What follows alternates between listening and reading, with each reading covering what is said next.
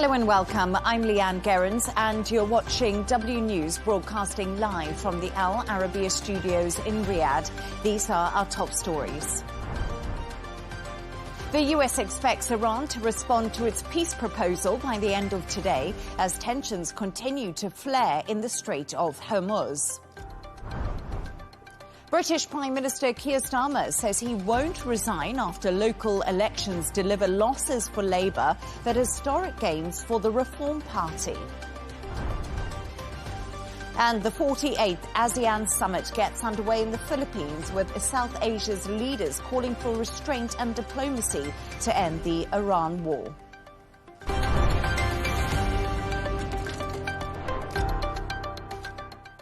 US Secretary of State Marco Rubio has said America is expecting a response from Iran on its peace proposal to end the war by the end of the day.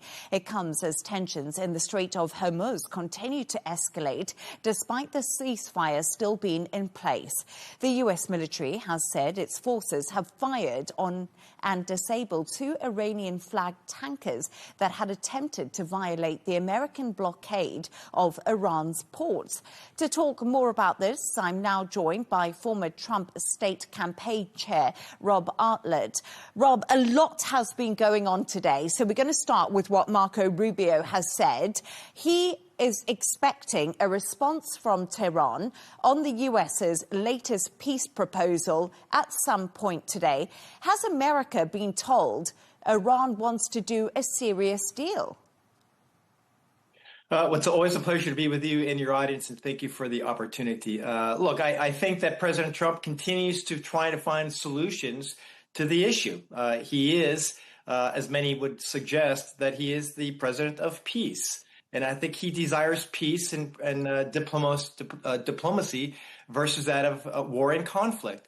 Let's not forget that's how he actually originally got started before this war, is there was a diplomatic effort that just did not happen. So at the end of the day, President Trump is attempting to work out a deal, but his red lines remain. And that is, of course, the biggest three that exist. And that obviously is the nuclear enrichment levels. Of course, it's the Strait of Hormuz as far as the free and flow of shipping. And, of course, that of the proxy support, the ongoing support of terrorist organizations who want to do harm to Americans and the West. So at the end of the day, those are the three big topics. And the key here is, can everything be done in one bite, i.e. as in the elephant? All of these things get accomplished in one deal? Or is it going to need to get spread out, meaning baby steps and baby bites? So time will tell, and we'll see what happens here in the next, coming day or two. That's really interesting because right now, if you're looking at all the reports, we don't know what is exactly in these 14 points when it comes to the peace proposal. But the reports are saying it's a one-page memorandum, but it's completely focused on reopening the Strait of Hormuz. So Iran's proxies, its nuclear program, enriched uranium, ballistic missiles are not included in that. But we will get onto that a little bit later. My big question is, right now, the US Vice President J.D. Vance is in a meeting with the Prime Minister of Qatar to discuss negotiations with Iran. Is this a positive signal? Talks are progressing, and also reports are suggesting President Donald Trump is about to give a speech in Washington, D.C. Do you think he's going to announce that they've made a deal? Well, regarding President Trump, it's possible. I know President Trump would love to say that, and he just may. We all know sometimes President Trump projects a desire or his intent, which may not always be reality. So I think we'll have to watch his words exactly. Regarding J.D. Vance, Vice President Vance, look, when you have more conversations with our allies and our friends in the Middle East, and that is, of course, to try to find a peace deal with Iran, that's always a welcomed effort. And we love, of course, our friends in Qatar and in Doha. And I think, again, if there is a way to find a solution, and if they can negotiate and help negotiate a deal with Iran, then yes, we welcome that. And it's important because this is not just a war between Iran, of course, and the U.S. or Israel, but it's really a regional conflict, meaning that it directly impacts all of the Middle Eastern states to include, of course, Qatar. So I think when you get more of them involved in the process, it only is a better result. It's also a global economic conflict as the Strait of Hormuz does remain closed. But Rob, Iran said U.S. forces attacked ships and civilian areas near the Strait of Hormuz, while the U.S. has denied suffering any damage from Iranian retaliation on 3 destroyers they have in the region. What do you make of these tit-for-tat attacks? And could this lead to further escalation? Because this is the concern at the moment. Things seem to be ramping up in the Strait of Hormuz. Well, you're exactly right. And this very fragile ceasefire only exists on paper because of these recent conflicts, military conflicts between, of course, the regime and the U.S. military. But again, I think both sides are testing those red lines. And also, I would say they're testing each other's restraints. And I think both of them are playing out as we speak. But look, do I trust our U.S. military and our U.S. media more than I do that of the regimes? Absolutely. So I would tend to lean in that direction versus that of the regimes, because if indeed the U.S. military actually did do some harm or incur some harm or conflict or any damage, I think we would all know it. No doubt about that. And so I, again, tend to think more on the side of the U.S. media and that of President Trump as it relates to who's actually speaking the truth. And as you've just outlined there, propaganda, rhetoric, all happening while these negotiations are also happening behind the scenes. But what does the interception of Iranian missiles and drones by the UAE reveal about the growing regional impact of the conflict between Iran and the US and Israel? And do you think that this highlights America is no longer a reliable security guarantor? Well, actually, I think just the opposite. I think the U.S. has reaffirmed the fact that it is critically important in security because our defense systems worked, right? So I think that's something that's very, very important to understand. But again, why is the regime of throwing missiles, if you would, at their neighbors? I don't think that does well for them in the region. And of course, so I think we have to understand, what are they doing? I know that they're doing that because various countries in the Middle East support and are considered allies of the Americas. So therefore, that's why they're doing this. But again, I don't know how that works out long term to the benefit of the regime if they're throwing bombs at their neighbors. So I think that just the opposite. I think U.S. security forces, U.S. military forces are extremely successful in this effort, both defensive as well as offensive, as the regime has, well, pretty much been decimated. Though these ongoing missiles and drone strikes do reveal that they still have some capacity, militarily speaking, though it's very limited. I just want to bring you a line. Qatar Prime Minister is actually in Washington meeting J.D. Vance on Iran. That's according to sources. And of course, we spoke on that earlier. But I just want to go back to a point. Is the United States under President Donald Trump effectively choosing a weak, short-term deal with Iran that ignores missiles, proxy forces and nuclear risks, only to postpone an even bigger conflict later? Is Donald Trump just desperate for an off-ramp right now? Because this war, Robin, you can't argue with me on this, is so unpopular in America. Well, the war in America is not overly unpopular, but it's the timeline that's unpopular, I should say. And so I think most Americans, I know most Americans agree that the regime, Iran, should not have access to any nuclear weaponry. That is pretty much a consensus of the American people. The challenge becomes the timeline and how do you achieve that goal? Because again, President Trump did run on no new wars, and I think that's the problem. And I think that we have to, and I've been saying on your network along with some others, it's all about the timeline. We're now in May. And again, I've stated before that if this war ended up in May and continued, it would be very problematic here back at home for President Trump. The political willpower is not to have a dragged out war because it will directly impact, of course, the midterms come November. So President Trump is under pressure, I believe, timeline as far as to end this war. Is he dragging it out for any other purpose? Well, he also might be trying to get some votes in Congress. possibly behind the scenes. And so I think there's a lot that are happening, both that we can all see. There's perhaps a lot more that's happening that we cannot see. So I think, again, in the coming days, and perhaps this next week or two, we have to be paying attention. But the timeline is of pressure, but make no mistake, President Trump will win this war at any expense, even if he loses the midterm elections here come November. Rob Artlett, as always, great to have you on the show. Thank you so much for joining me. Always a pleasure. Thank you.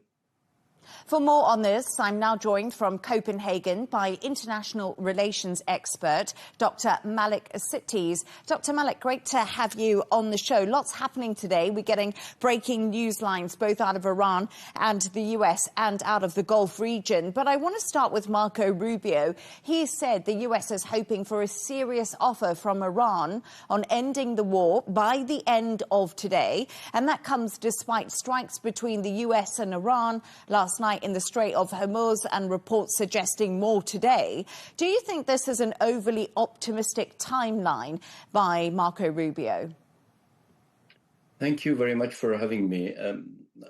I think it's a very important day for both Americans and also Iranians. People are waiting until the end of the day, till the Iranian regime will provide some answer to the American requirements.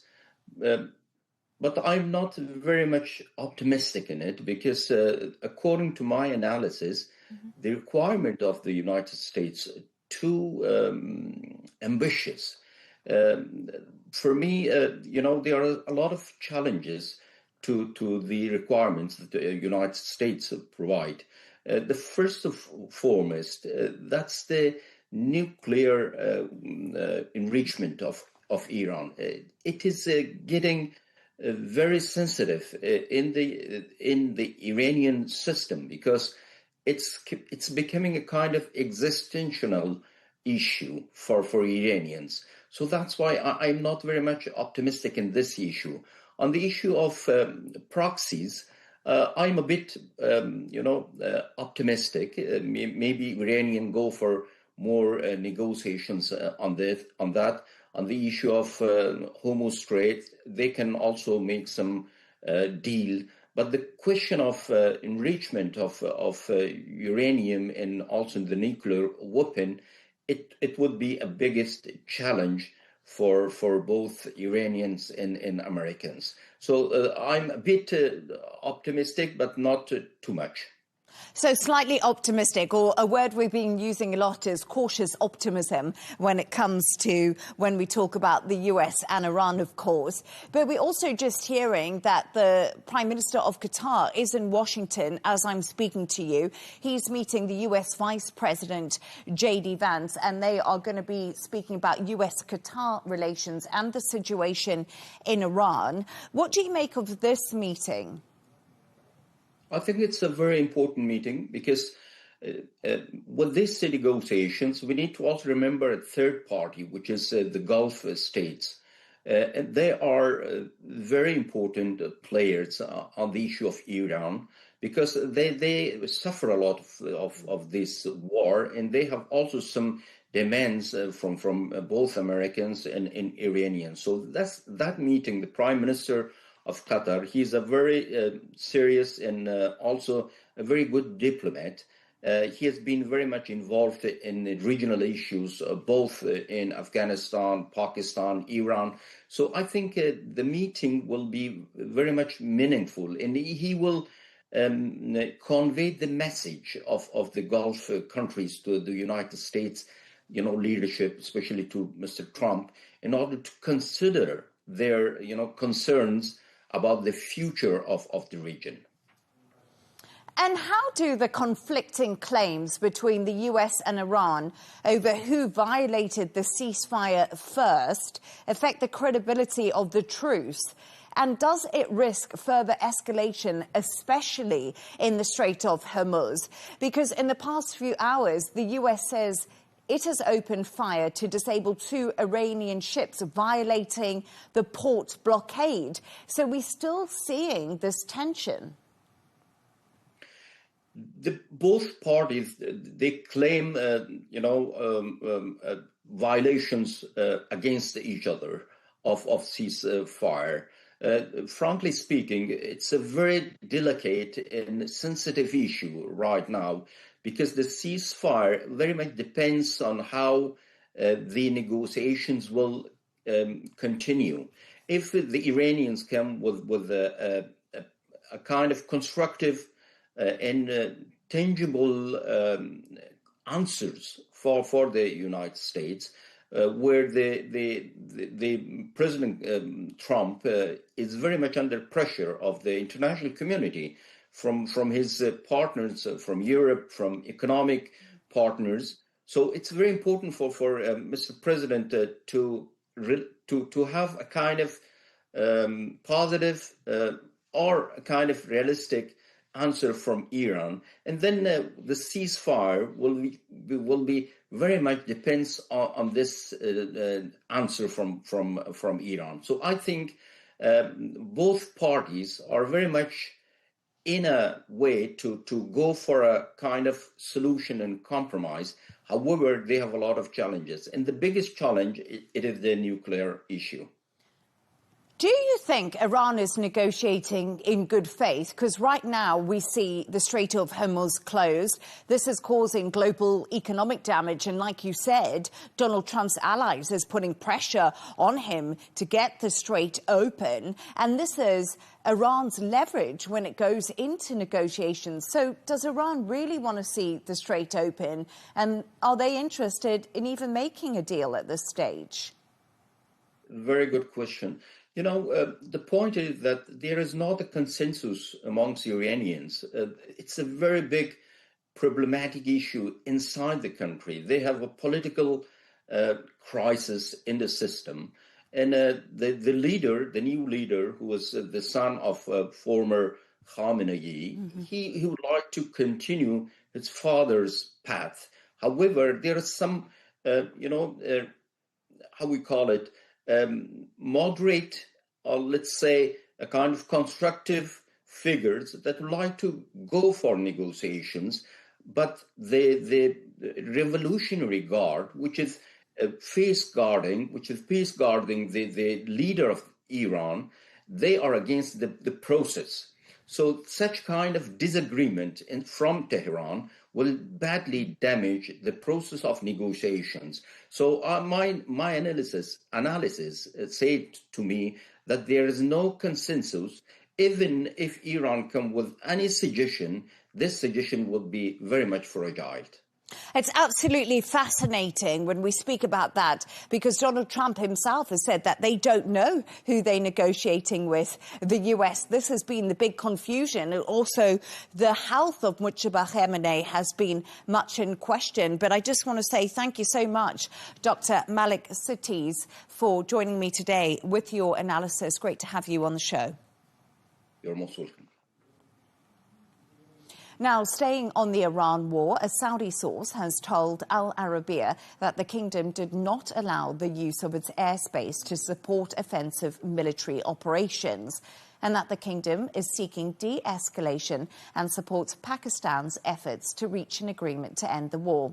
The source also told Al Arabiya that some parties are seeking to give, for suspicious motives, a misleading impression of the kingdom's position.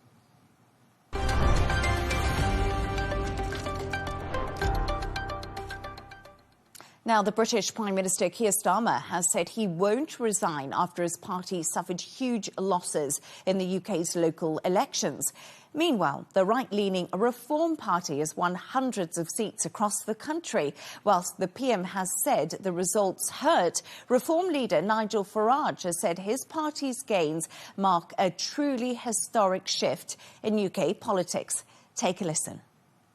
Good morning, everybody. I am delighted to be here in the sunshine outside Havering Town Hall, which I can now say is under new management. And it's significant. It's our first win of a borough in London, and that in some ways goes against the trend, because the pattern that's emerging over the country is that Labour are being wiped out by reform in many of their most traditional areas. And what you're going to see later on today is the Conservative Party being wiped out in their heartlands like Essex.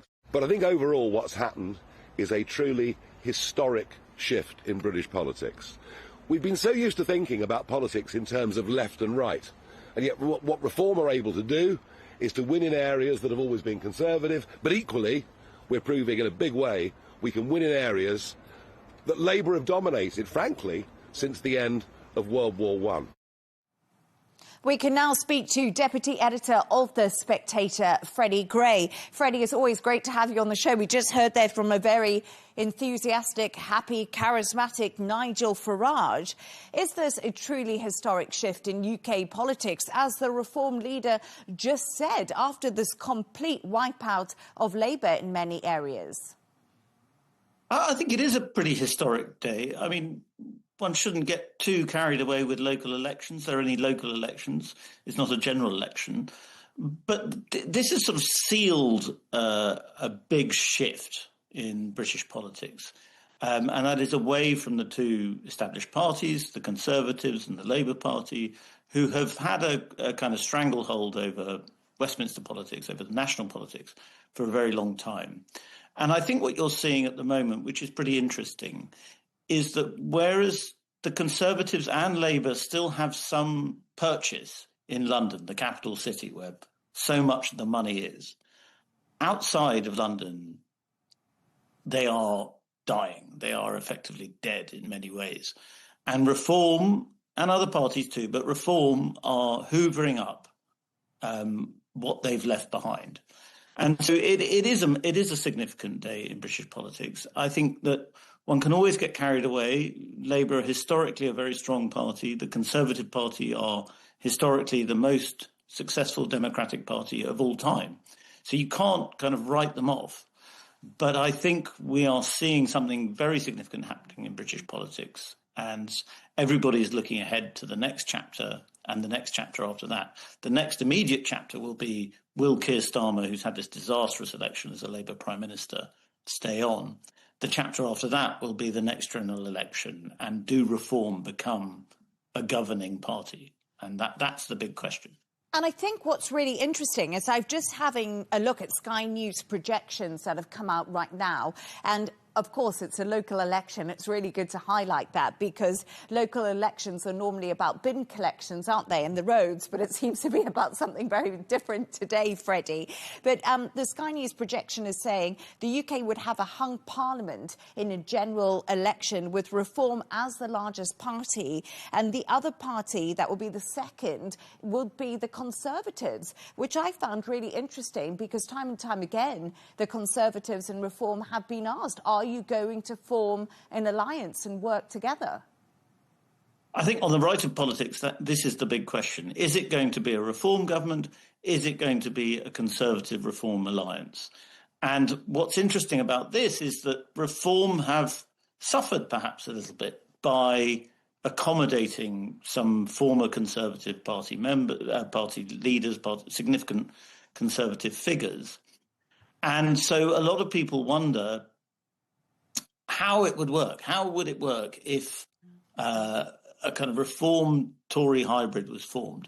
Would a lot of the people that support Reform think, oh no, you're just exactly the same as the old elite, the old establishment that we really want to reject? And so it's a very difficult line for Reform to tread, and I think it's causing all sorts of tensions within Reform itself as to the extent to which they should accommodate not just potentially form a future alliance with the Conservative Party, but also just accommodate Conservative MPs who can see which way the wind is blowing and they want to get involved in Reform. That is one of the big questions on the right at the moment. And Freddie, we talk about Keir Starmer, and Keir Starmer is kind of hanging on, I think it's fair to say, at the moment. And why do you think he's so reluctant to leave? Is it because there's no obvious successor to Keir Starmer, as I sit and talk to you? That That's been the speculation. Who will come after him? Because I'm just seeing here, Angela Rayner suffered a major blow to her expected run at the Labour leadership after she failed to even hold her local election. I know there's been talks about Andy Burnham. I think that's absolutely right. The biggest problem with the Labour Party has always been their inability to kill bad leaders. The Tories have the opposite problem, which is that they kill leaders all the time. So the expectation in Westminster is that Keir Starmer is going to go now. His position is untenable.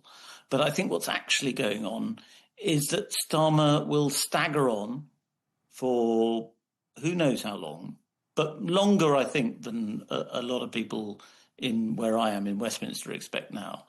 Because Labour don't have a strong degree of talent on the bench. They don't have a strong challenger. Angela Rayner is a problem in so many ways. Wes Streeting, while strong in some ways, the Health Secretary, is strong in some ways, but also very weak in others. Andy Burnham is the king in the north, they call him, because he's supposed to be so popular in the north of England, but he's not actually in Parliament at the moment. So there are all sorts of problems with all potential Keir Starmer replacements. And so I suspect the result will be that for the next few weeks at least, Keir Starmer will stagger on because there's no better idea. And just a question, Freddie, you are in Westminster at the moment. What is the mood like in Westminster after these local elections and a reform surge? Was it expected? Is it a surprise? And sort of what's the chatter? Well, I think Westminster is sort of gradually coming round to the realisation that the rest of the country hates Westminster. And obviously that's difficult for Westminster to accept. So, you know, it's a sort of cosy clique of journalists and politicians and so on. And every election is a kind of rebuke of what they think the consensus should be. So I think Westminster's sort of nervous about the future. I think people are nervous about reform. Here in Westminster are nervous about reform.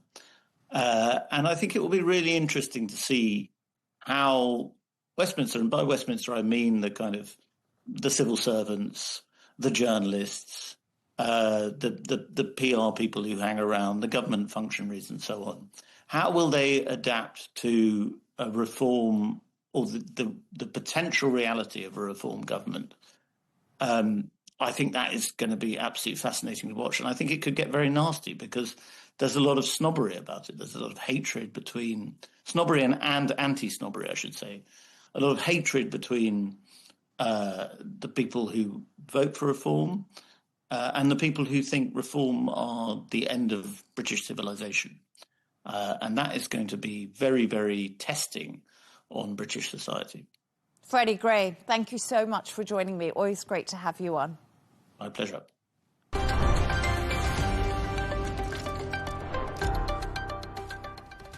Let's take a look at some of the other stories making the headlines today. 3 people have died after Indonesia's Mount Dukono volcano erupted this morning. The victims were part of a group hiking on the mountain despite warnings from officials. The volcano has erupted more than 200 times since March. A 3rd British national is suspected to have been infected with the hantavirus linked to the cruise ship MV Hondas. The patient is currently on the remote Atlantic island of Tristan da Cunha, where the ship stopped in mid-April. Meanwhile, Spain's health ministry says a woman in the coastal province of Alicante has symptoms consistent with the virus. The hostage situation at a bank in a western town of Germany has ended with 2 people set free from the vault. However, during the police operation, the suspected perpetrators apparently managed to escape. Several people, including a cash delivery driver, were held captive after their armoured truck pulled up outside of the bank.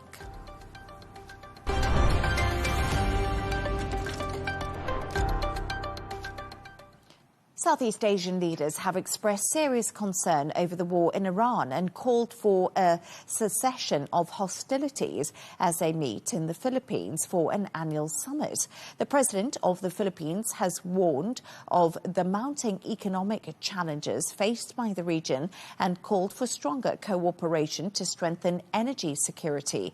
Patrick Falk has this report. Today's discussions. Leaders of the Association of Southeast Asian Nations, or ASEAN, gathered in the Philippines for a key annual summit. They're under pressure to coordinate a joint response to the fallout from the war in Iran. The region is reeling from the impact of a surge in energy prices.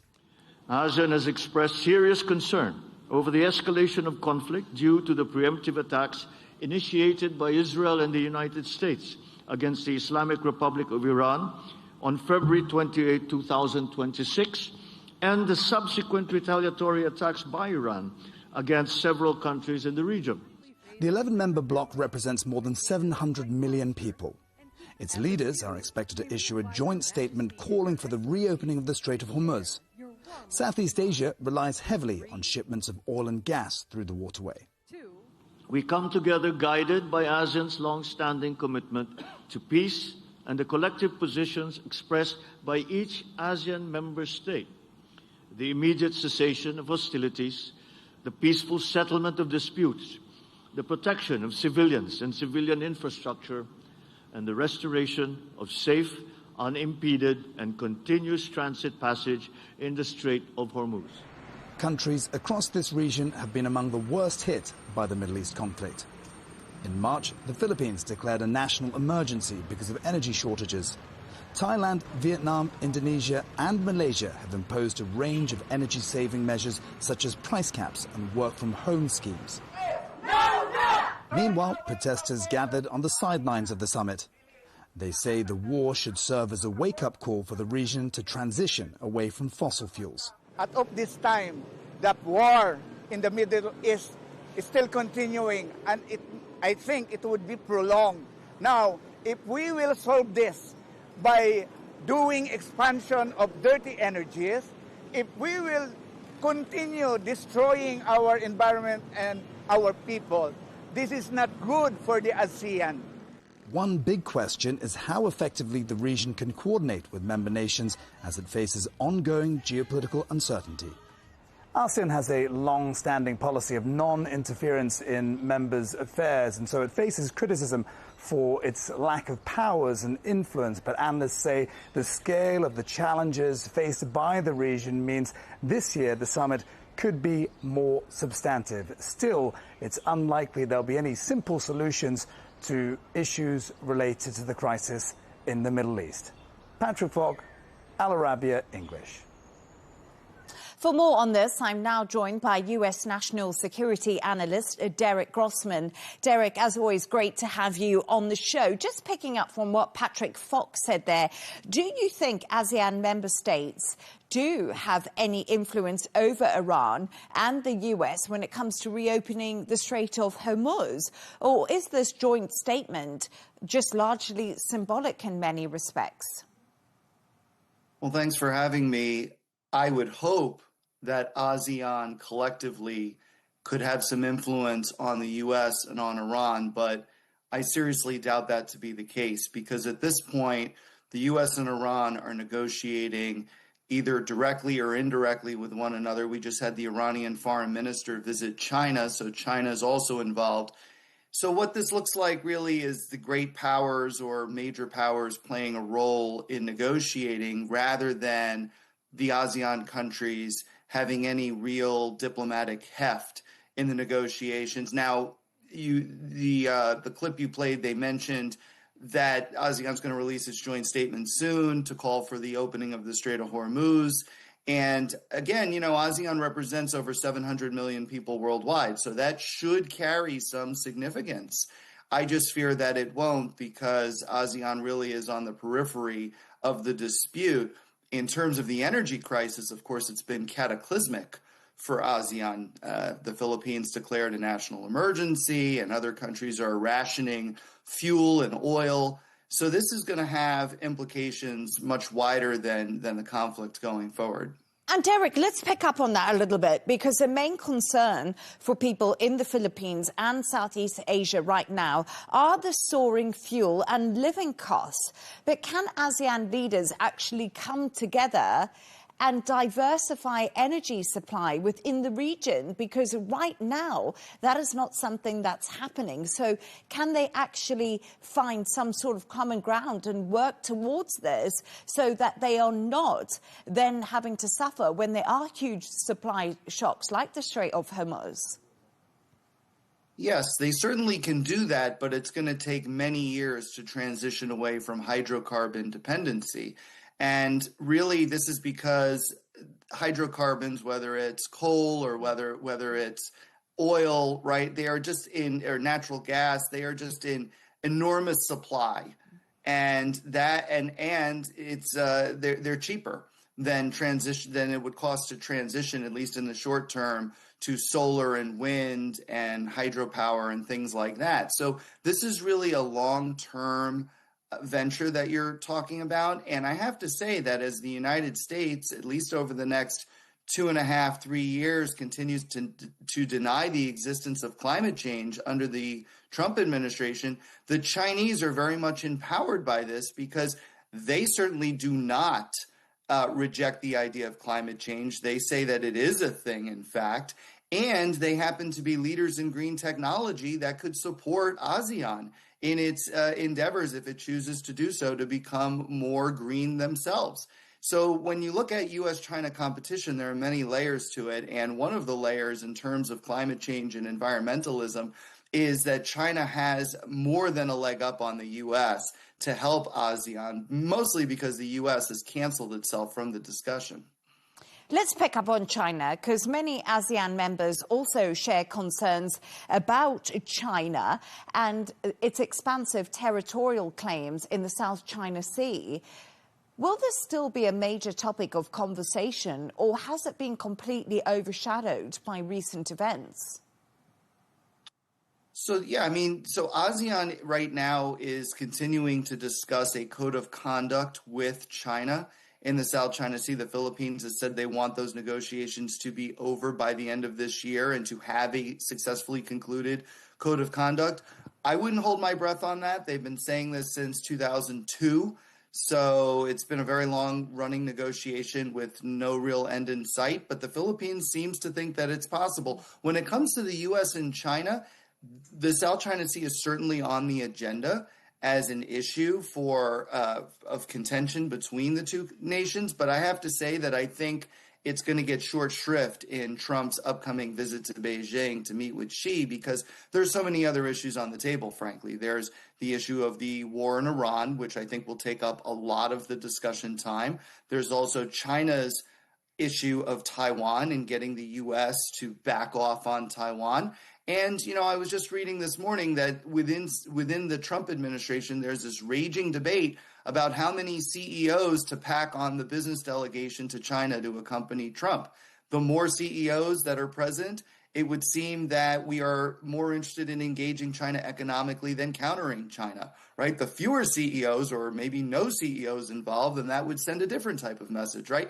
This is all happening in real time and a week before the summit. So you can see how incredibly chaotic it's been inside the White House on China policy. Yeah, absolutely. And I want to just touch on Trump's trip to Beijing, because as you just said to me, Derek, it's so fast approaching, so many different moving pieces. And it is the biggest meeting in geopolitics. It's between the world's two biggest economies. I think people forget how important this meeting is. But Marco Rubio said he imagines China and Taiwan will be discussed during this visit. But what do you think? If Trump doesn't get a deal with Iran, do you think he will go to China? Because does he want to go to China without an Iran deal, or will he look weak? So prior to the first scheduled summit on March 31st, I was one of the few voices saying that there was about a 30% chance the summit would get canceled over the Iran war, or at least postponed. And everybody who heard that pretty much looked at me like I was crazy. But in fact, inside the administration, they were talking exactly about that issue, that they didn't want Trump to go there as a weakened president. They wanted the Iran war completely wrapped up beforehand. And that's why they made the decision to postpone in the first place. Now, with this second scheduled event, it's hard for me, honestly, to see it getting postponed again, because that would signal even more weakness inside the Trump administration, more vulnerability to China. And let's be honest about this. China is increasingly in a position of strength here because they don't get a lot of their oil out of the Strait of Hormuz. Yes, they buy about 90% of Iran's oil, but in terms of their overall percentage of oil, it's not that significant. They also have very close ties with Iran. We just had the Iranian foreign minister there for negotiations. And the Chinese are also now looking at the U.S.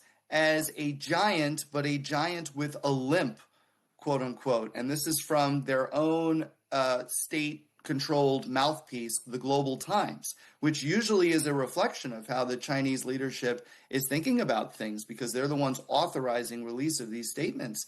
And so they are now looking at the United States still as a superpower, as a great power, but one that has really expended a lot of time and resources on something that has not come to fruition, and in particular, it's ammunition. And that ammunition would normally be used for a cross-strait scenario to defend Taiwan, or maybe in the South China Sea, or maybe to support South Korea against North Korea, and North Korea is supported by China, right? So there are some real concerns, I think, going forward for the United States from China's perspective, and that puts China in a position of strength. Absolutely fascinating as always. Thank you so much, Derek Grossman, for joining me today. Thanks for having me.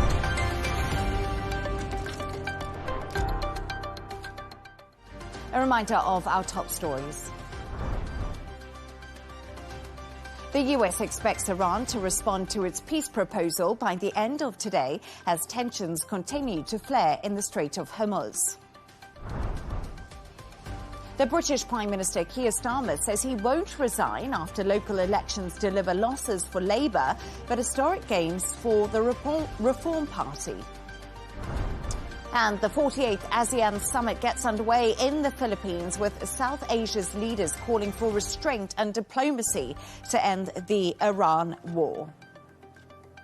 And that's all from us on W News. Don't forget to subscribe to our YouTube channel and also follow us on X. Goodbye and thank you for watching.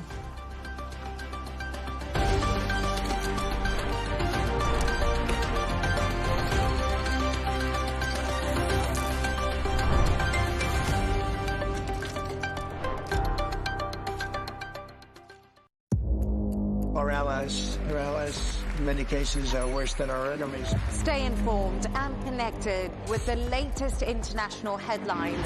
There obviously is a risk. From breaking news to in-depth analysis. It would appear that this war is coming to an end. Who buys this stuff? Investors, pension funds. We deliver the most important developments straight to your screen. Iran always wanted to deal with militia. Join us for compelling, expert-driven conversations. A curfew order has been established.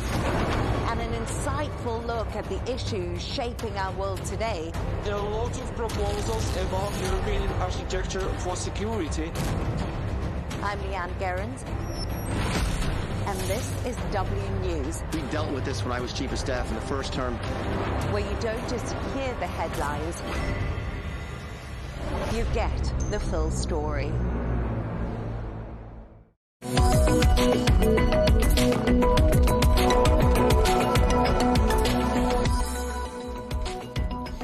Hello and welcome to The Real Deal, coming to you from the Al Arabiya English headquarters in Riyadh. This is your weekly bulletin, bringing you all the latest business news headlines and analysis from Saudi Arabia.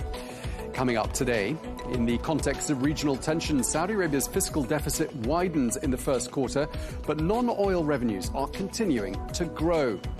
With oil markets on edge, we'll be examining the effects of seesawing crude prices on supply chains, aviation fuel, and the wider global economy. And 1 decade since the launch of Saudi Vision 2030, we'll be examining how the vision has benefited younger Saudis, and in particular young business owners. We'll be speaking to the CEO and the founder of Riyadh-based A1 Architects. And Riyadh Airports Company, which manages and operates King Khalid International Airport here in the Saudi capital, wins 4 international awards. We'll have all the details on that in just a moment. We're going to begin, though, with the latest on Saudi Arabia's fiscal deficit, which widened in Q1 to its highest level since 2018. Well, the deficit, which reached nearly 126 billion riyals, comes as the kingdom accelerates spending on Vision 2030 projects. Well, government expenditure jumped 20% year on year, while at the same time, oil revenues slipped around 3%, that in the context of regional tensions. Well, economists say that stronger oil prices and resilient export flows through the Red Sea could help narrow the full-year deficit. But non-oil revenues are continuing to grow. Well, despite the current geopolitical pressures, Saudi Arabia increased spending on healthcare, social development and citizen support programs, and that's reinforcing long-term economic resilience. Now, continuing tensions between the United States and Iran are having a major impact on global energy markets. And despite normally carrying around 1/5 of the world's oil and LNG supplies, the Strait of Hormuz remains heavily disrupted. Well, uncertainty over supply has triggered sharp swings in oil prices as markets react to mixed signals over a possible ceasefire and the reopening of this key shipping route. Well, the impact is being felt acutely in the aviation, shipping and manufacturing sectors. And in recent weeks, European regulators have been warning of possible jet fuel shortages. Well, for Saudi Arabia, one of the world's leading oil producers and a key voice within the OPEC Plus group, the volatility is once again highlighting the kingdom's central role in global energy stability. Well, to discuss all of this, we are joined here in the studio by Dr. Yousef Al-Shamri, who is the president of the London College of Energy Economics. A very warm welcome back to you. Thank you for coming to see us again. We're also joined by George Houri, who is the Global Head of Research and Education at CFI Financial Group. He joins us from the UAE. Thank you very much indeed to you as well. Let me start with you, Dr. Al-Shamri. This conflict has now entered its 3rd month. I don't know that anyone forecast that. When was the last time we saw geopolitical tensions of this kind having this sort of impact on global oil markets? Hello, Tom, and I'm very happy to come back to Arabiya English. Well, certainly this crisis is unprecedented. The world oil markets have always seen supply disruptions, certainly since the modern history in the 60s, when oil truly became a global player or an important player in the global economy. We've seen disruption in the 70s. We've seen also disruption in the 90s, in the Gulf War, and in the Arab Springs, where Libya, where oil production was disrupted. But what we are seeing in 2026 is literally, as the IEA have described it, is in fact it combines 3 crises together. That is the first oil crisis in the 70s, and what we saw also again in 1979 during the Iranian Revolution, and also the major spike that the world has seen in the run-up to the global recession in 2008, 2009. So I don't remember, in fact, that in any crisis, that we saw a disruption of by more than 10 million barrels, so on physically speaking. Despite the fact that prices react differently in any of these events. And ultimately, the world now is running on alternative supply pipelines, that is whether it's in Saudi Arabia or in the UAE, and the strategic stocks that the IEA actually has triggered. But as this crisis continues to in fact last, certainly we're going to have where the stocks will go to a very low levels, and we're likely to see demand destruction. So I'm not sure how the U.S. administration is weighing these major consequences that can be catastrophic for the global economy. Okay, thanks for that. Let me turn to you, Mr. Houri. I mean, we're getting the impression there, just listening to what Dr. Al-Shamri was saying, this is an unprecedented crisis. We're in a situation where Brent crude is comfortably above the $100 a barrel mark quite a lot of the time. I'm just wondering, what does that mean for the regional economy? What does that mean for the global economy? Good afternoon, Tan, and thank you for having me today. So let's put it in the form of numbers, so everything is clear. Of course, this is from an approximation perspective. A $10 increase in the price of an oil barrel reflects on both things dramatically, on GDP from one side, on inflation from one side. So $10 would reflect for around 0.2 to 0.3% approximately decrease in GDP globally, and it will be mirrored on 0.2 to 0.4% increase in inflation. And this is on average. And this is as far as it goes to the price of oil changes. However, it doesn't reflect on how long the price will stay high. And this is what's critical right now here. What Dr. Youssef has been mentioning is the fact that we haven't had a consistent disruption of 10 million barrels per day for a long time, if not in history, basically. And we're not talking about 1 week or 2 weeks. We're talking about approximately 3 months. That's 90 days of daily disruptions of $10 billion that are being accumulated. Let's calculate it from a mathematical point of view. We're looking at almost 900 million barrels of disruptions over the past 3 months. Comparing it to the solution that was being provided, which is around 400 million barrels in the strategic reserves that will be released, plus the 170 million barrels that maybe are being released due to the foregone sanctions on Russia as well, is not even close to capture the accumulation of the deficit that has been happening for the past 3 months. And this is only calculated as per today, which means that we have uncertainty in regards to whether the strait will be opened in the next day, in the next week, in the next month. Uncertainty from a geopolitical point of view is still viable until this day today, which makes the situation even worse gradually over time. And this will translate globally, as I've mentioned in the numbers, and even in a more significant manner. And it will translate directly on different sectors, such as aviation, such as fertilizers, and many different sectors gradually. So on one side, yes, prices are increasing, which means that exporters might be benefiting to a certain point from these increases in prices. But at the same time, the exporting oil is decreasing dramatically. And not only exporting, as far as we're talking from a GCC point of view, but also we want to talk about the refineries that were damaged as well, that need months and maybe years to get back on track as well. Right, okay, you make some really good points there. And just coming back to you, Dr. Al-Shamiri, I mean, looking at the time frame, and supposing a deal is struck today to end the conflict, how long would it take for markets to stabilize from the point of signature of that deal? Are we talking weeks, months? Well, certainly it's not going to come overnight. First, there are more than 400 ships that are trapped in the strait over the past 3 months. So we've lost something like 1 billion barrels of oil over the past also, if you count all the disruption over the past several weeks and months. In fact, the shut-ins that the Gulf and Iraq have seen are unprecedented. So in Iraq, for example, and in Kuwait, exports have, in fact, dropped to a very low, significant level. The production, in fact, many of these countries have also seen no exports at all. The IEA estimates something like 6 months for fields to come back to production levels to before the crisis. But it's not just the oil fields, but also the energy installations that have seen terrorist attacks in various countries. So, for example, in Qatar, the LNG capacity has been lost by something like 17%, and that is going to take perhaps 5 years to restore that lost LNG capacity. Also in many energy installations in Saudi Arabia and many other countries. In fact, these installations are also essential to process a crude once it is produced and make it ready to be exported.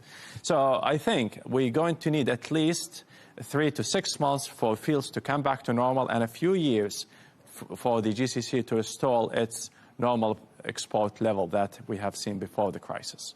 Right. So what's happened these last 3 months essentially could still be having an impact some years down the line from now, precisely because of the point you just made about the facilities in Qatar.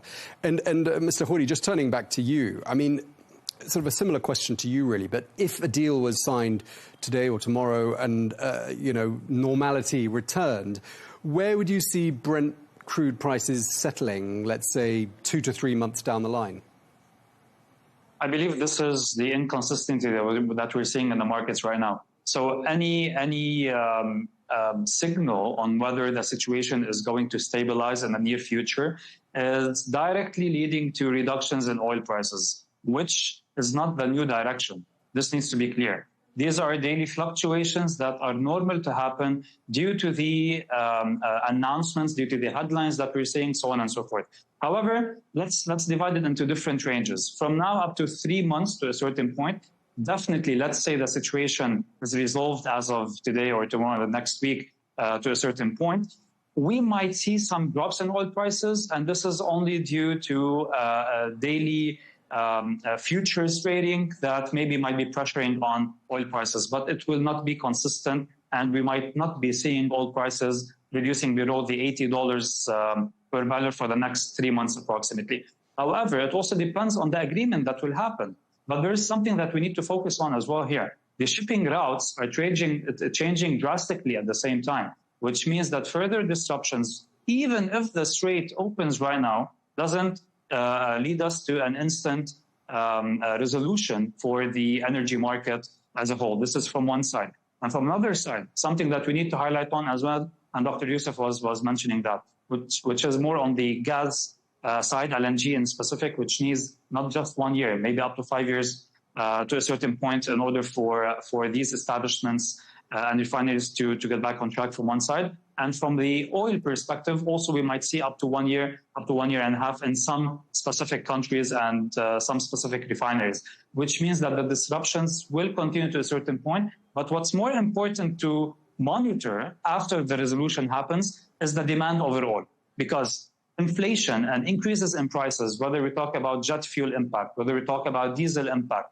and other subprime products as well of oil in specific, will be impacted, and the prices and costs will increase gradually, which will reduce the demand as well from one side, which on the other side might pressure negatively on oil prices in general. And maybe this is the catalyst that will be focused on in the near future, if the resolution happens also in the near future, maybe in the next week or two. Okay, well, we're talking about inflation. I mean, what indicators are you seeing at this stage? You know, what are the latest indicators that we're seeing with regards to growth, inflation, employment telling us? I know we've only got about a quarter to go by, and even part of that quarter is skewed by a pretty favorable, normal January, February.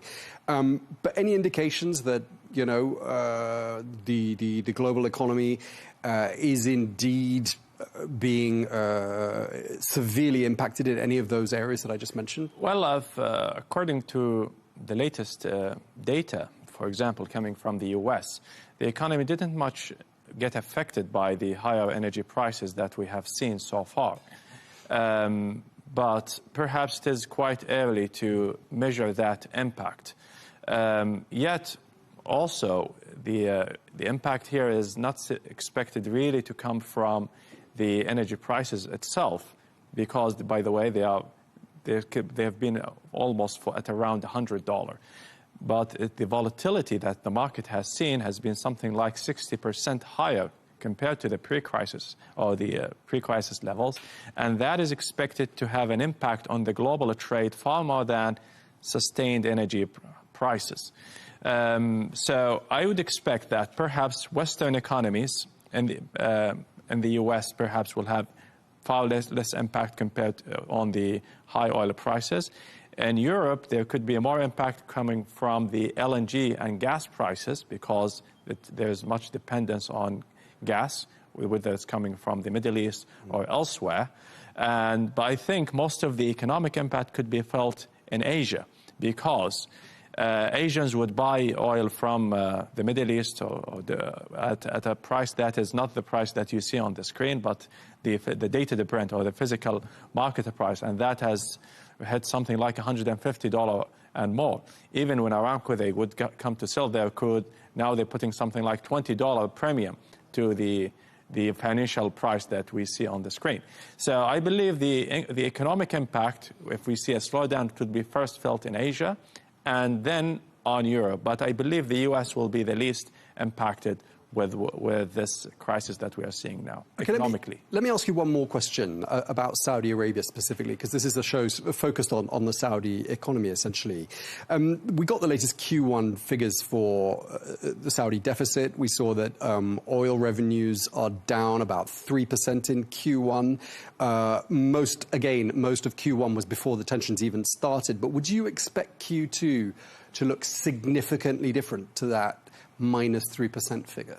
Well, I would expect that in Saudi Arabia, there could be an impact because, not just in Saudi, but the whole GCC area, because yes, there is an increase in prices that could compensate the losses in supplies. I believe in Saudi Arabia, 2 million barrels of exports are now lost. So they exported around 5 million barrels. But on the other hand, the total GDP can be affected.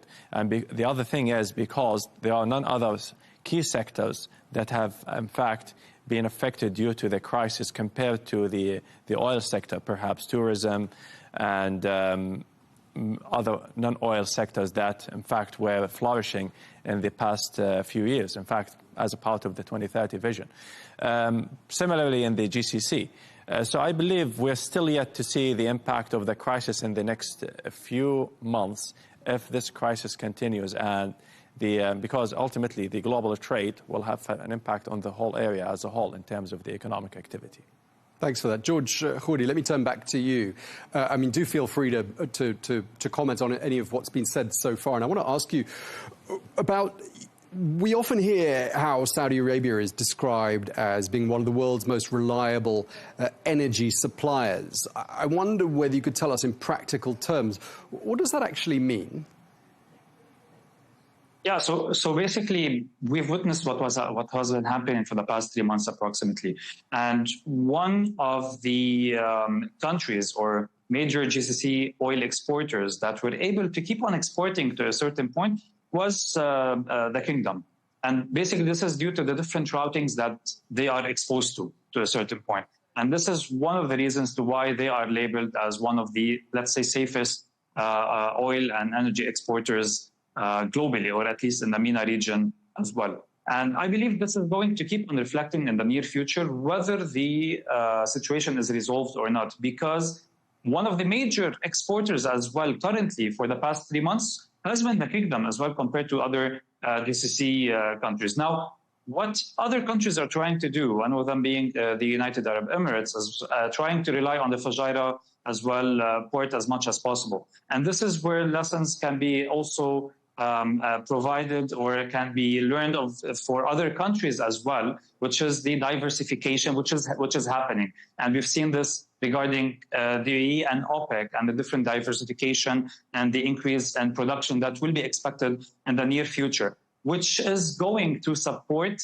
in the exports moving forward if situations stay like this as they are, or if they worsen, or even if they become better as well in the near future, which gives each country more flexibility, a bit more of as well options to be able to supply more oil globally. So, of course, this will have some pros and cons on the energy market globally, but this is one of the ways to mitigate the current risks that we're seeing or future risks that will arise similar to that.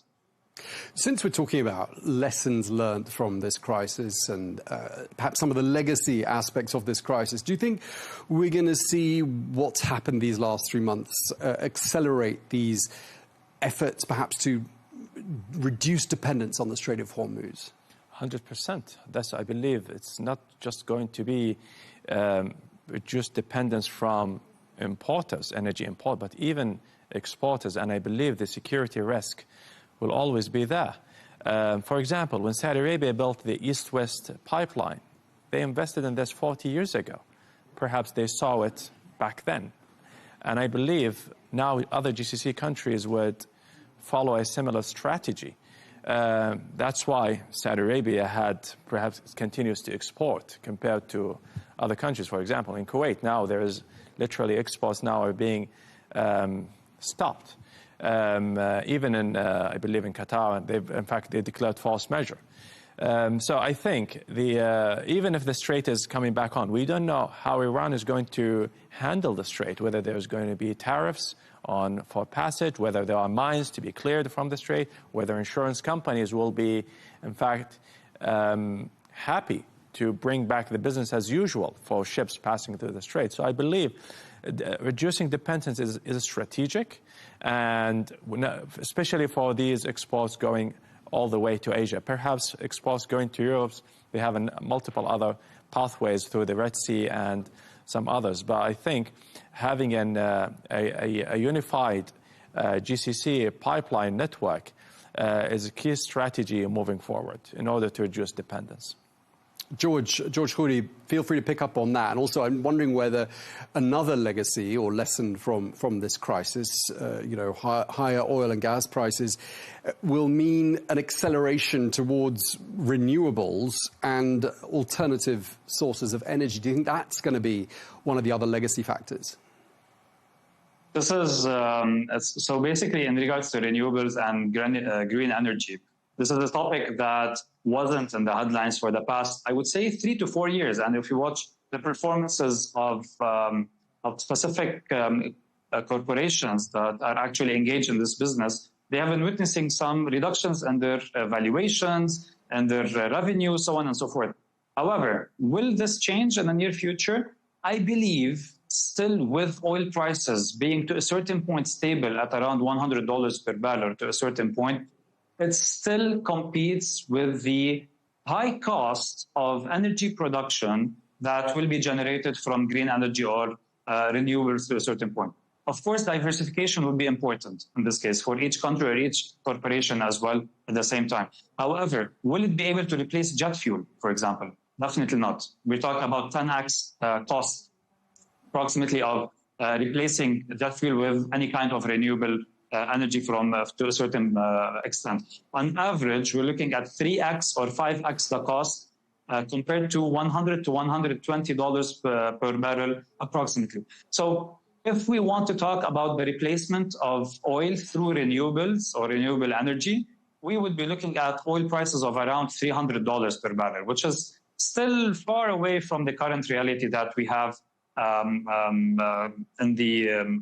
through the Strait of Hormuz or in regards to the energy prices as a whole. Now, again, I need to highlight on this. This doesn't mean, even if the cost is going to be higher, this doesn't mean that diversification is not important, especially in the Asian markets, where we know that 80% of their reliance of energy source passes through the Strait of Hormuz. So, and they will be impacted by inflation. We already started to see that in regards to their inflation readings, whether in Korea in specific, mostly in Korea, in Japan, and in India and China, of course, at the same time. And we will be seeing some projections in regards to reductions into the expectations in regards to the GDP or growth overall for 2026 and 2027.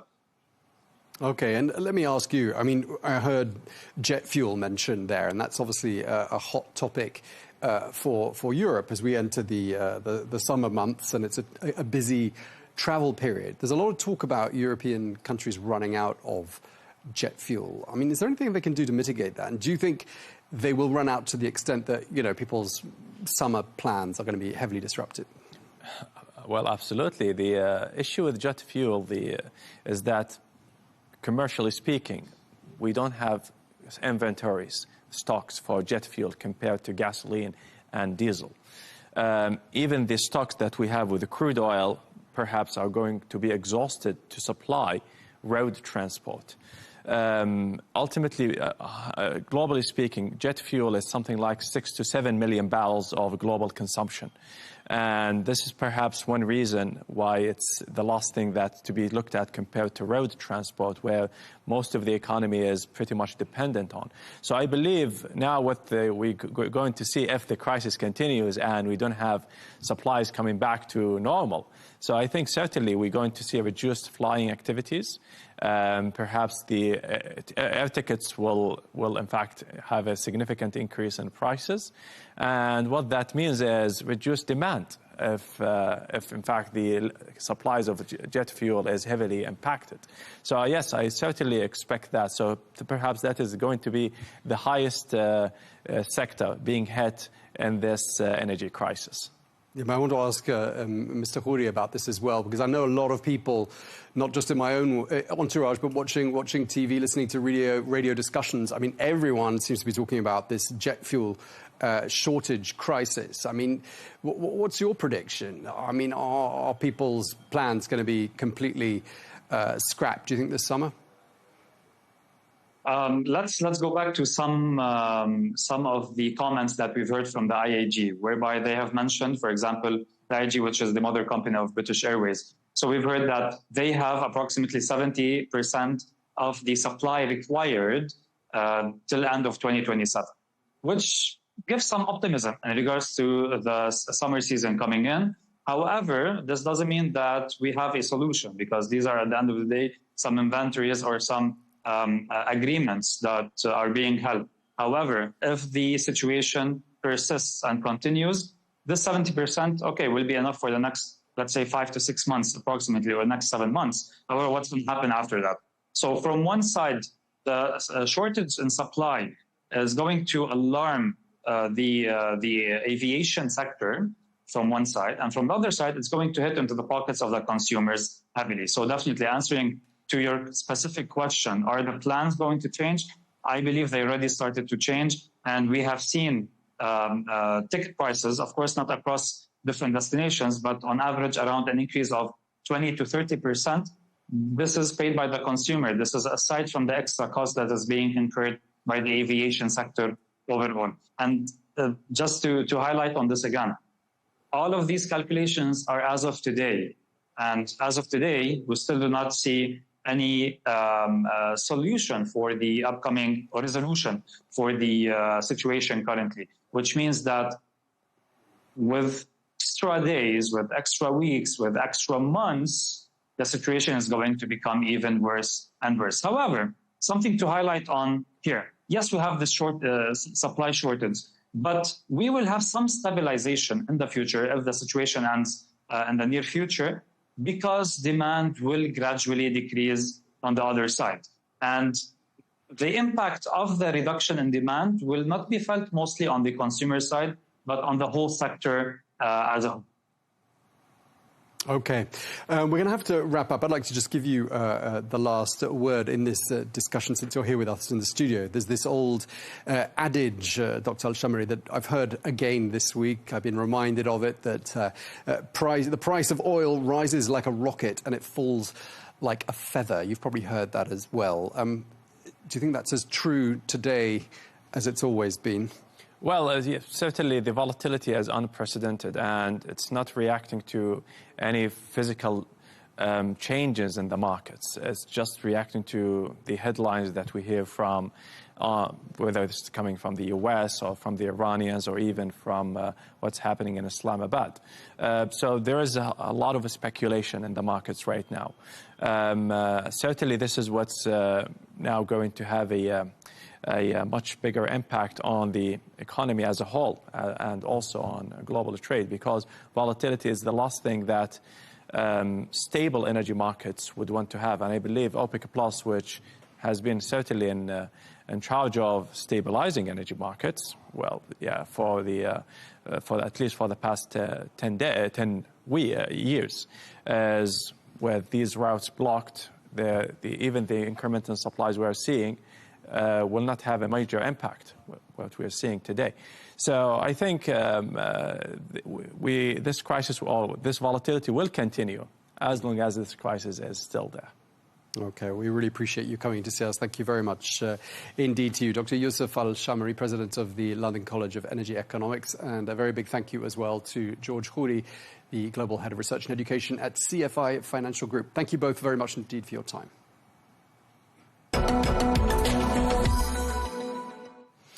Now, it's been a decade since the launch of Saudi Vision 2030, and since then, the kingdom's economy has been transformed and diversified considerably beyond oil.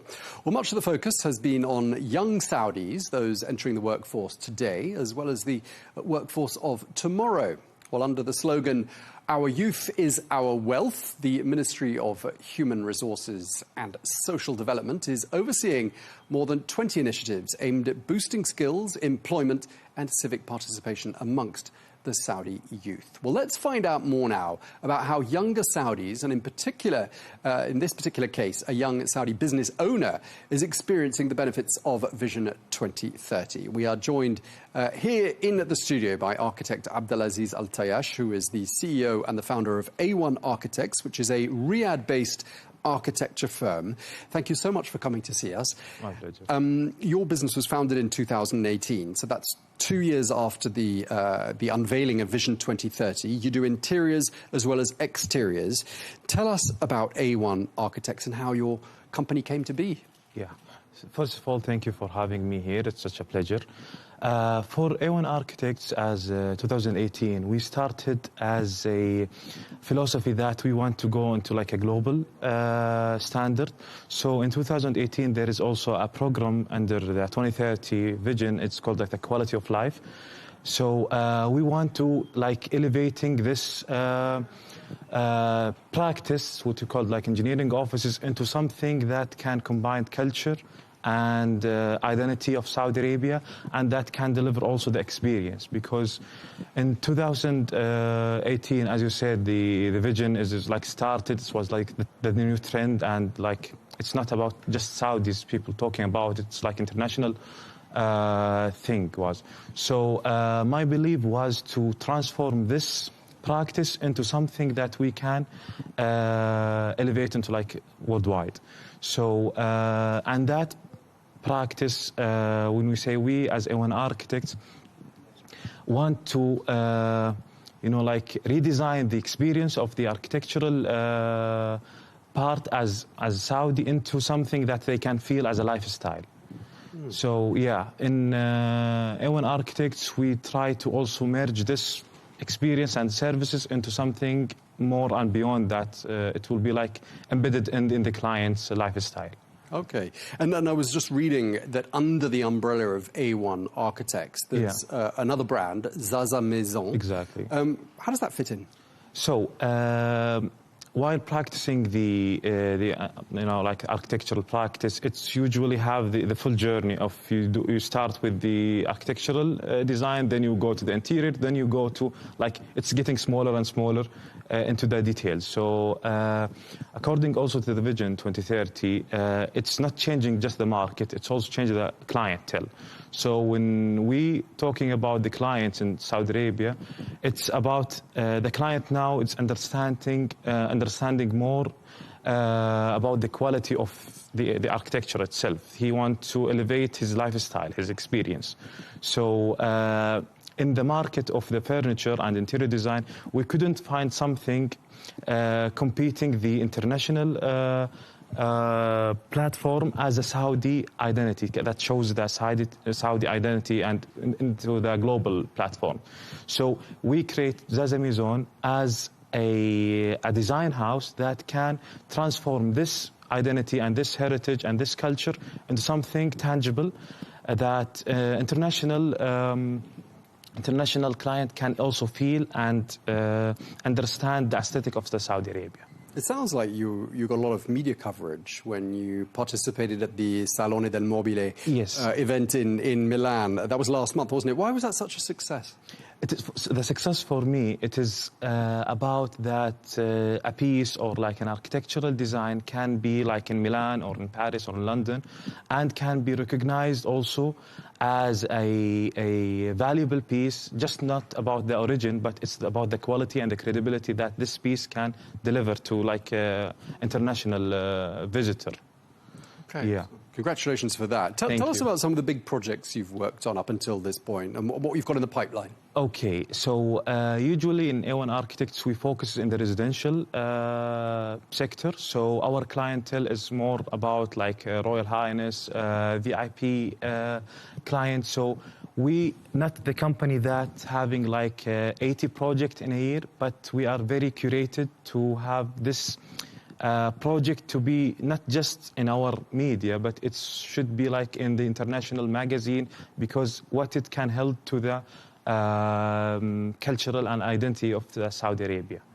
So your policy is more about quality than quantity. Exactly, and transforming this cultural and lifestyle into something that cannot be held in the just 5 years. It should be like in the upcoming 30 years, it can be significant in the market. Okay, tell us about the partnerships you've had. Some have been quite successful, haven't they? In the architectural field, we was doing a great partnership in Scotland and in the UK. So we have a small program that we started in 2020 is to train our team to have this experience abroad in the international market. So we have in Edinburgh in Scotland, and from that we create great friends and great partners, and we are lucky now to have great fellows that in Scotland with the ADP, that also an architectural firm. So usually we like combined our experience together. It's like a cultural exchange to elevate our local and international project. Okay, well, that's exciting. I want to ask you, though, as a business owner who's witnessed the transformation of the business landscape here in Saudi Arabia, thanks to Vision 2030, which is now a decade old. I mean, how much has it changed, do you think, compared to, say, your father's day? Yeah. So according to my generation, that they witnessed before the 2030 and after the 2030. So usually when we graduate from college, it's about having like a secure path and as a career.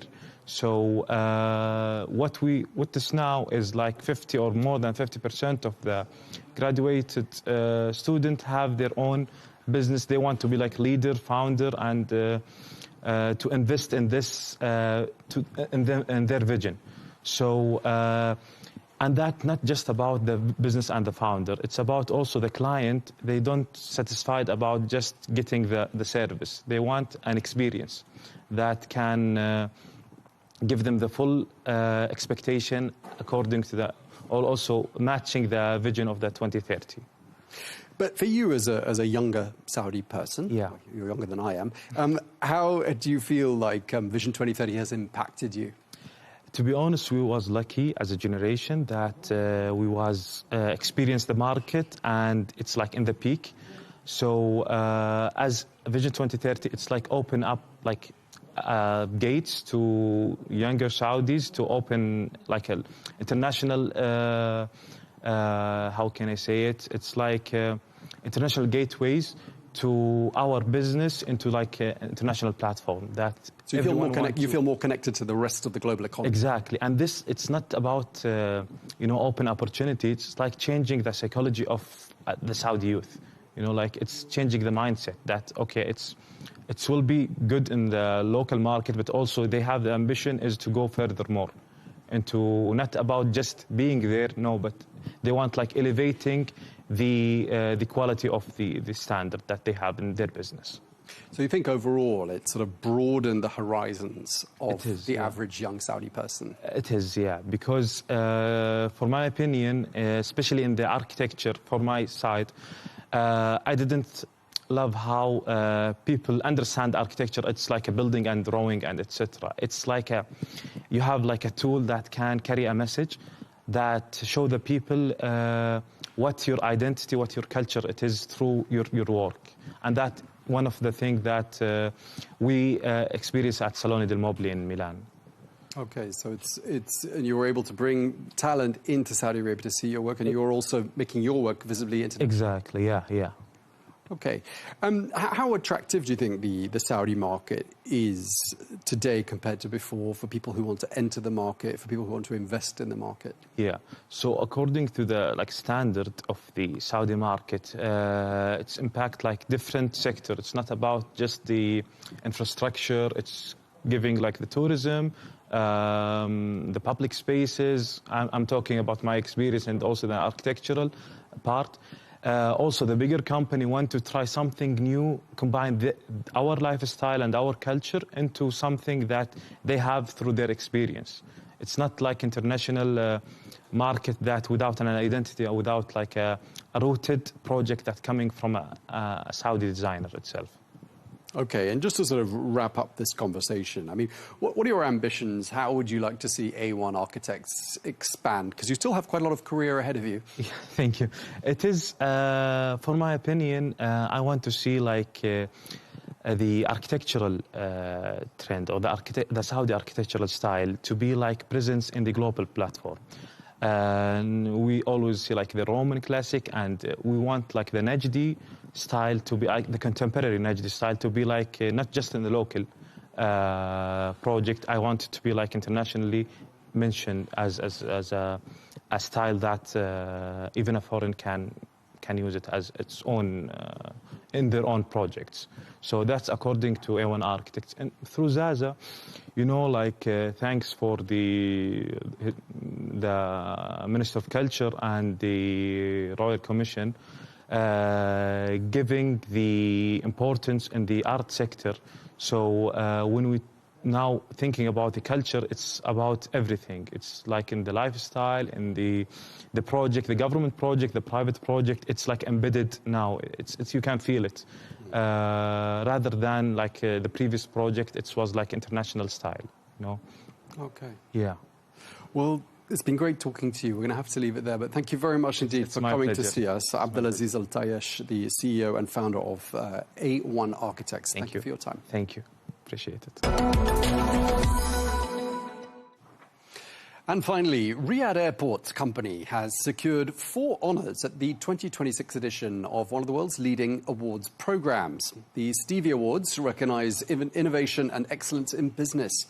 Well, Riyadh Airports Company, which operates King Khalid International Airport, received a gold award for innovation in the use of social media, alongside 2 silver awards for social media campaigns and influencer collaboration, as well as a bronze award for innovation in social media marketing. Well, officials say the recognition reflects the company's growing focus on innovation, communication and digital engagement, strengthening its position both regionally and internationally. That's all we have time for. Thank you very much indeed for watching the Real Deal here on Al Arabiya English. We look forward to seeing you again next week.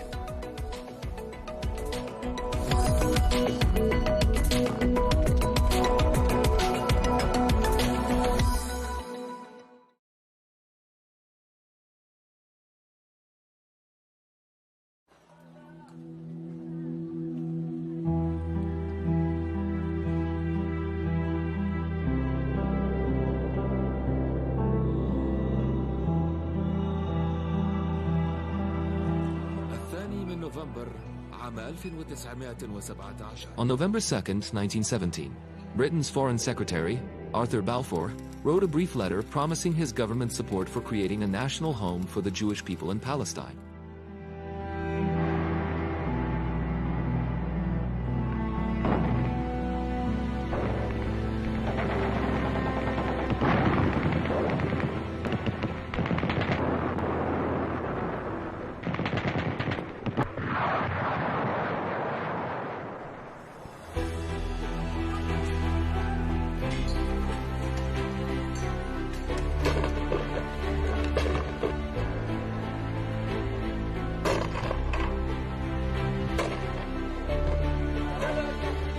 That marked the beginning of a century of conflicts and wars that would forever alter the fate of Palestine and the entire region.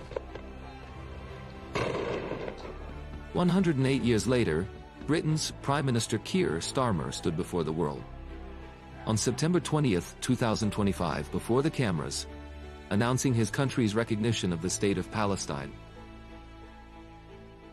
I state clearly, as Prime Minister of this great country, that the United Kingdom formally recognises the state of Palestine. As your chairman has reminded you, The British recognition carried special symbolism. No other nation has played a more decisive role in the modern history of Palestine than Britain itself. it is nearly 16 years since he recruited me to the Zionist movement.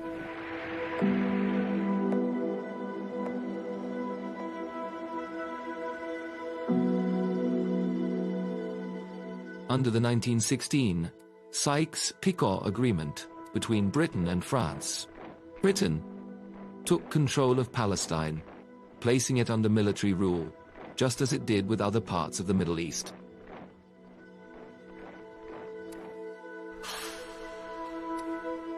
A year later, Balfour confirmed in his letter to Lord Rothschild, the wealthy British Jew, that his government viewed with favor the establishment of a national home for the Jewish people in Palestine.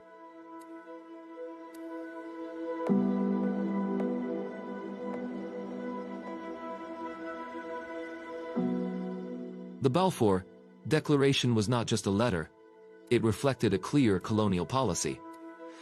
Britain had also promised independence to the Arabs, in return for their support against the Ottomans, a promise that was never kept.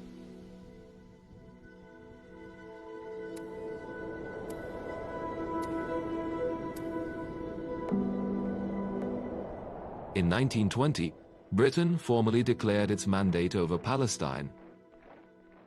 As the de facto authority, the British allowed waves of Jewish immigration into Palestinian lands. The resulting anger led to massive uprisings in cities like Jerusalem, Jaffa, and Haifa, culminating in a Palestinian revolt in 1936 that lasted 3 years before being brutally crushed by British forces.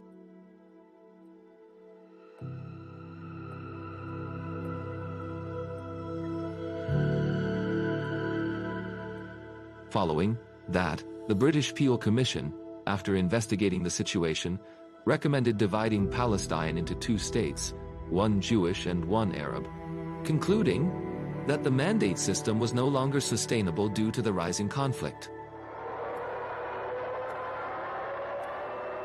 On the eve of World War II in 1939, a British white paper sought to calm both sides. It announced the support for establishing an independent Palestinian state where Arabs and Jews would live together within 10 years.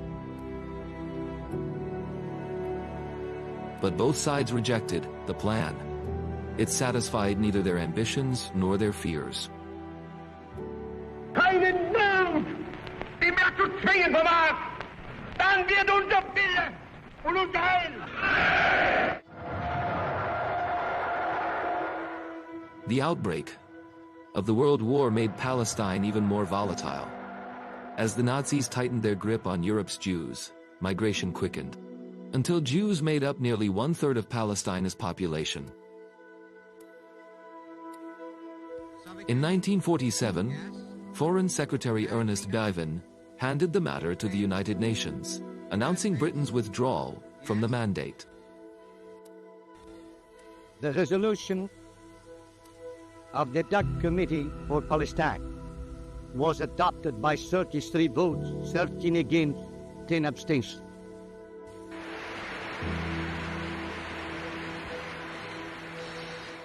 Under Resolution 181, the UN voted in favor of partition. The Jews accepted it, while the Arabs rejected it. In 1948, Britain withdrew as an occupying power, leaving behind a land already in flames. Soon after, on May 14, 1948, the State of Israel was declared. And the Nakba began.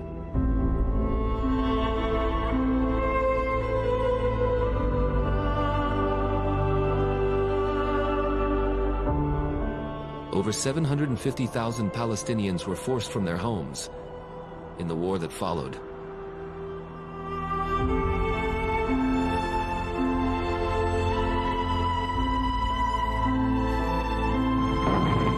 During the Suez Crisis of 1956, Britain joined the tripartite aggression against Egypt, but its failure showed the world that Britain was no longer the dominant power controlling the region's destiny. The United States had become the global superpower instead.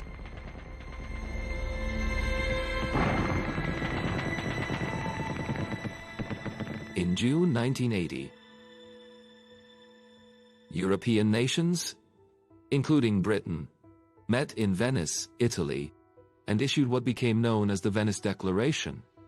The declaration was a pivotal moment, For the first time, the West collectively affirmed that the Palestinians were not merely refugees, but a people with legitimate political rights.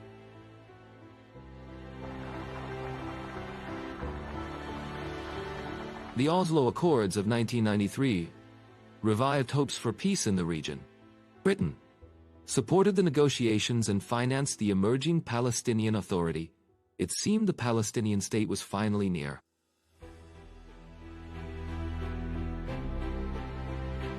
Yet, as settlement expansion and repressive Israeli policies continued, optimism quickly faded. In 2014, the British Parliament voted by majority to recognize the state of Palestine, but the vote was purely symbolic. The government refused implementation, insisting on a negotiated solution first. Yet, public pressure keeps the issue alive in London. For many Britons, it has become increasingly clear that their country bears a historic responsibility.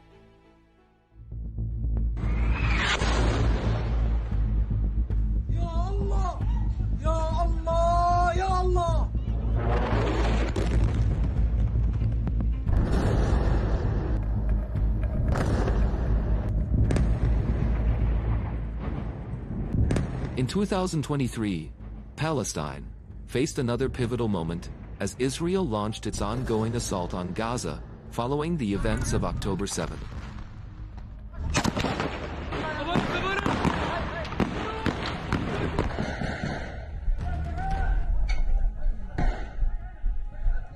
Tens of thousands of Palestinians tragically lost their lives in Israeli strikes, and many, many more were injured in this ongoing conflict. More than 80% of the Gaza Strip was destroyed.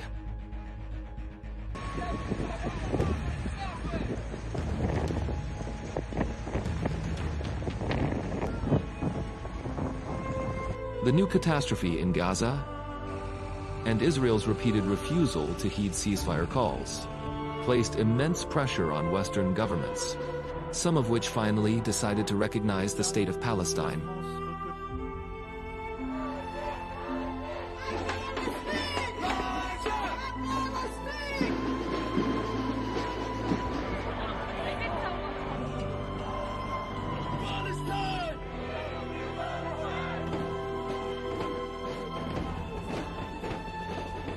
Britain was among the first, and its decision was seen as the most significant and symbolic. Keir Starmer's declaration came more than a century after the Balfour Declaration. Britain, once the source of Palestine's wound, had now recognized its statehood. But the question remains, will that truly be enough for a Palestinian state to rise?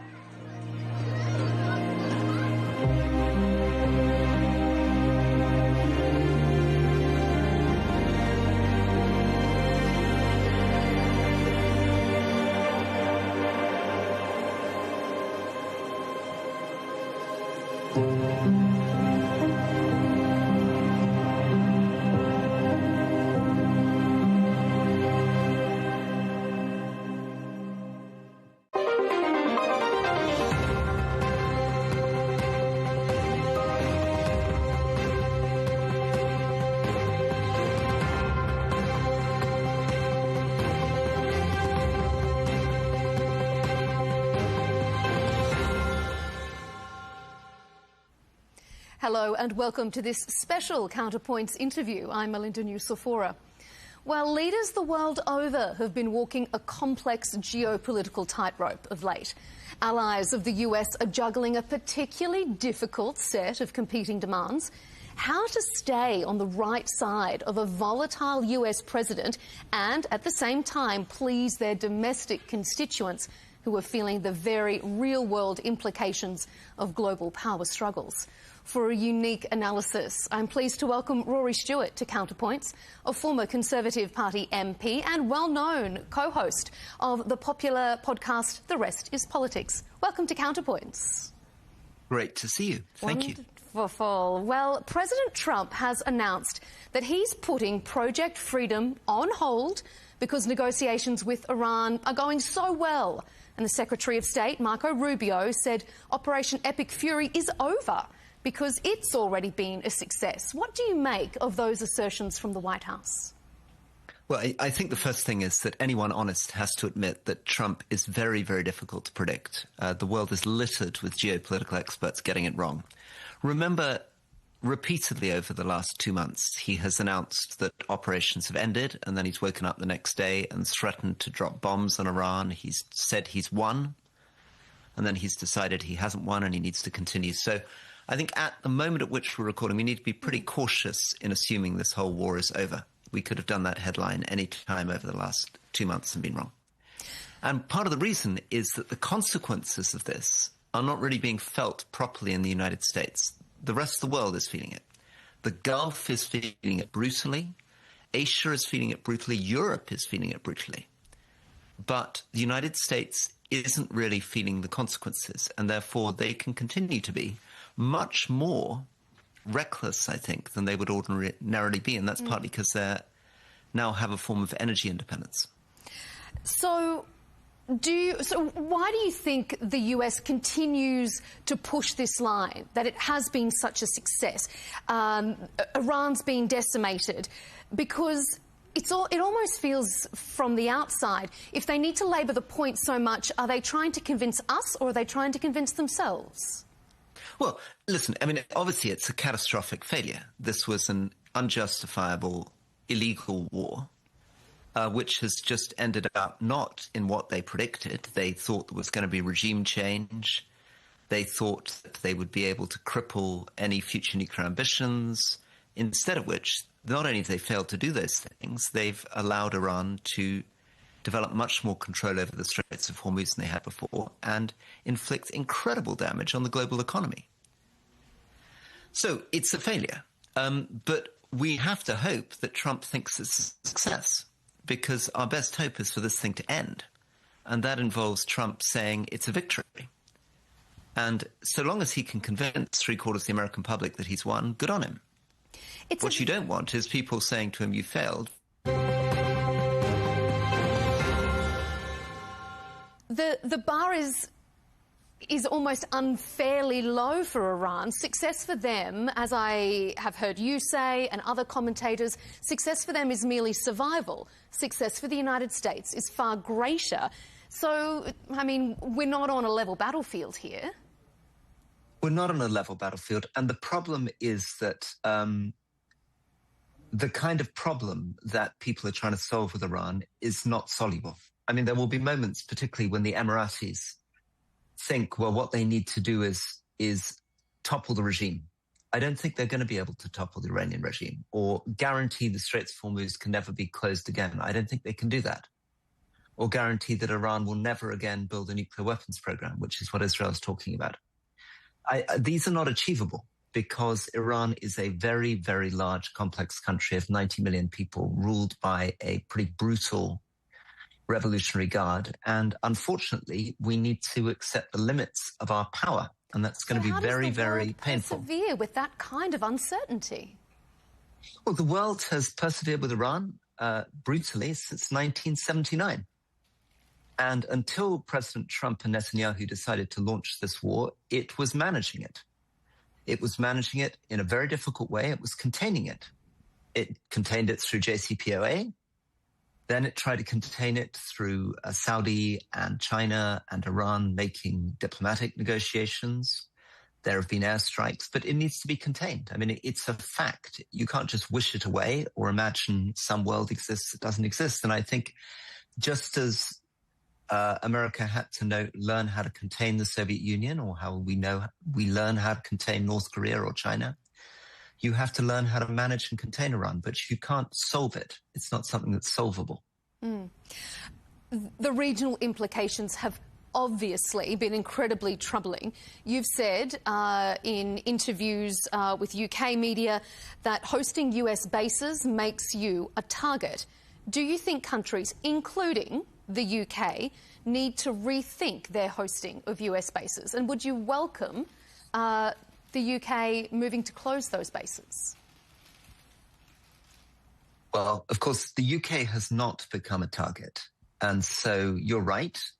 Hosting US bases, which people used to think was a guarantee against being attacked, turned out to create vulnerability. But that's particularly true, sadly, in the Middle East. That's where this has been felt most critically. And the problem, if you are any country, doesn't matter whether you're Britain or whether you are, for example, Qatar or Bahrain or Jordan, is that you face big vulnerability if you close the base, and you have a big vulnerability if you keep the base open.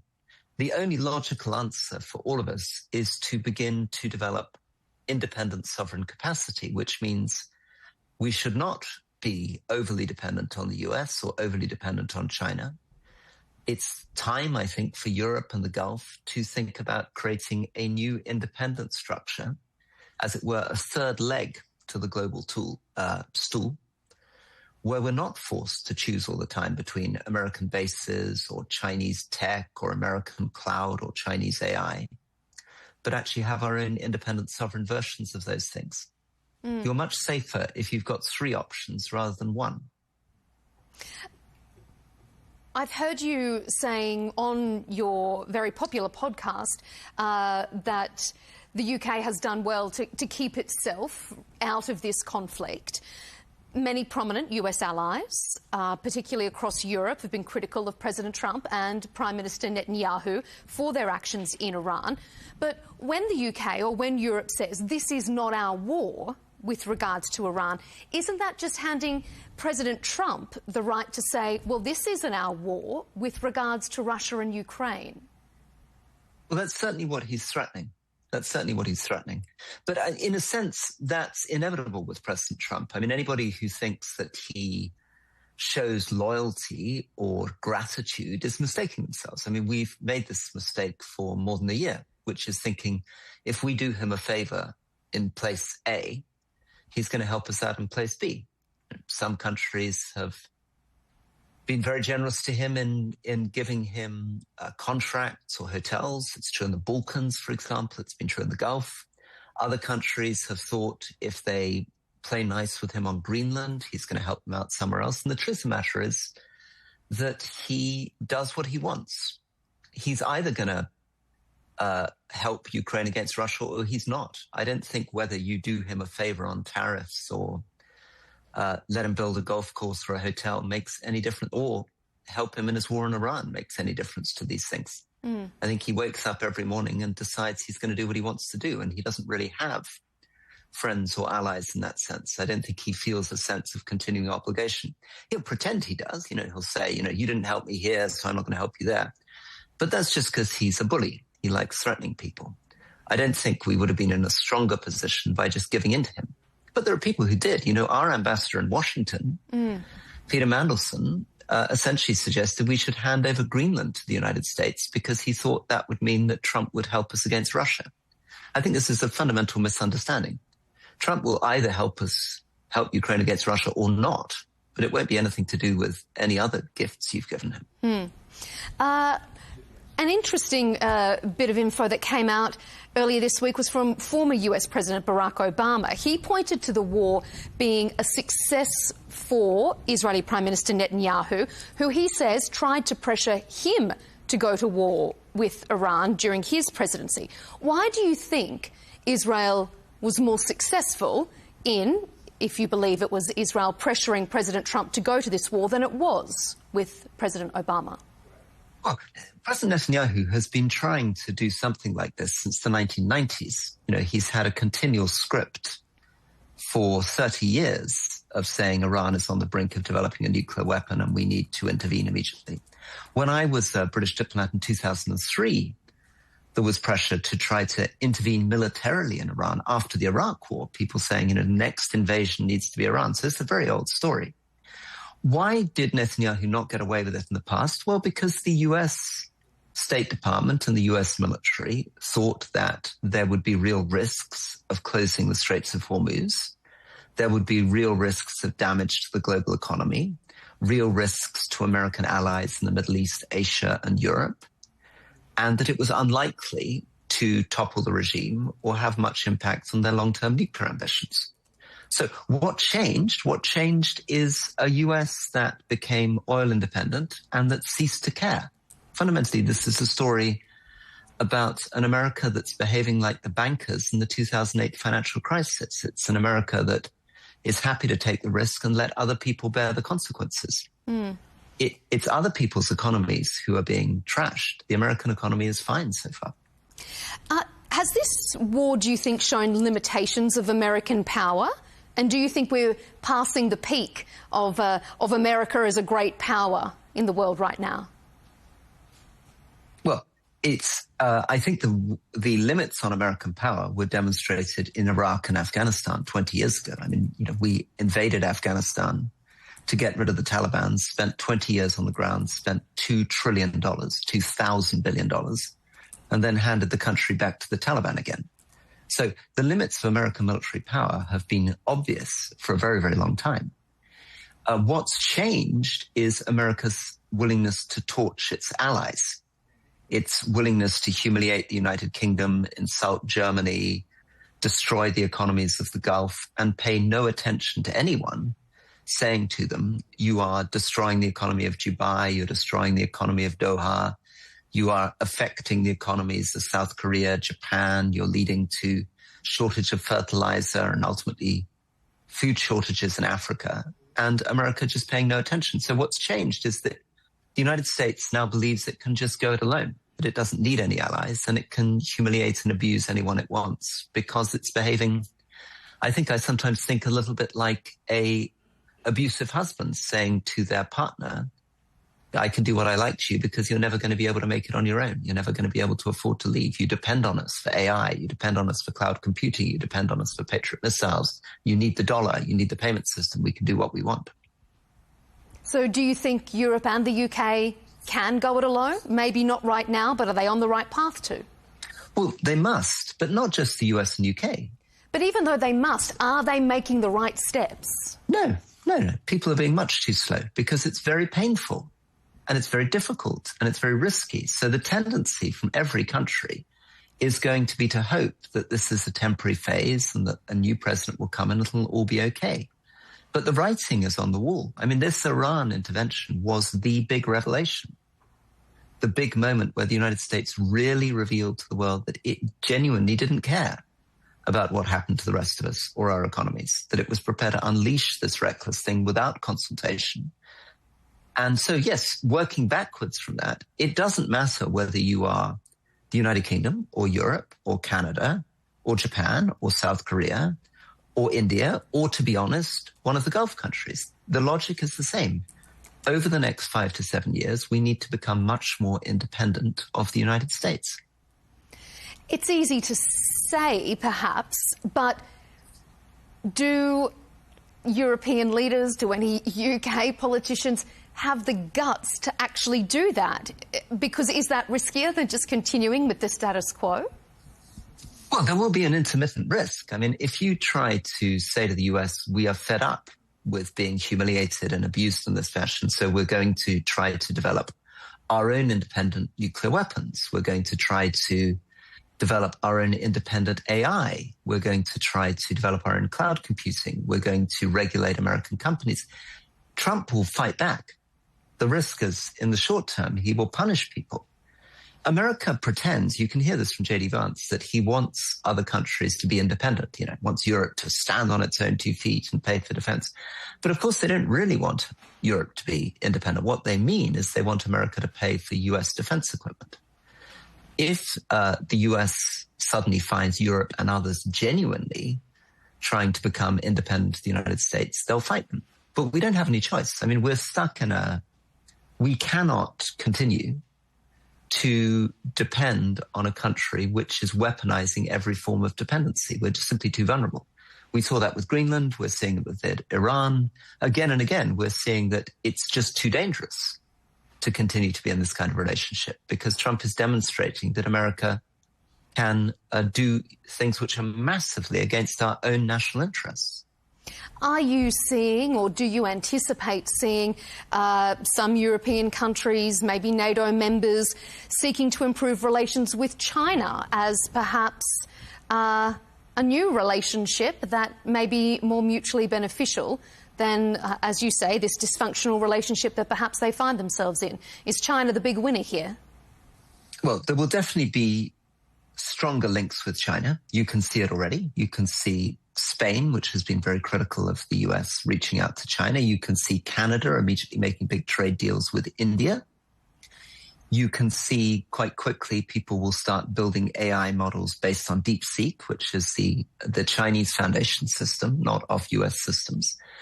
You will see, but the bigger story has to be not being dependent on China or the US. And we 5 years ago, we were all talking about how we de-risk and de-leverage from China. Now we're talking about de-risking and de-leveraging from the US. But the story is the same. I mean, collectively, the Middle East and Europe and our allies, such as Canada, South Korea, and Japan, need to develop our own independent productive capacity. We need to be much less dependent on the US and China in general. What do you think has been the biggest hindrance to countries getting that message from the rhetoric to the actionable? Well, the pain of it, the cost of it. I mean, getting... The physical or the geopolitical cost? Well, physical is enormous. I mean, if we wanted collectively to build a foundation AI frontier model, you're competing with American companies that are spending hundreds of billions of dollars. I mean, enormous sums of money. Now, I think we could do it much more cheaply and much more effectively, but it would still be very expensive. It would also take a very long time for us to develop our own proper satellite intelligence system or Patriot defense missiles, which is part of the whole defense picture.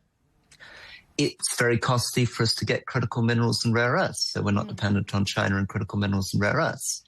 But we can do it if we have to do it. Of course we can do it. I mean, if North Korea can build a nuclear bomb, Sweden can build a nuclear bomb. And if we can put together the resources of the Gulf, the talent of Europe, of course we can create a sovereign independent strategy.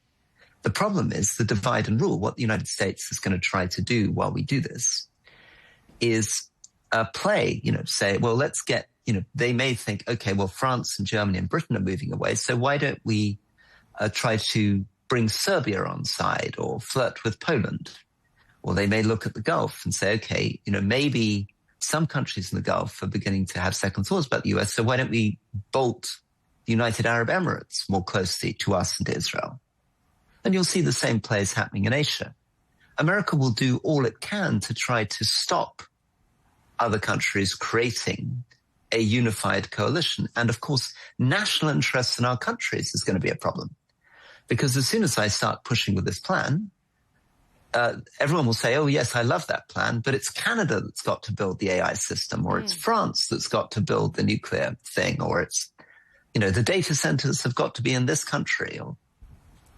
Yeah, it's not easy. The UK ambassador to the US recently called into question this special relationship between the UK and the US, and he said the only special relationship the US has is with Israel. Do you think that this is a new and unfortunate development, or is it just that the UK is waking up to it now? I think that the special relationship with the UK was a product particularly of the Second World War. We were very, very close to each other in the Second World War. We fought alongside each other. And it was also something that was worked during the Cold War. It became much more difficult as we moved on from 2003 Iraq and the close relationship that Tony Blair had with George W. Bush. The relationship with Israel, on the other hand, I think is probably in trouble. My guess is it's the high watermark, that Netanyahu gambled that this is his one opportunity, that Trump and this moment is the moment that he can push it as far as he possibly can. But that's not sustainable either. I think there's increasing unhappiness in the United States with current policy towards Israel. You can see the changes in Congress people, where political donations are coming from. You can see shifts in US public opinion. So I think that Israel feels as though at the moment it's got this unbreakable relationship with the United States. But I think that will also may well fade away over 5 or 10 years. The conflict in Gaza, this new conflict, renewed conflict with Iran, has really changed a lot of global perspectives with regards to Israel's actions, well, the government of Israel's actions. Do you think there is a risk that Israel is losing its reputation on the world stage and is turning itself into a pariah, not just in the US, as you alluded to there, but more globally? Yeah. I mean, you can see there has been a big change in the number of European states that recognize the state of Palestine. You can see huge disagreements around the rulings of the International Criminal Court and the International Court of Justice. And increasingly, Israel, which would have portrayed itself as a close European ally and talked about common values in international law, even if it didn't always follow that playbook, is increasingly out on its own. I mean, but remember, this is happening at the same time that the US is also giving up on international law. I mean, the US is effectively becoming a rogue state. The US is no longer pretending to abide by the normal conventions of the laws of war, even by normal congressional rules, normal judicial rules. It's behaving, increasingly. And I think it's not just the US. You can see some of the US behavior. You can see some of Netanyahu's behavior is like that. And you can increasingly will begin to see states in Africa and states in the Middle East and states in Asia and potentially in Europe. Certainly the Russians are behaving like this. So we're entering a very, very dangerous world where countries are giving up on the thing that kept peace from 1945 onwards, which was a sense of a rules-based international order, however hypocritical, a free open trading system, which is now being replaced by tariffs and protectionism, and giving up on a lot of what used to be considered the basic tenets of rule of law, checks and balances, all of that going out the window too. If you can sort of look into your crystal ball, I suppose, ahead in Israel, they obviously have another round of elections coming up later this year. Do you think that Israel will adapt and change to this perception of their actions on the world stage? Could a new government alter the course, or is the ideology now baked in as a result of October 7?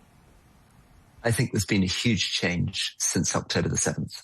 The vast majority of the Israeli people seem, in most opinion polls, to be supportive of the brutal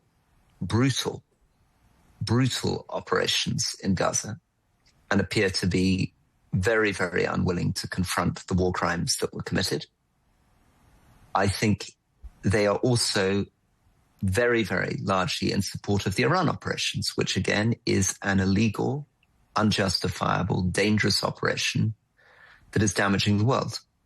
And I don't think it matters much who the next prime minister is. They will find it very difficult to reset their international relations because the Israeli population are much more, in a sense, right-wing than they were 5-10 years ago. The settler violence is increasing. And how would you reset your international relations? Presumably, the normal way is that you would acknowledge what you've done wrong and apologize. And I don't think any Israeli prime minister is going to do that because I don't think the Israeli public would let them. We're going to turn to the UK, but before we look to domestically, I want to ask you how you think Prime Minister Keir Starmer has handled this difficult relationship with President Trump and these global power struggles on the world stage. Globally, how do you think Sir Keir Starmer has conducted himself? Well, that's often very different to how they're perceived domestically. I think he's been okay tactically. What he's failed to do is see the big picture. The big strategic picture is about reorganizing the world. Fundamentally, his policy has been to keep his head down, try to be polite to Trump, and hope that this whole thing, that he can sort of navigate his way through and the whole thing will pass. I think he's failing to really seize the big story, which is that the world has changed permanently. That the UK can no longer build its entire foreign policy and military around the United States, and that we need to get much closer to the European Union for a start. OK, well, let's look domestically. Has he been an ineffective, effective leader domestically? I think I already know the answer to that. I've been listening to your podcast this week. You think he's been ineffective. Will Labor need a new leader at some point this year? And if so, who? Well, nobody in the Labour Party thinks that Keir Starmer can lead them into the next election.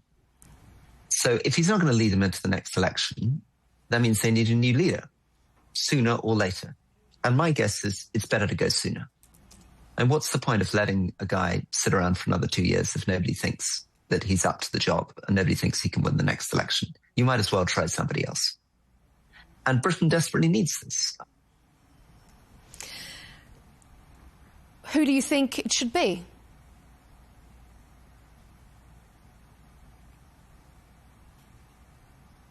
Oh, I think we may have lost... Real imagination and foreign policy. Oh, sorry, if I could just interrupt. We lost you. Your connection froze there at the very beginning, so I'll just re-ask you that question again. If it's not Keir Starmer, if the party doesn't think he can lead them to the next election, who should it be? I think that the big candidates that everyone's looking at is Wes Streeting, the Health Secretary, and Angela Rayner, who used to be the Deputy Prime Minister, one much more from the right, one much more from the traditional left. Are they going to be any better? Well, they're a bit more charismatic than Keir. They're better at making speeches. They have a little bit more about them. At the moment, the smart money seems to be on Angela Rayner because the sense is that the Labour Party is more left-wing, the party in the country, and wouldn't accept Wes Streeting. I think there are other figures, though, that we haven't thought about. There's Al Khan's, who's an extraordinary war hero, who's one of our junior defence ministers. Peter Kyle, the business secretary. But almost anybody is going to be better than Keir Starmer. I mean, there's no point, I think, keeping around somebody who you don't think can lead you into the next election. Mm. Do you think a new leader could change the fortunes of the party, of the country, or is it Britain's governance style that needs to change with this new political landscape? Absolutely, a new leader can change things. I mean, look at Mark Carney in Canada. It's extraordinary how, if you get the right leader, they can do extraordinary things, but they need unusual skills. They need leadership, they need vision, they need values, and they need to take risk and be brave. There are some very obvious things that people could do almost immediately in terms of deregulation, cutting expenditure, creating a more friendly business environment, attracting international investment, and not actually that politically costly. Mm. There's an enormous amount that Britain could do about getting closer to the European Union. You know, I think you could really get everybody going again by announcing that you were going to rejoin the European single market, for example. With the emergence of smaller parties, the Greens, Reform, certainly, is this first past the post system somewhat outdated now? Does it reflect the true nature of the political sentiment in the country? No. I mean, Britain has gone from being a two-party system, Labour Conservative, to being now 5 or even 6-party system. And so it needs something much more like the New Zealand or Australian electoral system. It needs to balance first past the post with some other way that reflects more the proportions in the country. And it needs to get more used to that kind of coalition government. Well, we've touched on reform. Will Nigel Farage be the next Prime Minister? He well could be. I mean, I think it would be the most shocking disaster for the United Kingdom.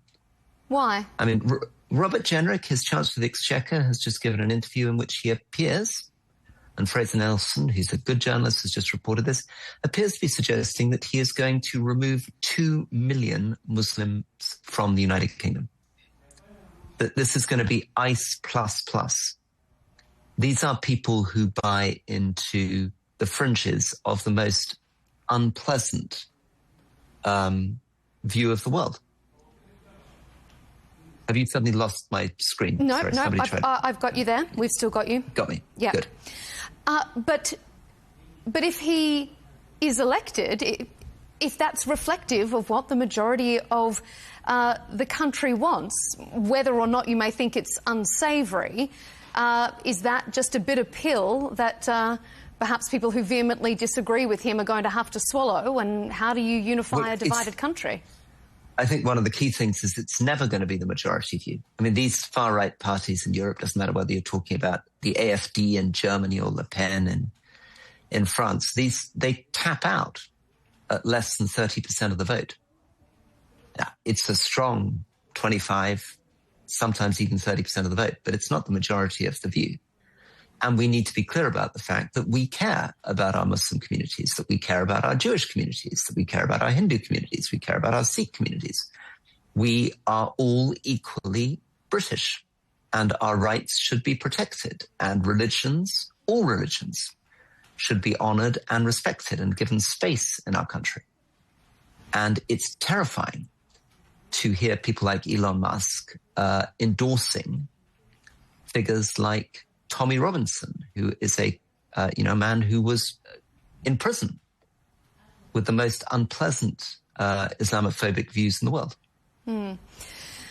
Well, polarising politics, it's not isolated to the United States, obviously. It's something that the UK is grappling with as well. We're out of time, so we will have to leave it there. But I thank you so much for your wide-ranging views on so many topics we've covered. Thank you, Rory Stewart, former Conservative Party MP and co-host of the popular The Rest is Politics podcast. Thanks for being on Counterpoints.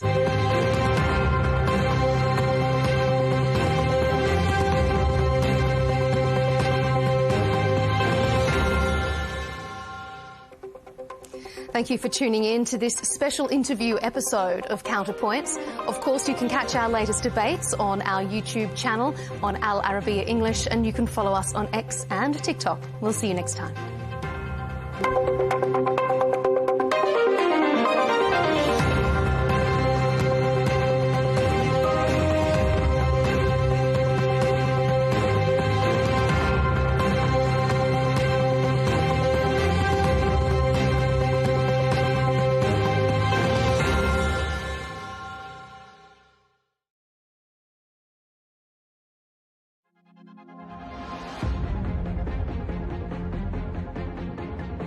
Youssef Diab, imprisoned in Roubaix, came and prayed 3 times. The Friday prayer at Al-Salam Mosque. You were forced to support them and to prevent their killing and bring down the Syrian regime.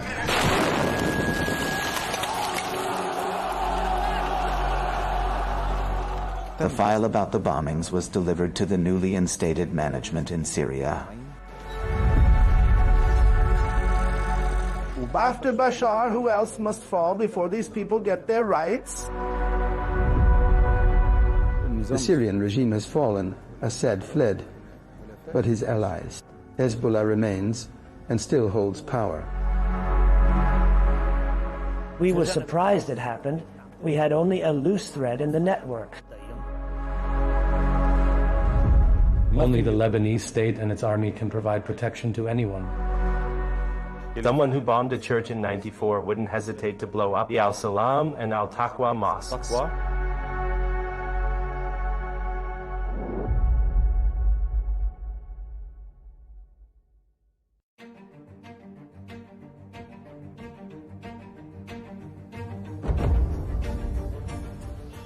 Welcome. Today we take you back to 2013. Precisely the 23rd of August. It was Friday.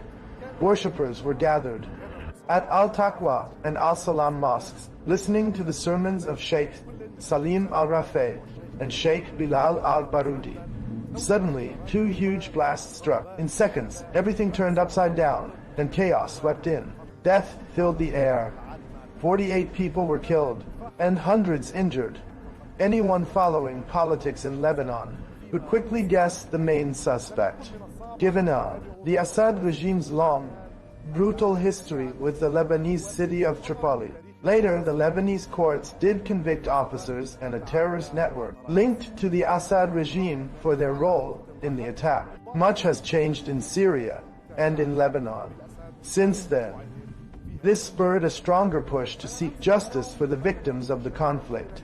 Today, we reopen the case, up close and on the ground, to uncover, unraveling its hidden truths, identifying its key figures, and exposing those stained with guilt and blood. What course will justice chart now? وأي مسار تسلك راهنا.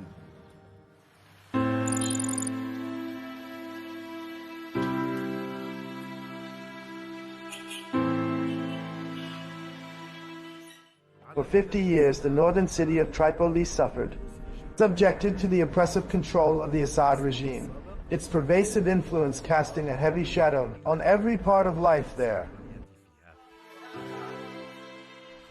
A city once celebrated for its rich cultural diversity and historic heritage tragically became a platform for unwanted battles and the scene of horrific bloodshed that the city never asked for.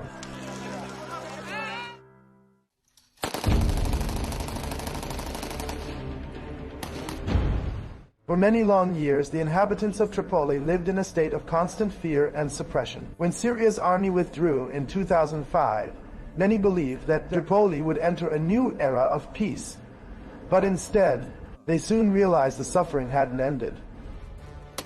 This marked the beginning of a fresh wave of upheaval, peaking with the 2013 mosque bombings. These tragic events served as a stark reminder that the scars of the past continue to bleed, just like the lingering wound of Mahmoud Jabr, a survivor of the horrors of war. The horrific massacre in Tabane in 1986 and the brutal conditions of Assad's prisons, yet destiny, took his eldest son Firas, killed in the Al-Taqwa mosque blast. He was at the mosque door, sitting right there. Then the blast hit. A piece of shrapnel struck him in the back of the head. It killed him. The news. No one could bear it. May God avenge him, them and those who follow them. He was loved by all. Stroll through Tabana. The whole town mentioned Firas Diaba, Mahmoud's son, and they bowed their heads out of love. As much as he was generous, he was always doing charity work. Do you miss him? Yes, I really miss him. God rest his soul. I miss him so much. In 12 years, I've had no justice from this state. Give me just a fraction of my rights. Arrest them, Rifat Aid and his people, Ali Mamluk and his gang.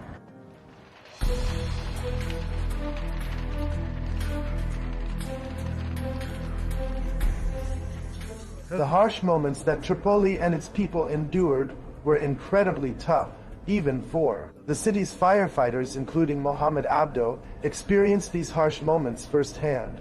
The bombings at Al-Taqwa and Al-Salam, enough already. I've been in the fire brigade for over 30 years.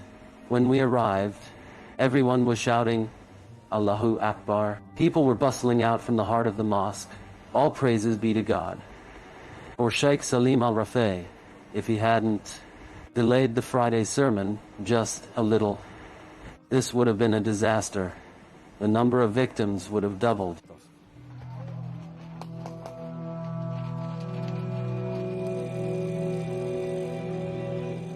We traced the bombing operation to uncover more details. The investigation led us to retired Colonel Ahmed Hamid.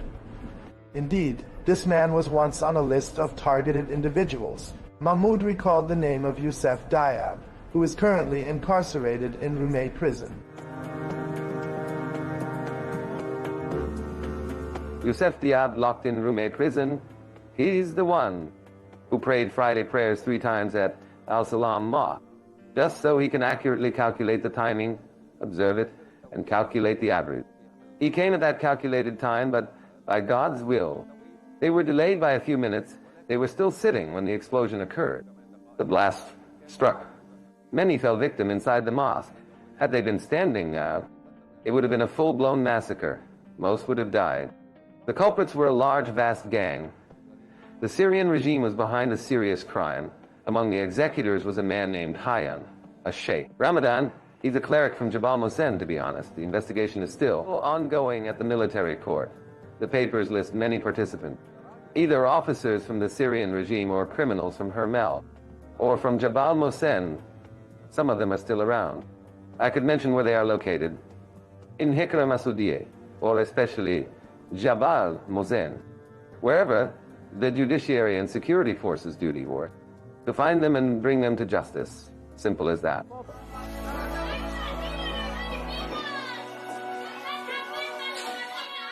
Truth is, Tripoli holds deep resentment toward the state.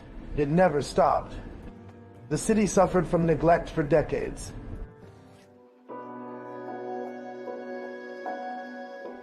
Omar al-Sayed, a journalist and eyewitness, confirmed the state was aware of certain signals that indicated suspicious security preparations were being made at that particular time.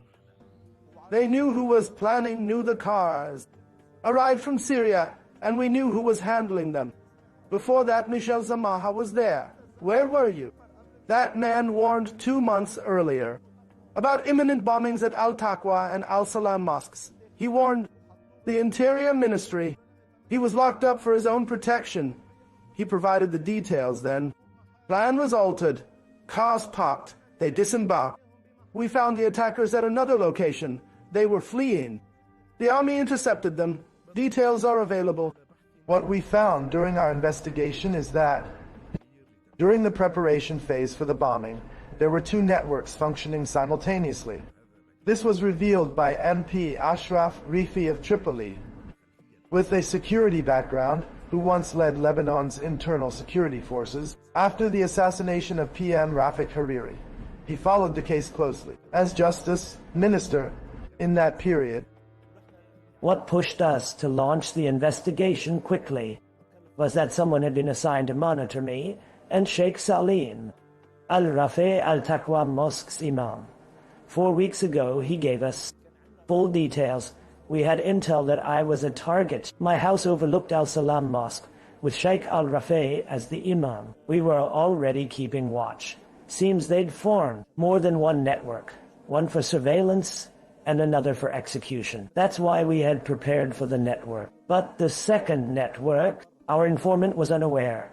They're the ones who executed it. We were shocked when it happened. We were following a lead. We were initially surprised by the execution because that's how we were following the network we had. On the other hand, we have all the details because those who were arrested confirmed all the information we already had available. In intelligence, this is referred to as a crossroads. You catch 1, 2, maybe 3, and their statements corroborate the narrative we previously held. Tripoli was targeted because of what it symbolizes. Tripoli, Lebanon's second capital, embodies the harmony of Muslim and Christian coexistence. But importantly, it represents the nation's heartbeat in all its forms, which they attempted. It represents the national spirit. At that moment they tried, among the citizens of a single nation. Acts of terror are carried out by criminals. That's a fact. Everyone agrees, especially when it's aimed at Tripoli streets and people. Tripoli has always embraced all its people. It's a mother to everyone. In the end, she lost the lives of her children. Some of them didn't even belong to any Christian sects, while the majority were simply known as Tripolitans. Therefore, I believe that particularly targeting places of worship was heavily condemned. This is a full-blown criminal case, drenched in hatred, steeped in extremism. Why is their extremism tolerated, yet ours isn't? That's the question we ask every day. Why?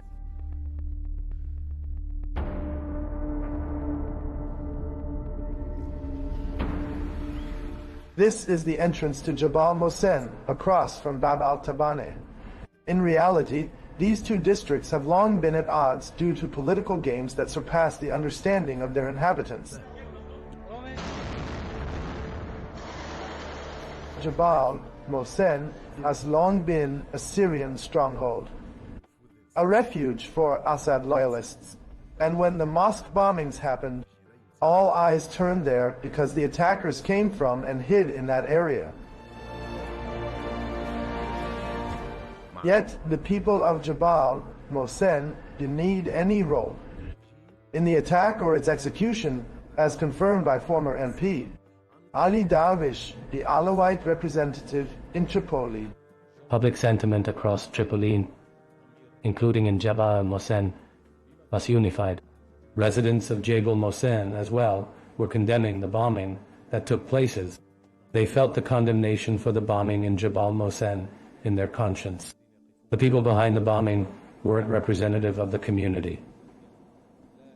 No decent or principled person who possesses a balanced character and human principles would ever condone bloodshed. Terrorism has no religion, no race, no color. These attackers must be confronted. These individuals should be dealt with by the state, its judicial institutions, and security forces. You're now in Jabal Mosen, in a square called American Square. You're currently in Jebel Mosen, in an area called American Square, once of all Tripoli's groups. Before the war, Tripoli was a symbol of unity. But then the Lebanese conflict happened. We paid the price. The people of Tripoli, directly the people of Jabal Mosen, lost their livelihoods and lives. All of Tripoli is impacted as Jabal Mosen is a part of it.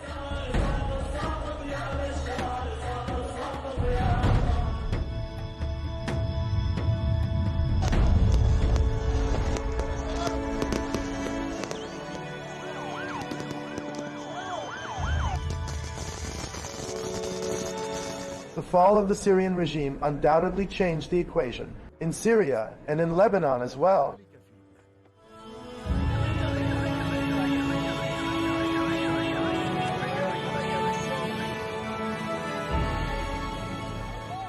It gave hope to Tripolitans, especially families of the bombing victims, that justice might finally be within reach.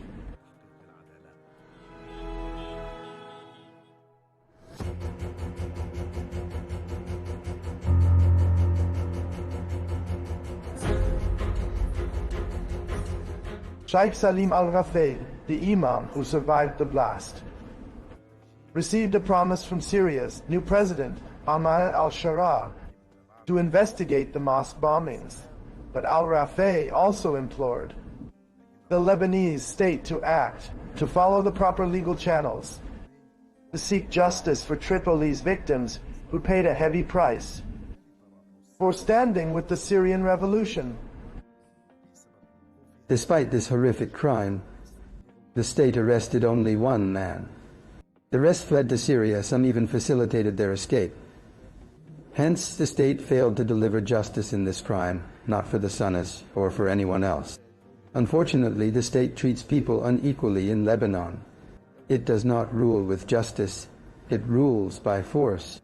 That's why people lost faith in the judiciary, as well as many security-related issues and some officers within the security services. People have lost their trust in them. Every year we held a memorial for the bombings. We raised our voices and appealed to the judiciary to secure our rights. But this year, I refused to participate. They asked why. I said we're celebrating the regime's fall this year. We'll claim our rights with our own hands, in front of everyone, God willing. May God be praised. We've witnessed the crumbling of the regime. The bombing decisions were made in the basements of the now defunct criminal Syrian regime. I wished it had spurred changes here too.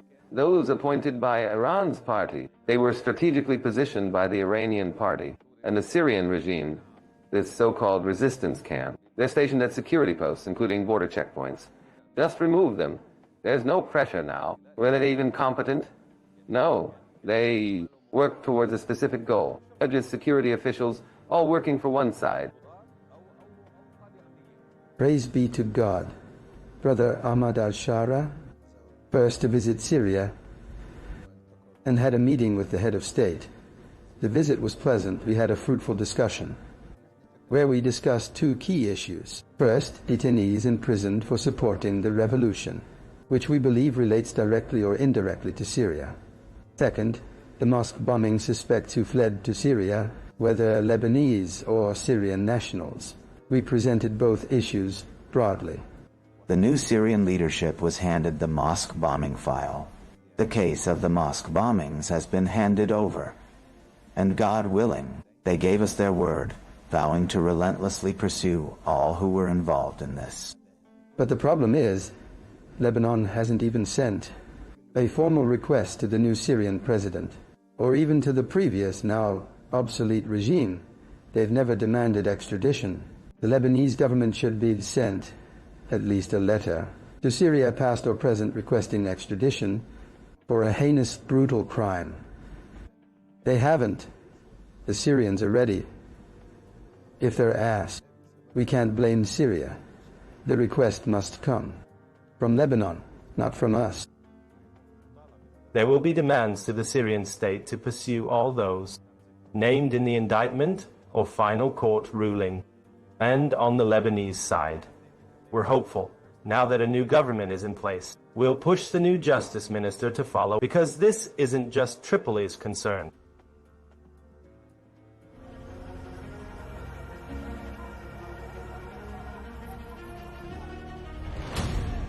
On September 2nd, 2016, in a bold move, Judge Alaa Al-Khatib issued a verdict against all members of the terrorist network behind the bombings. In 2019, the Judicial Council also issued a verdict on the case against all members of that same group. But due to the power dynamics at play, ordinarily these rulings were not enforced due to the suspect's disappearance, or were protected by the Assad regime and its allies in Lebanon. However, today there might be more room for legal action. After Assad's departure, the Bar Association in Tripoli will work on reviving the case and take it forward in court. The assassinations never stopped before or after the mosque attack. These were strategic targets for the Syrian regime, a situation that has been exacerbated over time and escalated after 2011 as it defended its dictatorship. He then headed towards Lebanon after defending the dictatorship in Syria and began to stir up discord and destabilize since the time of Michel Samaha and his involvement with explosives, and the military court found him guilty of this charge. He had a plan in mind. The Syrian regime was intending to instigate tensions in Lebanon, aiming to reduce the pressure on Syria. This was followed by the assassination of General Hassan, then Minister Chatta, and the twin bombings at Al-Salam and Al-Taqwa mosques, all executed with the aim of alleviating pressure off the Syrian regime, all part of the same effort to protect the regime and terrorize Syrians and Lebanese, and prevent them from rising against it. We won't spare any effort to pursue justice before the highest authorities in Syria and Lebanon will follow up with Lebanon's presidency, cabinet, and judiciary, with the Lebanese Minister of Justice to liaise with, to get in touch with their respective counterparts in Syria. Syria's Minister of Interior is also involved, aiming to uncover the depth of this network, to apprehend those who have been sentenced and those involved, to uncover the full network and arrest the convicted and the fugitives. Many are now on the run in Syria or Lebanon. The security forces also need to monitor and apprehend them. We are committed to pursuing this case to the end. The Lebanese judiciary did its part. It issued a final ruling, naming those responsible, suspects, fugitives, collaborators. Approximately 24 individuals were identified. Only one individual is currently detained in relation to the case, while all others have fled, not to Russia. They're in Syria or nearby. Yet, they must inevitably face justice, regardless of the time it may take.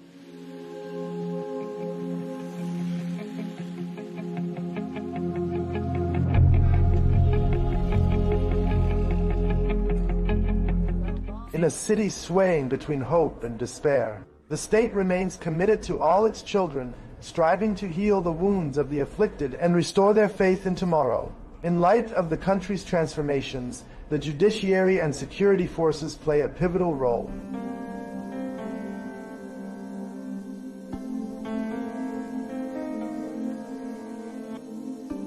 It's not enough to issue a ruling. True justice lies in our ability to implement this ruling. The regime has fallen, Assad fled, yet Hezbollah remains. It still holds power in government formation, in the courts.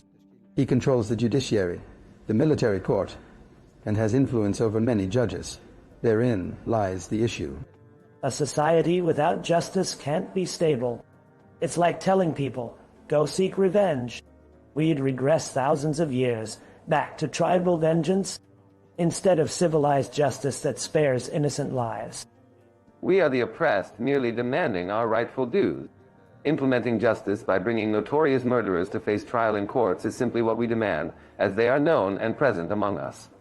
Every so often, on various occasions, the Lebanese Forces Party reiterates the necessity of the need for justice in the Al-Salam and Al-Taqwa bombings. People were killed while praying. Children burned. Men were torn apart. Others are still in pieces. Are they supposed to wait for Assad to fall to get justice? Where was the world? Just watching. Where were they? Just observing our pain. We belong to this country, this city. Peace with our surroundings is essential. The only true authority is the Lebanese state and army. Even those who never said this before are saying it now. That's a good thing.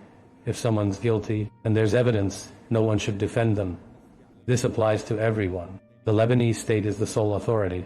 So is the army. The Lebanese army is the sole security authority, nor any cover for any perpetrator from any side. If the state truly wants to enforce its authority, it will face no obstacles, particularly in Tripoli or Jabal Mosen.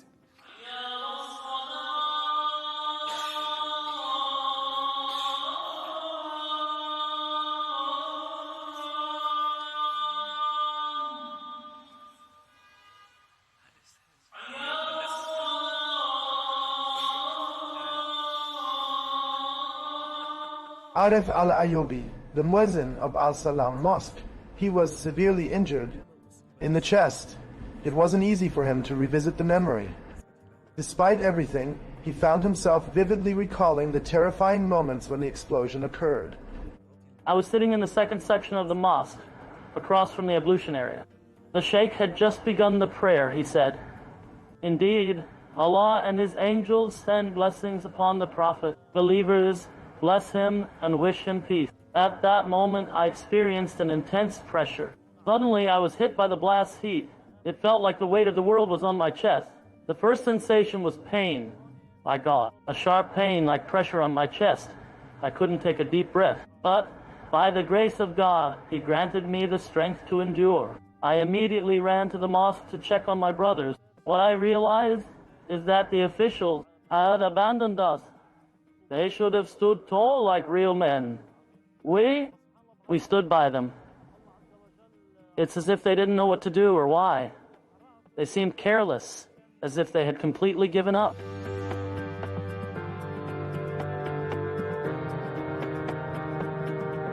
Perhaps here at Al-Taqwa and Al-Salam mosques, everything was restored better than it was before the bombing. But what Mohammed Faisal lives today is proof that some things can't go back to how they were. Faisal, a father of 3, still suffers from that bombing, and still lives with shrapnel lodged in his head.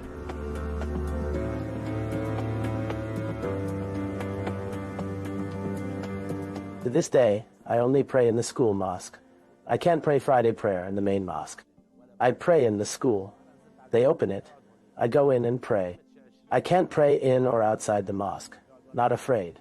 God, He took away my fear. Praise be to Him. I still relive the moment. It's been 13 years, but I still feel it. Once, I went to the mosque 20 times just near the door behind it. I sat behind the column. You live it. You keep imagining it. Until the guys came and checked my back. I'd done a million things. Started the car.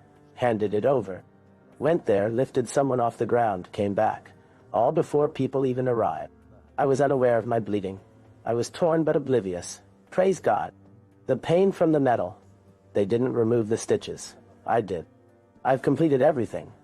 I didn't really feel pain, just discomfort. I couldn't sleep on my head. I'd try different positions. All stitched up here, yet no real pain. No pain from the explosion to my recovery. I ended up with 120 or 130 stitches.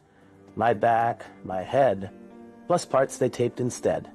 Still, we came out okay, thank God. Devastated, clueless, praying the martyrs find justice, because they died for nothing. In this country, they pay from their kids' future. In the corners of this city, stories of pain and loss are told. Faces marked by wounds, hearts burdened with the weight of separation. They live among painful memories, all longing for one word: justice.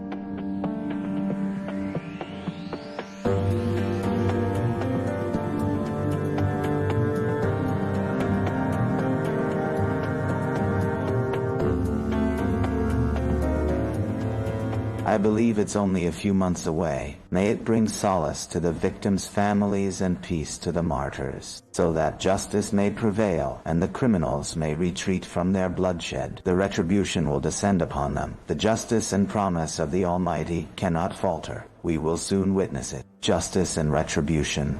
In this case, we say, let there be justice for you and for us. We're not asking for favoritism, just fairness. If someone bombed a mosque, he should be judged. Same if a church gets bombed, or a hosanna. The most important thing is that our great effort is not portrayed as revenge by Sunnis against Alawites. We want justice to take its course, even if the perpetrator is Sunni, whoever they are. This is not a sectarian movement. It's a movement against the regime's agents, regardless of their sect. After enduring such patience, both I and the victims' families out. Does this mean our blood is worthless? We can't stay silent. We're not saying we want personal revenge. We're not hunting them down. Urging the security and judicial bodies. Go on, seek them out and present them to the law. Let the world proclaim, indeed I feel secure in this country. I live with 5 stars, just like anyone else. Just like any other citizen, frankly speaking. Justice is served when an oppressed person has his oppression lifted and the investigation goes to the end. If it's revealed through the investigation that the Syrian officers were ordered by Ali Mamluk, then Ali Mamluk should stand before the Lebanese court and face justice. That's the duty of both the Lebanese and Syrian governments. At the very least, he should be summoned now as a witness to fulfill this request. When we can link the explosives and those officers to Ali Mamluk, or someone even higher, then we can truly prosecute them.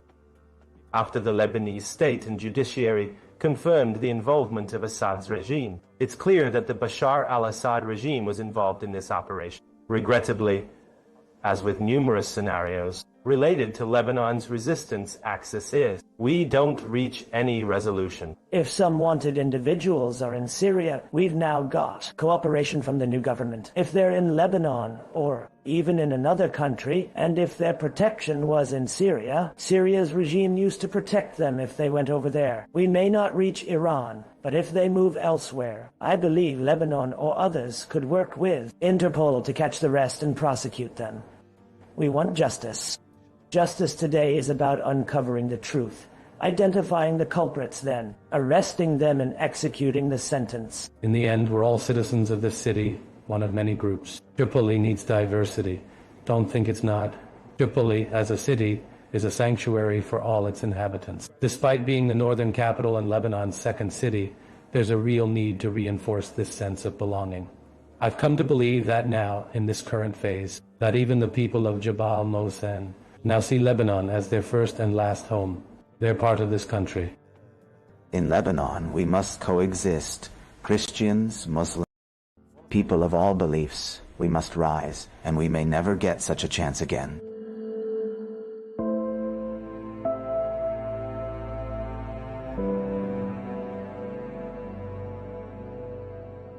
Time has moved on, yet this wound remains unhealed, transforming into memories of the tragedies have become part of this land's identity. While we wait for justice, the spirits of the casualties continue to inspire Tripolitans in their persistent pursuit of justice and a state of institutions.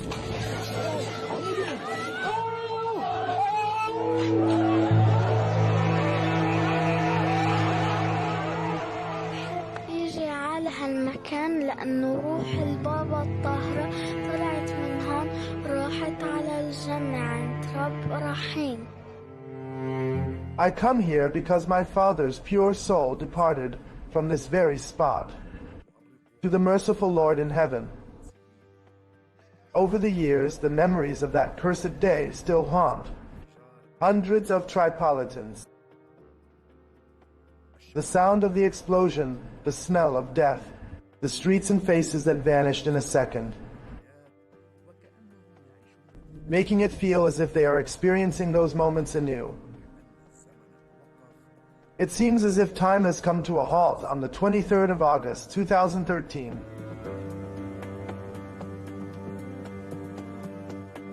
I can't forget this tragedy. It's always with me. As soon as I step into the mosque, it brings back those tragic images.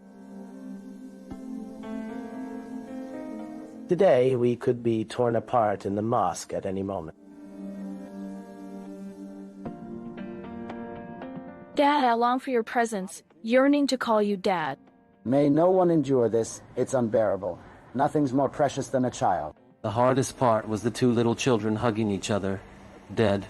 No one understood. Your son is the most precious thing in the world. If you lose him, your whole life turns dark. What's worse is the scenes you've seen. They stay with you forever.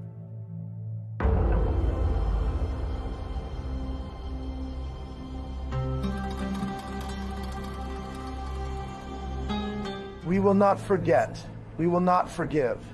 That slogan was raised by the people of the city. The cries of the victims' families reflect their commitment to justice. A sacred right that cannot be relinquished, no matter the time.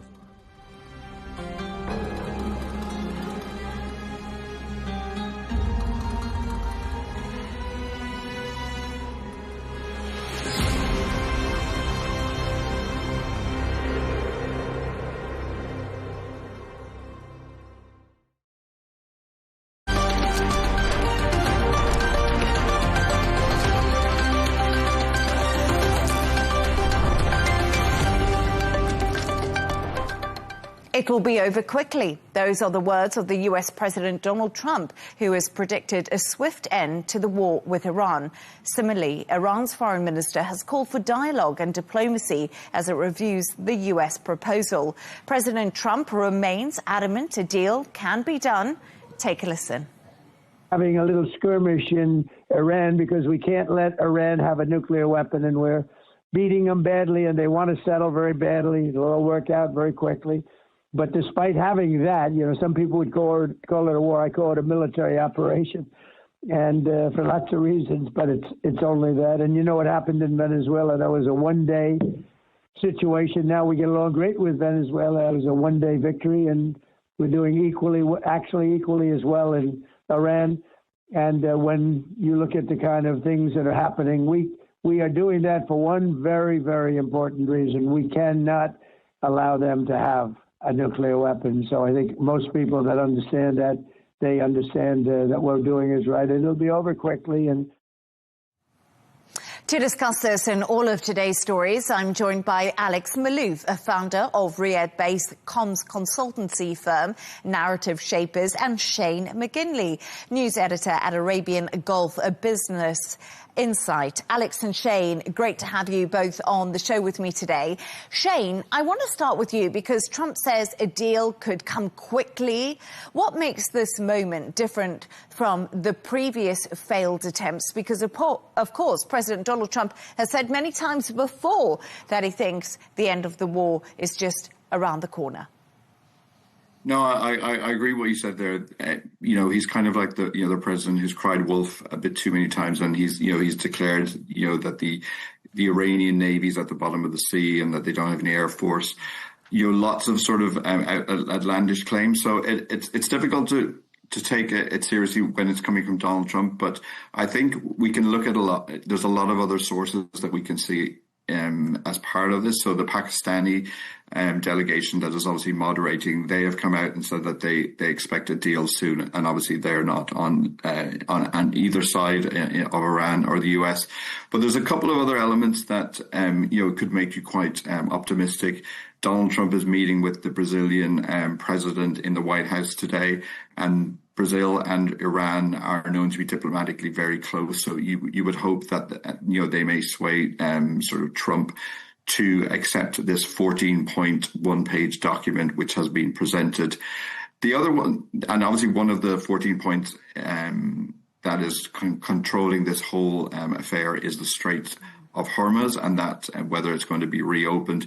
And one of my colleagues at AGBI, the lead story at the moment is that Iran announced today the launch of something called the Persian Gulf Strait Authority, which they're setting up to manage the smooth operation of ships through the strait, which again is important because 20% of global oil trade goes through this tiny piece of the world, and we've seen how it has affected.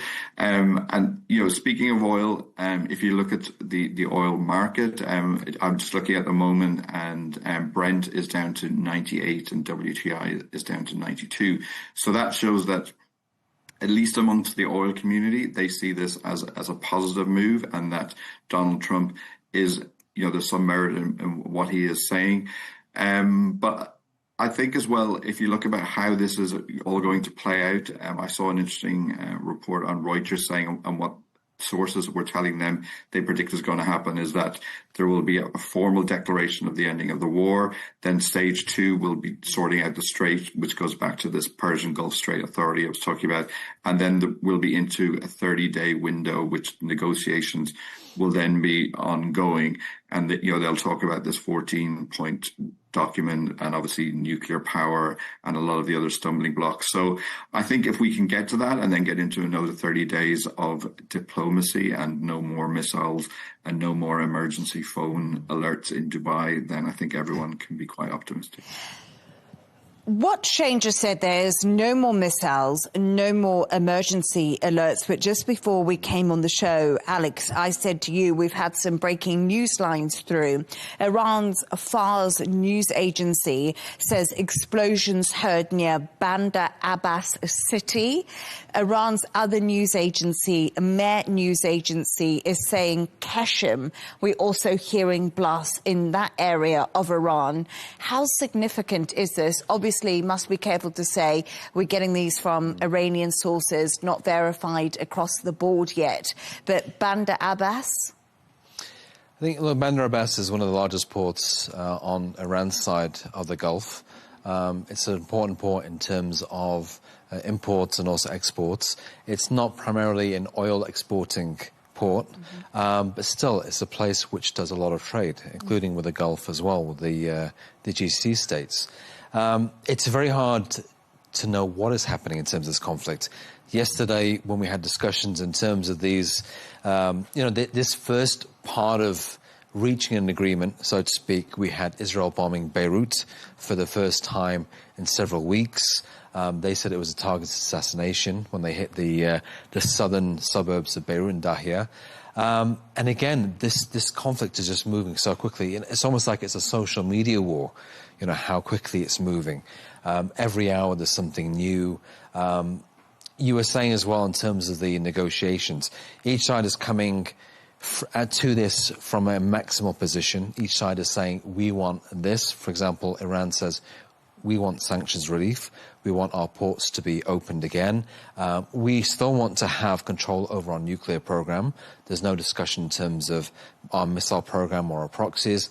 The US is obviously coming at it from a different perspective, which is basically we want Iran to stop nuclear missiles proxies and basically, essentially, in terms of their words, behave. You've got to think, though, how long did it take them to reach an agreement during the Obama administration with JCPOA?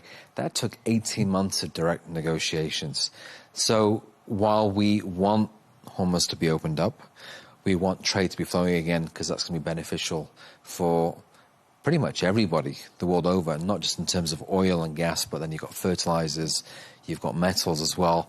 You've also got imports coming into the Gulf and also to Iran, to Iraq. This is going to take some time. There's very little trust between the two sides. That's very clear. They've only had one face-to-face meeting in Islamabad a couple of weeks ago.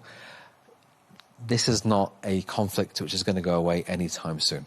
I would agree with that school of thought from what we're seeing at the moment, because on Monday, the US President Donald Trump warned of escalation if Iran wasn't going to make a deal.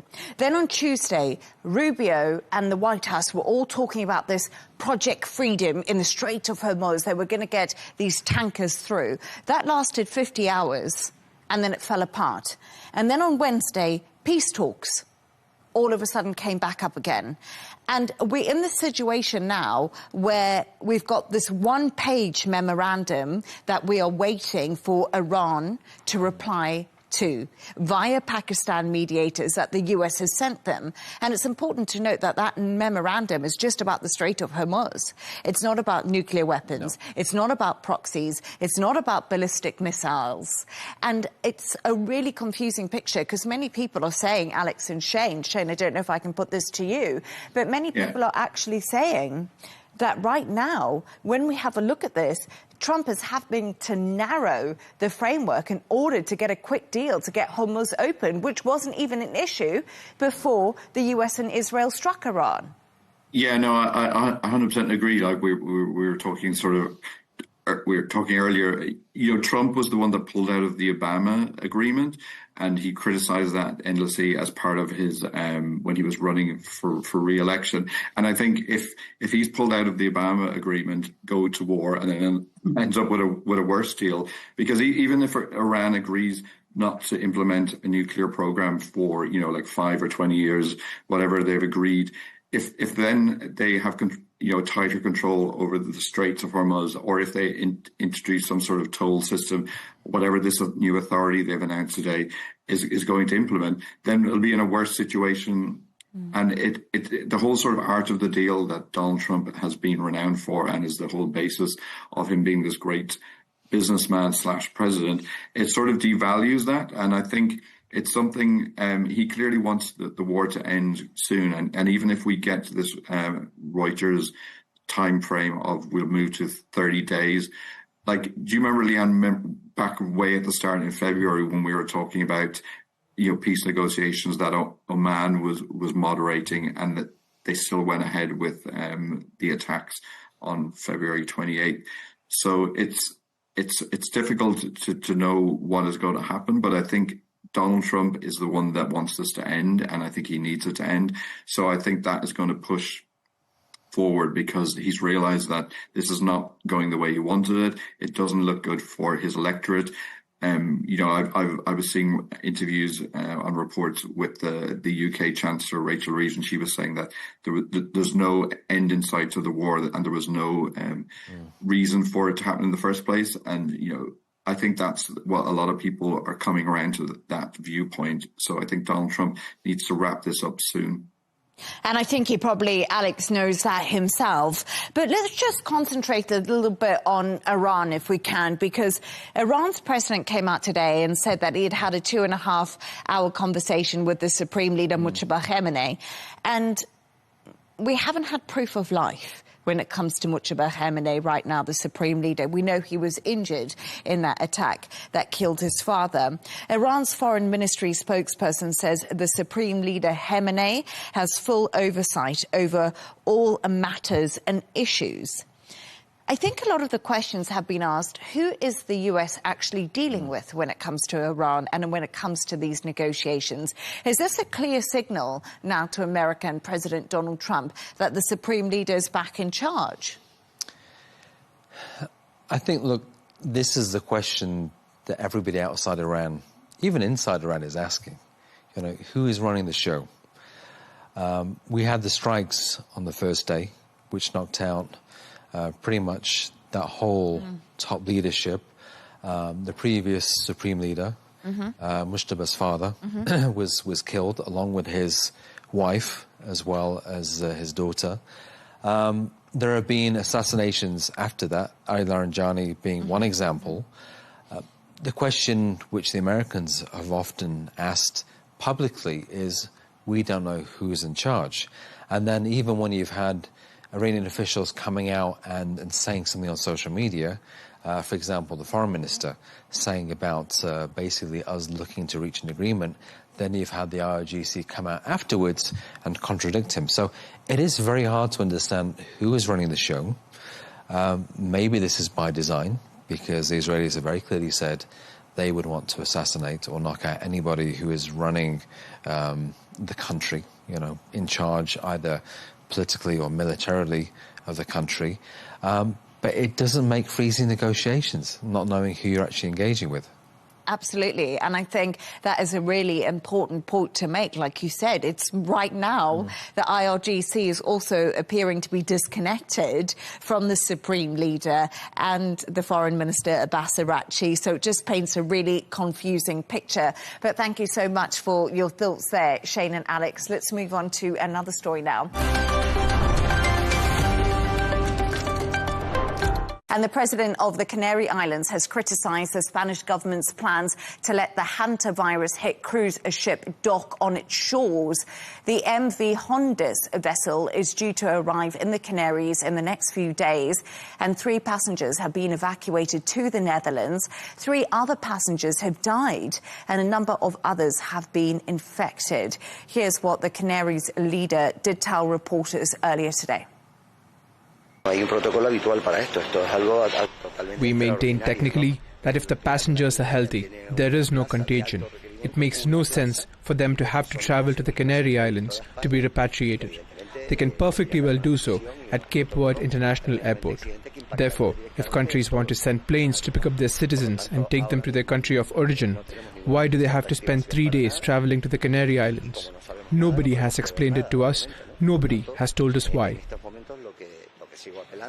Lily, let's start with you, because this is so interesting. We heard from the Canaries president there, and he was very anti that ship docking, where the Spanish government are saying we have to. So there's been a conflict of interest there. But should governments prioritise containment over humanitarian access when a ship is carrying such a deadly outbreak? Like I said, 3 people have already died of this hantavirus. Yeah, and it's scary. I think it's got a 40% mortality rate, so it is quite a serious virus. But I feel like everyone's got a bit of COVID PTSD.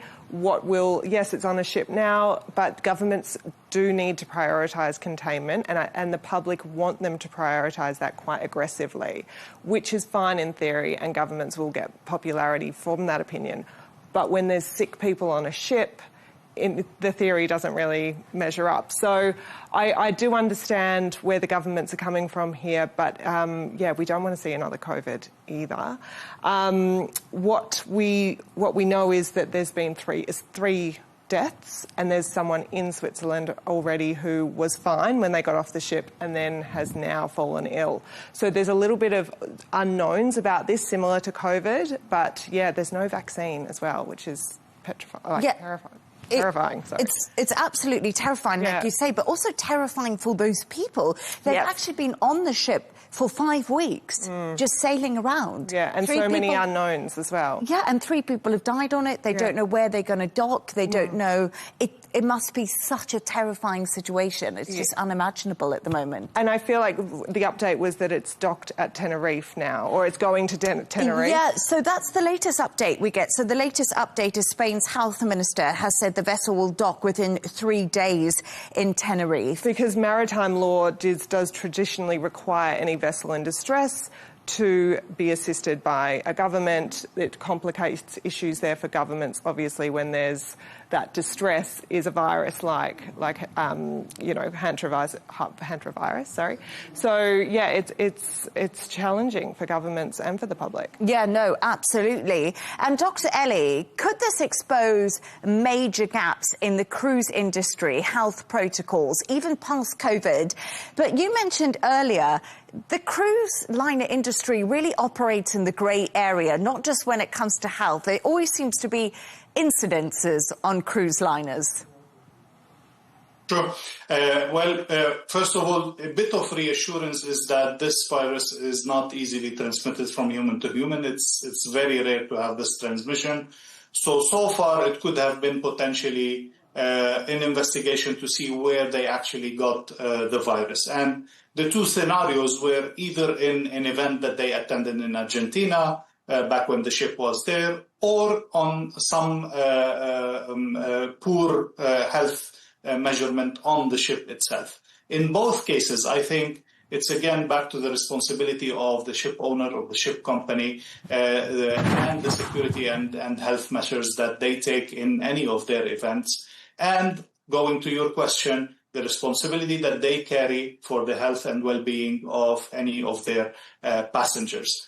since they are definitely on high sea most of the time, since they navigate across different jurisdictions of countries and so on, there has been such a gray area that ship companies have been exploiting and getting away with a lot of things.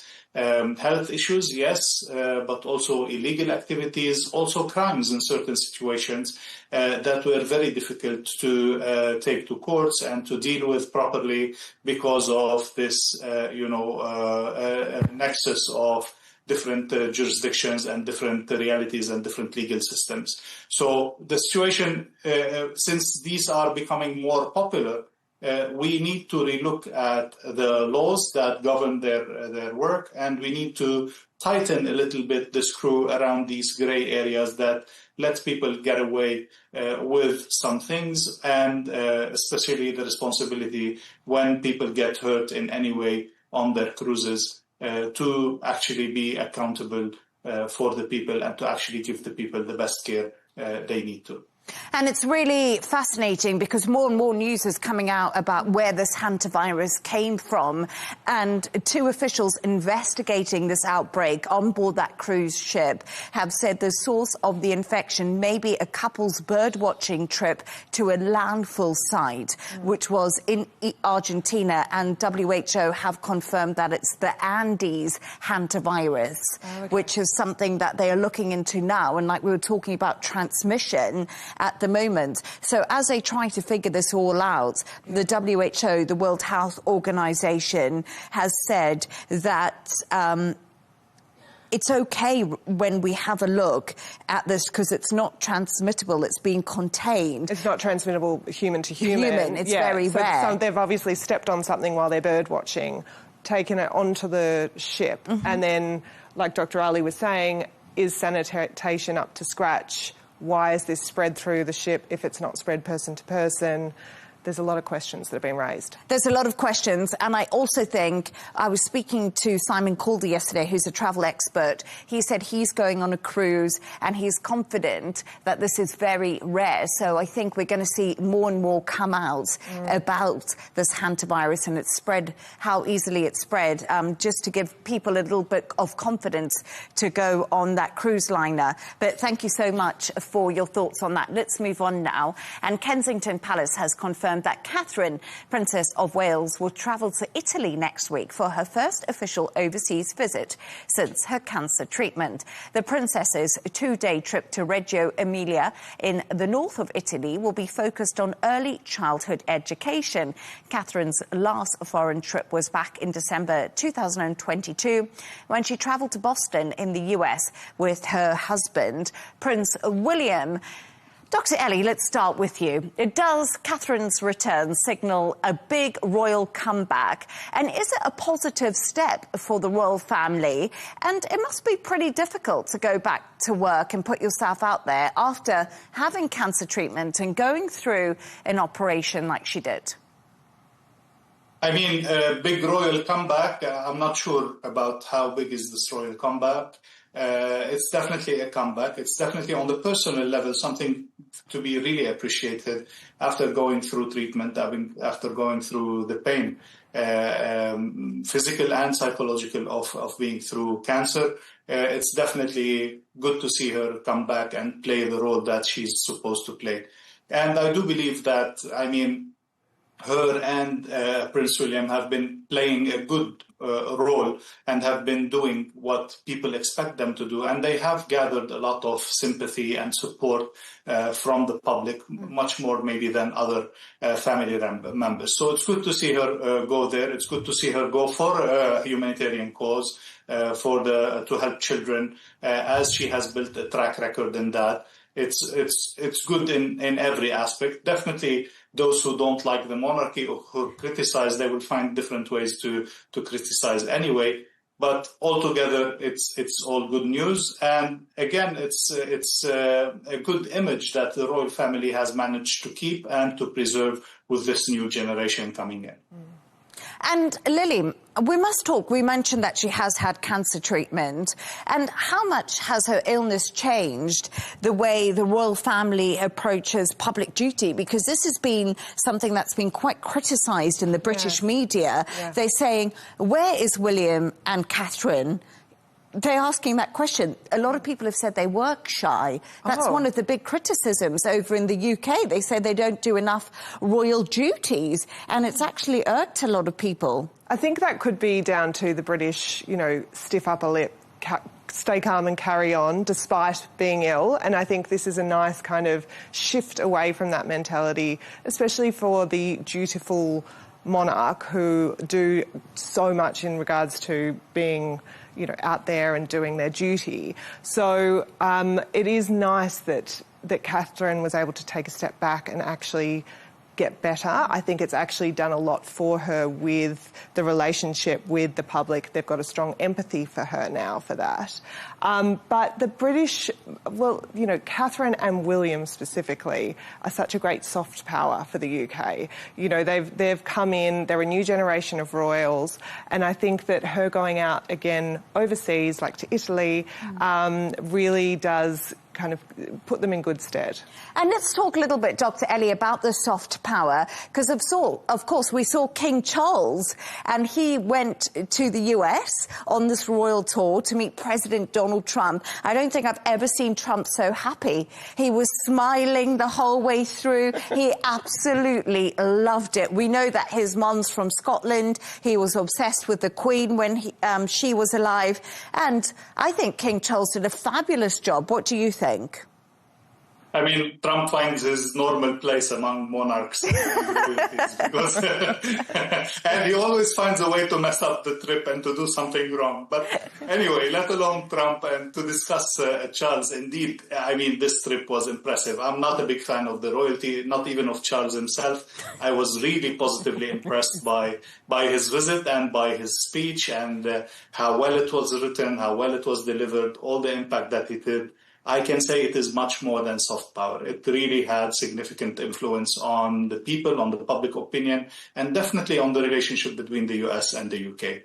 So soft powers, definitely by all means, but definitely they have been called to play a political role in specific cases and to play a diplomatic role that Charles had delivered perfectly in his last trip to the US. Yeah, I thought his speech to Congress was pretty amazing. As you said, it was a real diplomatic win for the royal family. But also we talk about the royal family now and how much it's changed over the years, because King Charles has had his own battle with cancer. Was very honest with that, about that, Lily. You know, came out to the British public. He spoke about it. He's risen awareness. Yeah. And then we saw Kate speak about cancer too. But also King Charles getting more involved in politics. Yeah. You know, the royal family has always said, we're not involved in politics. But I think King Charles has been different, because he was always involved in the environment, very outspoken, and now we see him in the US. Well, they've been very black and white, haven't they? They're either this or they're that. I feel like there's now a grey area forming where they do go on visits to the US to represent soft power. Like Dr. Ali said,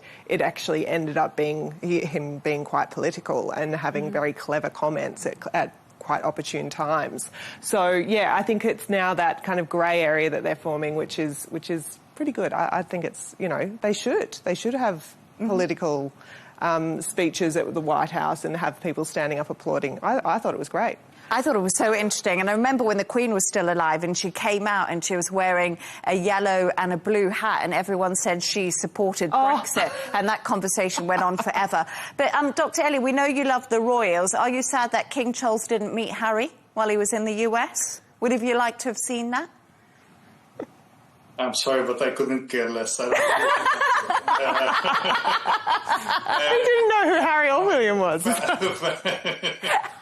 Family feuds are good for tabloids, good for entertainment, and definitely they kept things going, people talking about the royal family.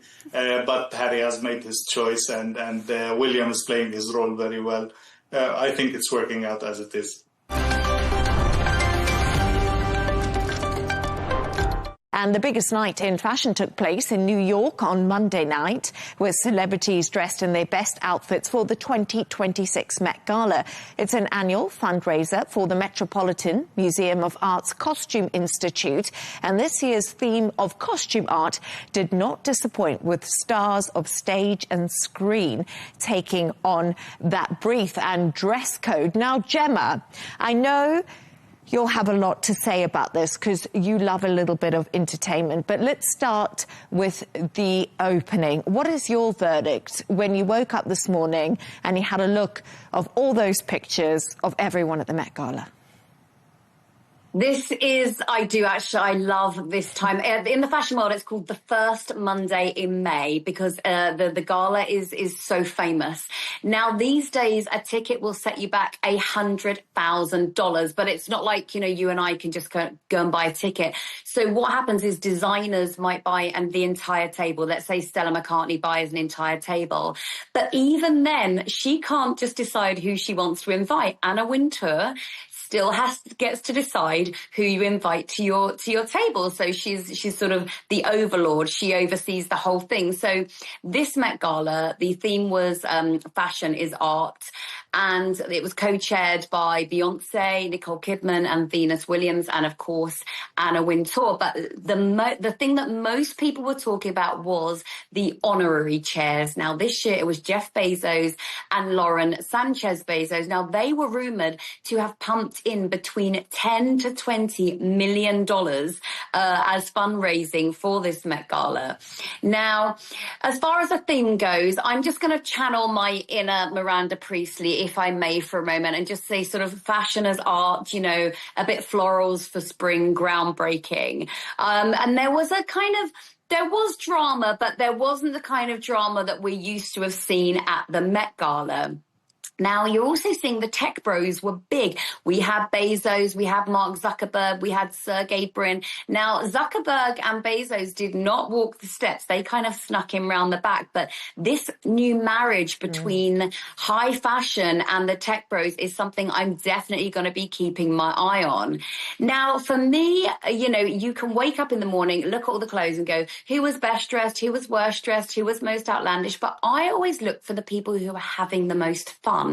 Because a few years ago, Gwyneth Paltrow said she'd gone to the Met Gala and she very famously called it unfun, boiling hot and too crowded. I wonder if Anna Wintour then completely blacklisted her, who knows. But so for me, I look at the celebrities who are having the most fun. And for me last night, that was Anne Hathaway. She looked stunning in Michael Kors. You had Sabrina Carpenter. Now, she was quite on the nose. She wore a Dior dress that was designed with film strips of the film Sabrina, and she also performed later in the evening. You had Rihanna in Valentino, A$AP Rocky and Gucci. Now, my favorite was the Olympic free skier Eileen Gu.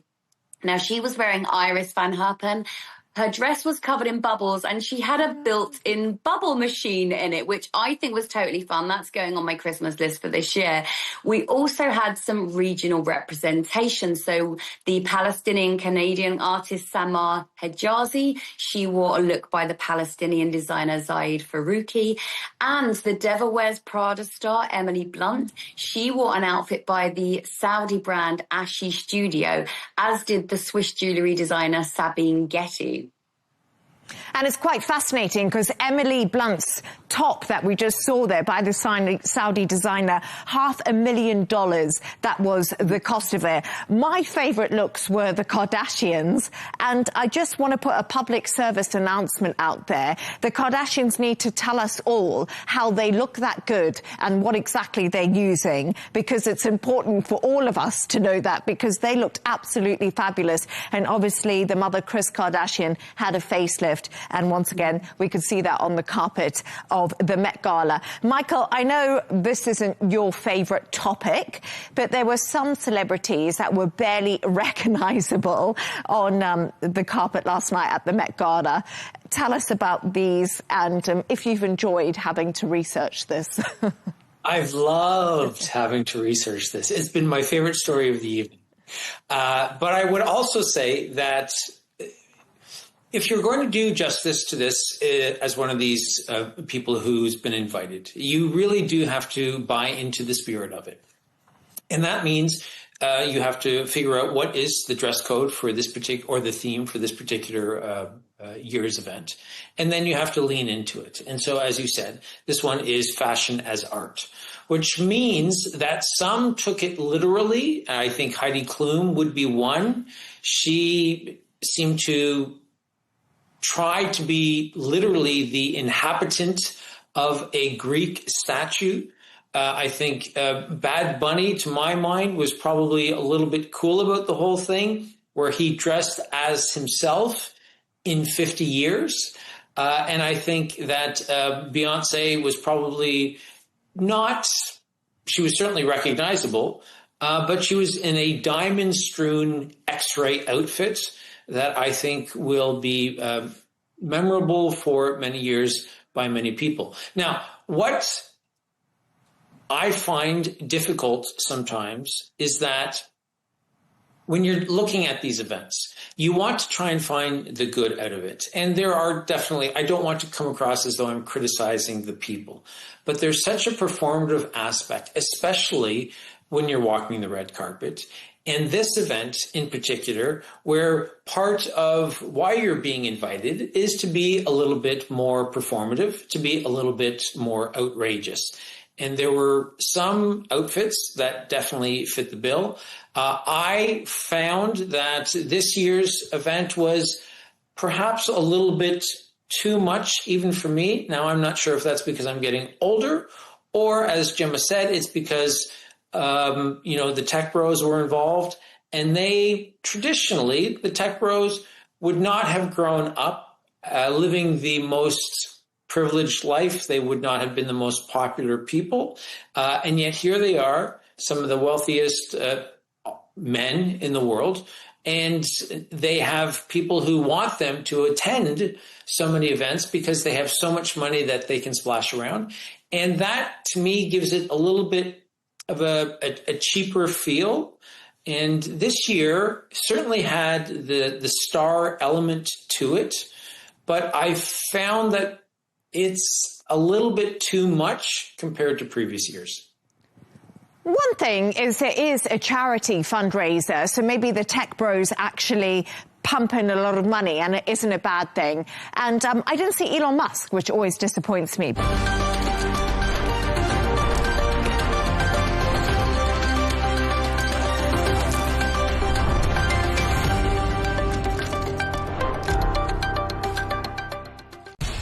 We have to take care of our people, and we're going to take care of our people first.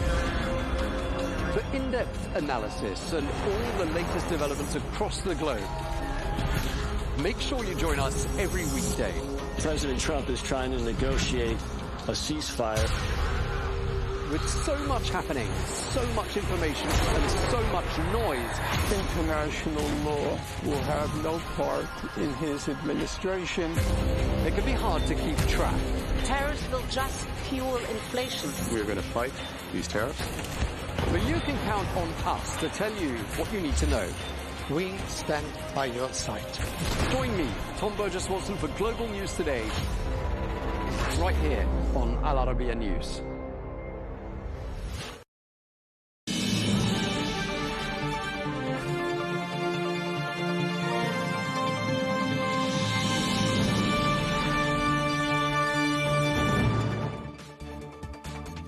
Hello and welcome to Global News Today, bringing you exclusive interviews with leading experts every weekday here on Al Arabiya English from our headquarters in Riyadh. I'm Tom Burges Watson. Coming up today, tensions escalate in the Strait of Hormuz as the US and Iran vie for control. We'll be speaking to one of the most senior former US generals and asking him who has the upper hand.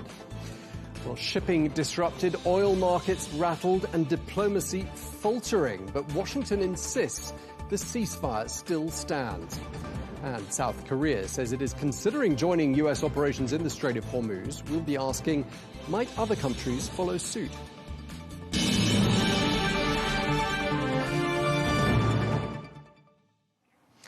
Hello and welcome to the programme. We begin with the latest from the Iran war. Well, a month-long fragile ceasefire now appears to be in jeopardy, experts are warning. This follows on from renewed clashes in the Strait of Hormuz and attacks in the Gulf that are threatening to reignite tensions. All this comes after the US launched Project Freedom to escort stranded vessels through the Strait of Hormuz and get them moving again. Well, Tehran has warned that there is no military solution in the strait, while the US insists that the ceasefire still stands. Let's take a listen now to what the US Defense Secretary Pete Hegseth had to say. CENTCOM, along with partner nations, is in active communication with hundreds of ships, shipping companies, and insurers. All of these ships from all around the world want to get out of the Iranian trap that they have been stuck inside. As a direct gift from the United States to the world, we have established a powerful red, white, and blue dome over the strait. American destroyers are on station, supported by hundreds of fighter jets, helicopters, drones, and surveillance aircraft, providing 24/7 overwatch for peaceful commercial vessels, except Iran's, of course, which is why our ironclad blockade remains in full effect as well. In fact, 6 ships tried to run the blockade out of Iranian ports as Project Freedom commenced, and they were all turned around.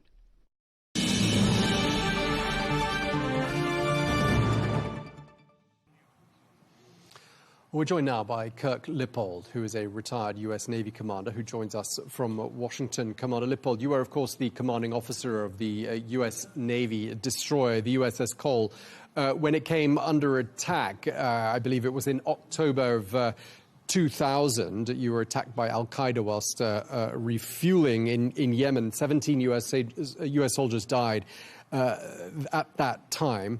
And I gather the British ship HMS Marlborough came to your assistance in your hour of need. At least they were the first ship on the scene.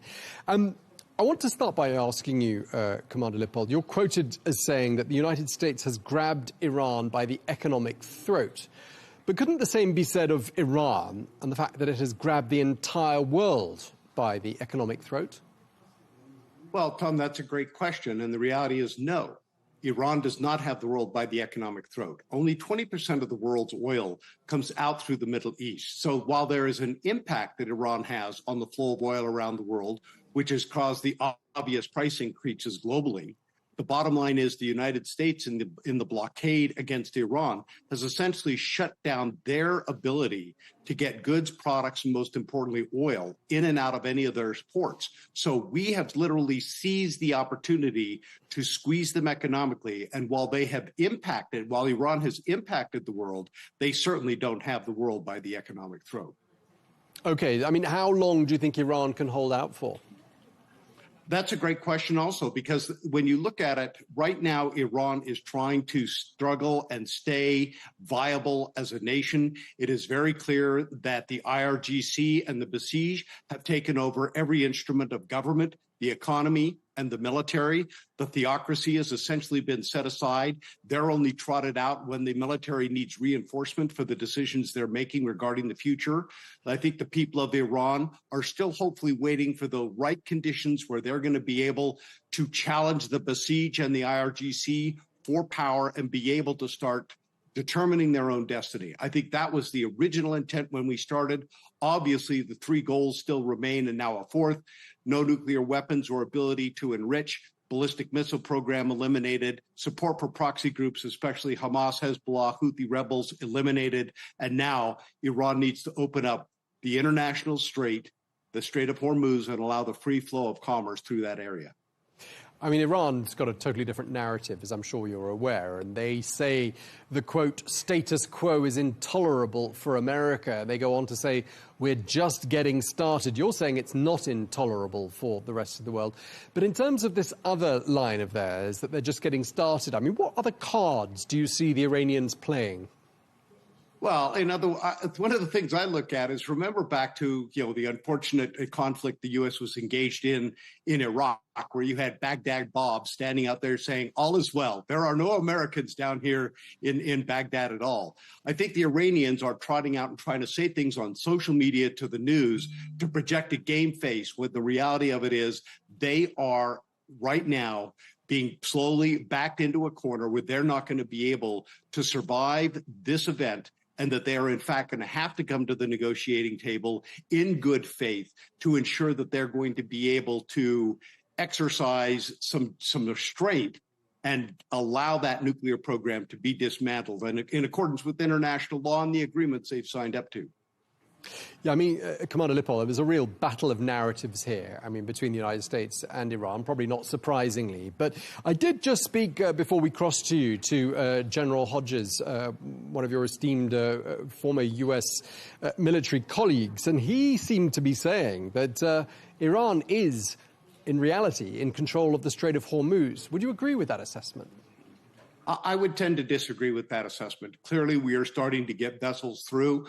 I think that the strait could be opened. The umbrella that President Trump and the military are putting into place with Project Freedom, it's not an escort service, but what we do is create a bubble in a certain area closer to Oman that is going to allow ships to transit through an area that has been demined and is considered safe. Clearly, vessels made it out yesterday. The bottom line is we can do whatever we want to try and create that bubble. But at the end of the day, it is going to be the ship owners and the insurance industry that are going to make the risk calculations that they can send vessels through there. And I think we're going to get there. You have to remember, every single time Iran starts to move or communicate, that's an opportunity for us, because we will see their command and control facilities. We will see where they're putting their missiles. We will see where they're going to launch drones and vessels from. And we're going to attempt to take those out no matter what they try to do. How's Iran managing to do anything at all in the Strait of Hormuz without a conventional navy? What you are actually seeing is, to a certain degree, their mosaic defense that they put into place. I think in some ways that it is kind of surprising the United States and the world, because it is proving a little more resilient and effective than we estimated, than the intel did it. But you have to remember, you go into any conflict with a certain degree of expectations in the enemy's capability and how they're going to react. Once you have that first contact, then everything changes and you have to adapt to the reality of what you're experiencing. The United States right now, with overwhelming power, has adapted to that reality, and we're just trying to give the Iranians an opportunity to realize that they are slowly being backed into a corner, squeezed economically, that their people are going to eventually tire of the fact that the military is engaged in the activities they are, and give them an opportunity to stand up.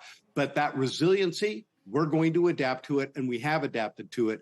Every time the Iranians move, that creates a new target set for the United States that, should a hot war or kinetic operation, combat operation start, we're going to be able to engage those targets effectively to ensure, number one, that Strait of Hormuz does get opened.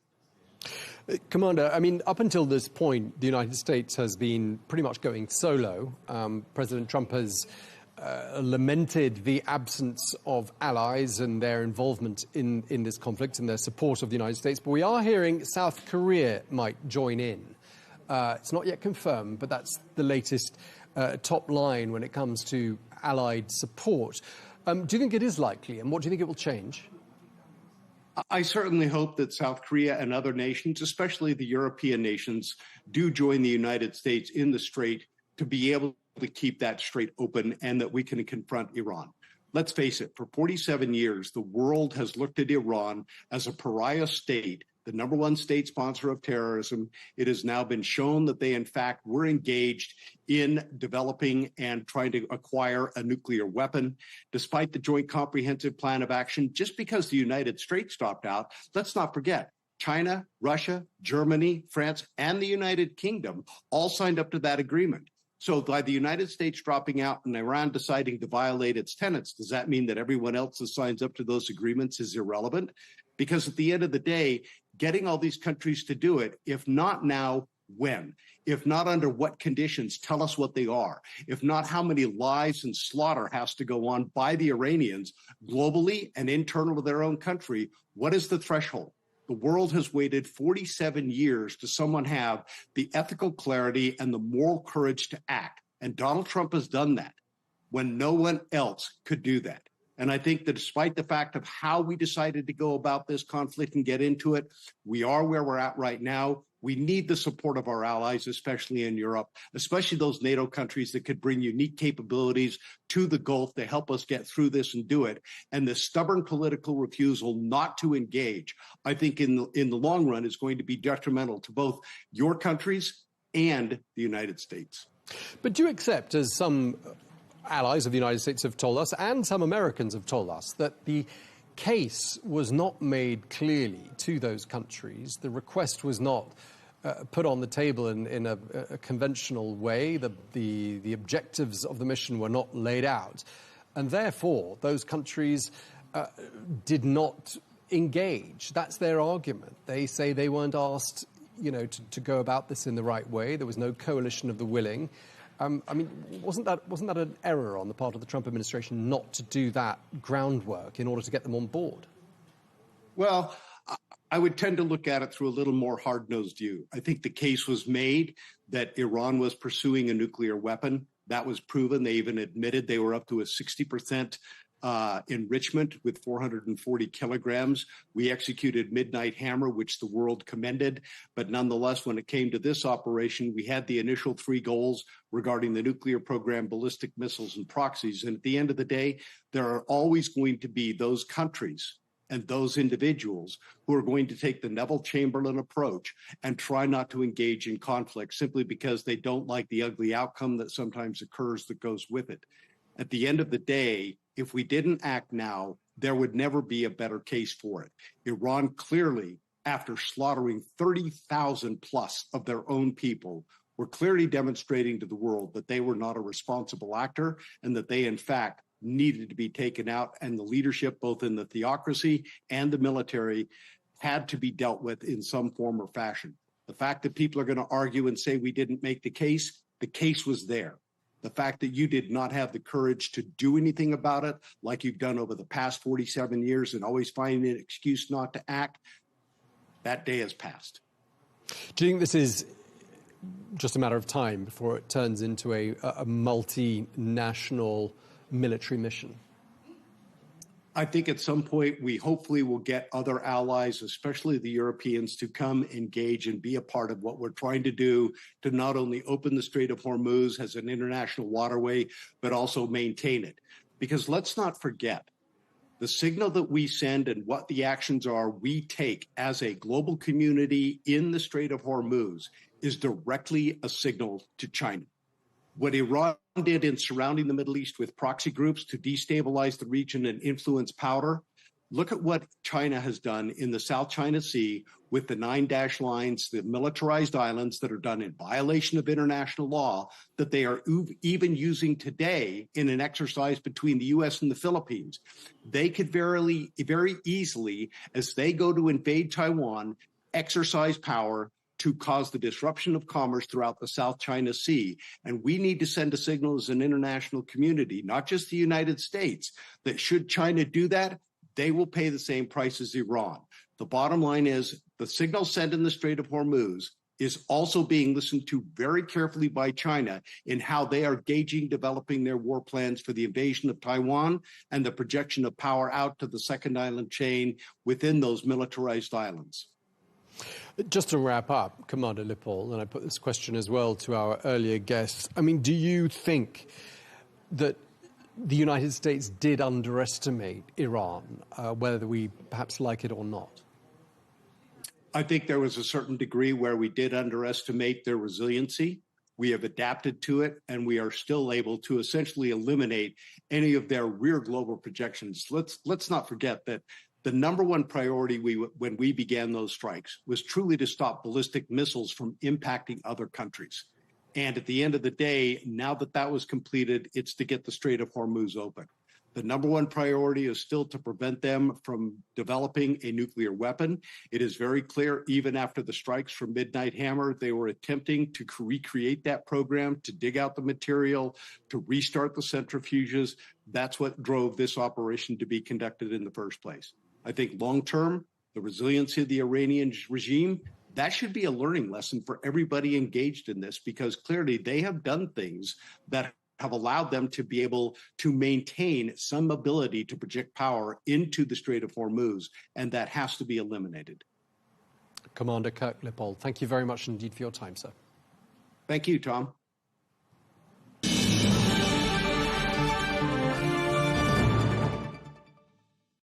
Well, we're joined now by Lieutenant General Ben Hodges, who is one of America's most senior former military leaders. He was the commanding general of U.S. Armed Forces in Europe. He joins us now from Frankfurt in Germany. General Hodges, thank you very much indeed for your time, sir. Does it look to you like we're looking at the beginning of the end of this 4-week-long truce? Well, I think that we're going to know more tomorrow than we knew today. The Iranian response yesterday to the Project Freedom was pretty severe, more than just a symbolic response. And so I think the U.S. side is going to see, was this a one-off or will this continue? I don't see how the U.S. can just walk away from this. I mean, we've heard in the last hour or so from the Pentagon chief, Pete Hegseth, who says Iran does not control the Strait of Hormuz. But I mean, how does it look to you? Who has the upper hand right now, would you say, in that waterway? Well, it's ridiculous for the secretary to say that Iran does not control the strait. Of course, if they didn't, then there would be hundreds of tankers and other ships moving out of the Gulf through the strait. So while they may not be able to stop every single vessel, of course, insurance companies and shipping companies are reluctant to take the risk that they might be hit by a Shahed drone or a missile of some sort or a sea mine. So I think for all intents and purposes, it is correct to say that Iran controls the strait. And Iran, we're told, no longer has a conventional navy. So how is it managing to exert this control? Well, it's an excellent point, and it's one that the president and the secretary continued to miss. It's not relevant how many ships the Iranians still have.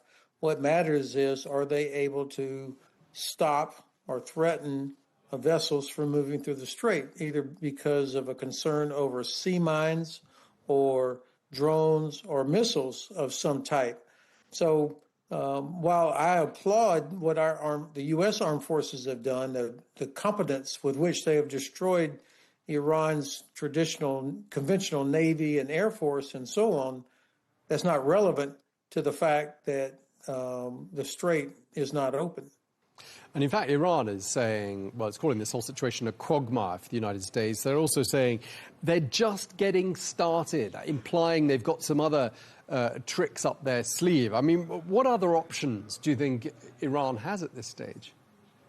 Well, it seems to me that the Iranians are acting as if they have more time than the U.S. does, that they are willing to maintain what they're doing now for the foreseeable future. Of course, the U.S. blockade is intended to raise the pressure on the government in Tehran to create a situation that becomes unbearable for the population so that they finally do something against the regime. I think the Iranians believe they can withstand this much longer, and they can see that the U.S. side has enormous domestic pressure because of inflation and gas prices, and we're in an election year, and the president's popularity regarding this war is very, very low.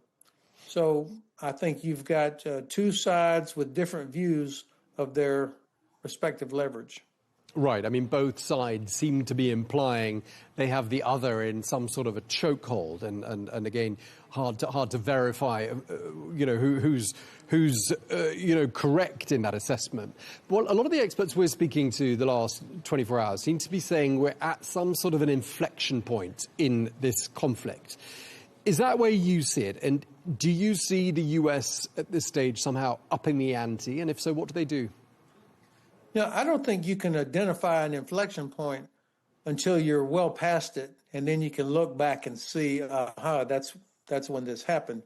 My sense is that we're going to learn some more in the coming days if the Iranians repeat what they did yesterday, if they strike, attack ships, or if they strike a facility in UAE again, which I think was a little bit of a surprise for some.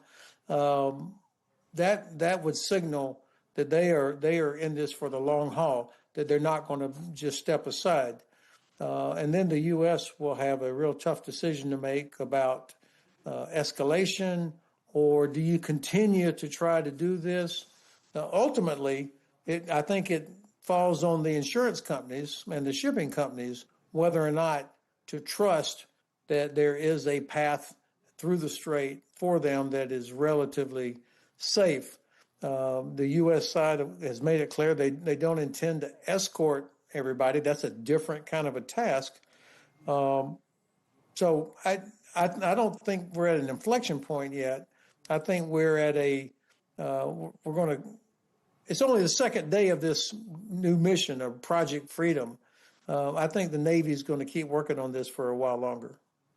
Right. I mean, do you think the United States has enough resources in the region to take things up to the next level if that's decided to be the right direction to take things? Well, there's no doubt that the weapons and ammunition stocks have been used a lot and that they've been depleted. I think there still is enough for them to continue operations at a fairly high operational tempo for the next weeks.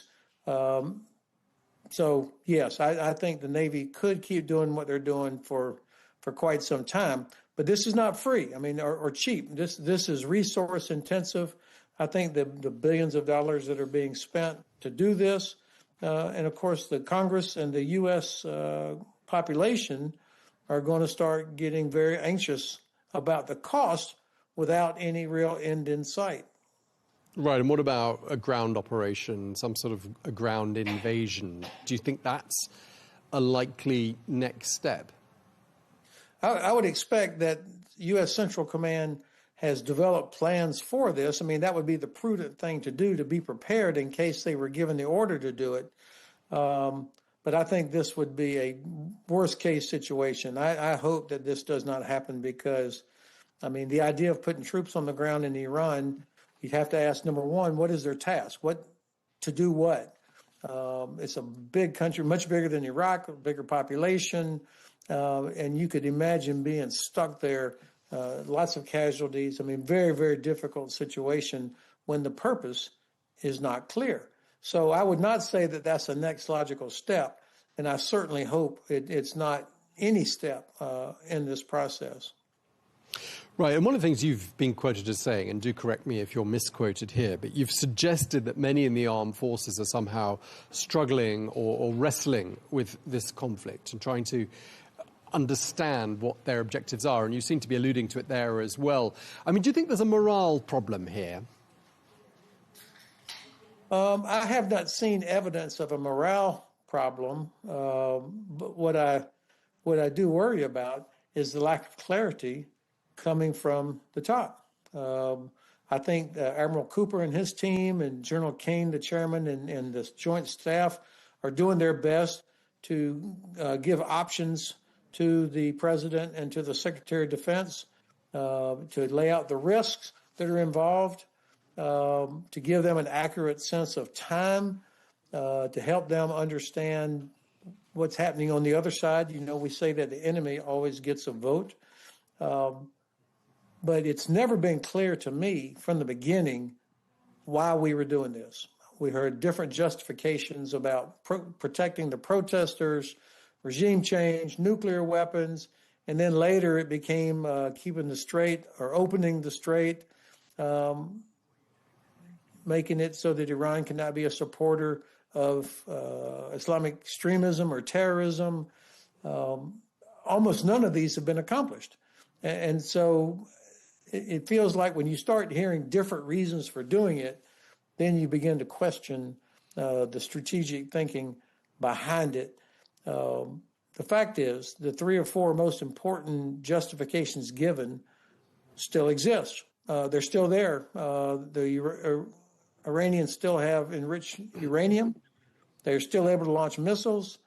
They still control the strait. And you still have the same regime in place, even if some of the names are different. So I think the military is doing very well what they've been tasked to do, but that's not relevant to achieving these strategic outcomes.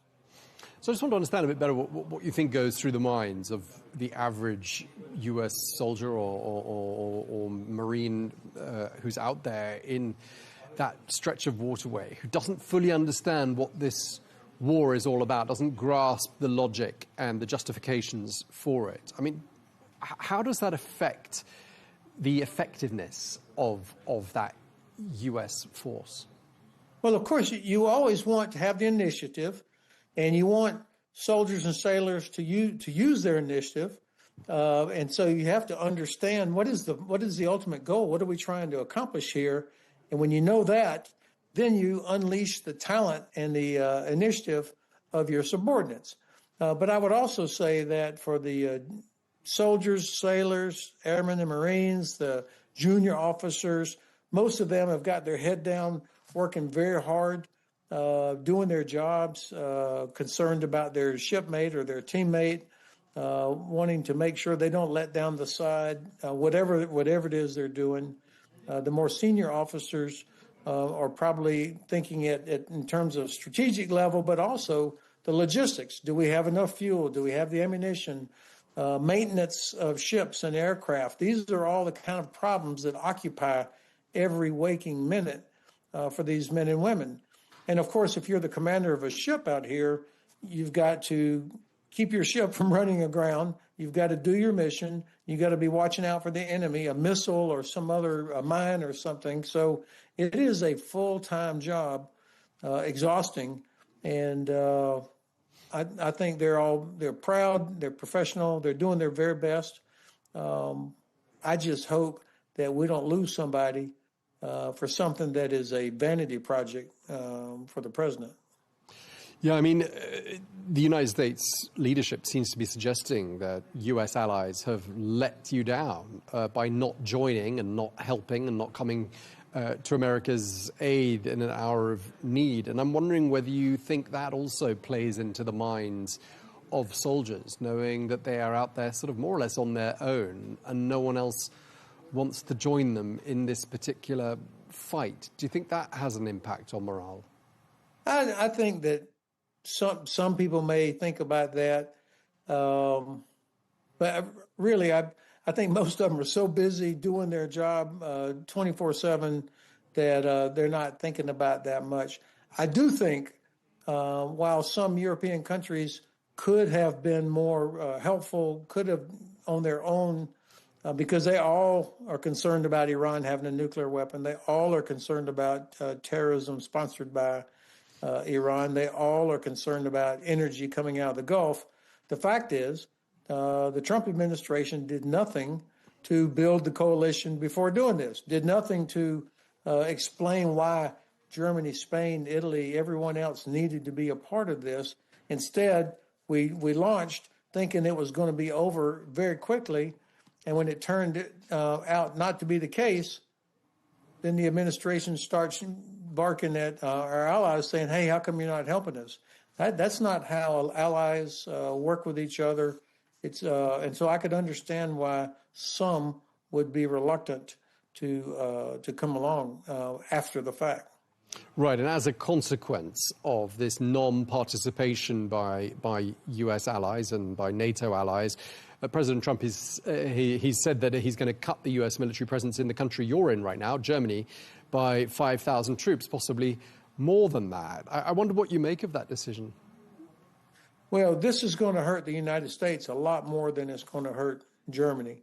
Certainly, and by the way, Italy and Spain are possibly going to have some U.S. troops, sailors pulled out of there as well. The president has threatened that. Certainly, the psychology of our allies who have trusted the United States for decades and probably over-relied on us rather than doing their own thing, psychologically, this is something that's going to hurt, but it's the kind of thing that they'll overcome. And certainly the towns and villages around the bases where troops currently are stationed, and if they leave, obviously there would be a local economic impact, although that's not why we put them there. This is going to hurt us because of lost trust with our allies. And we depend on allies for half of the intelligence we use. It doesn't all come from American satellites. The bases that we depend on, such as Ramstein or Sigonella or Rota or Crete, these are we're able to do this because allies allow us to operate from there. I think that what really looks to me like petty retribution against the German Bundeskanzler by the American president, that hurts us more than it does anybody else. Right. If it hurts the United States, who stands to gain from a decision like this? Vladimir Putin. Okay.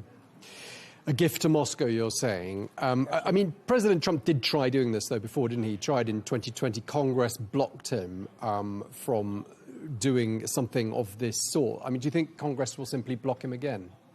Well, Tom, you're correct that he did he talked about this a lot back during his first administration, but it was not just the Congress. And you raise a good point. Most of the Congress supports NATO, understands why we're in Europe, and they don't want us to leave. They know it's to our benefit.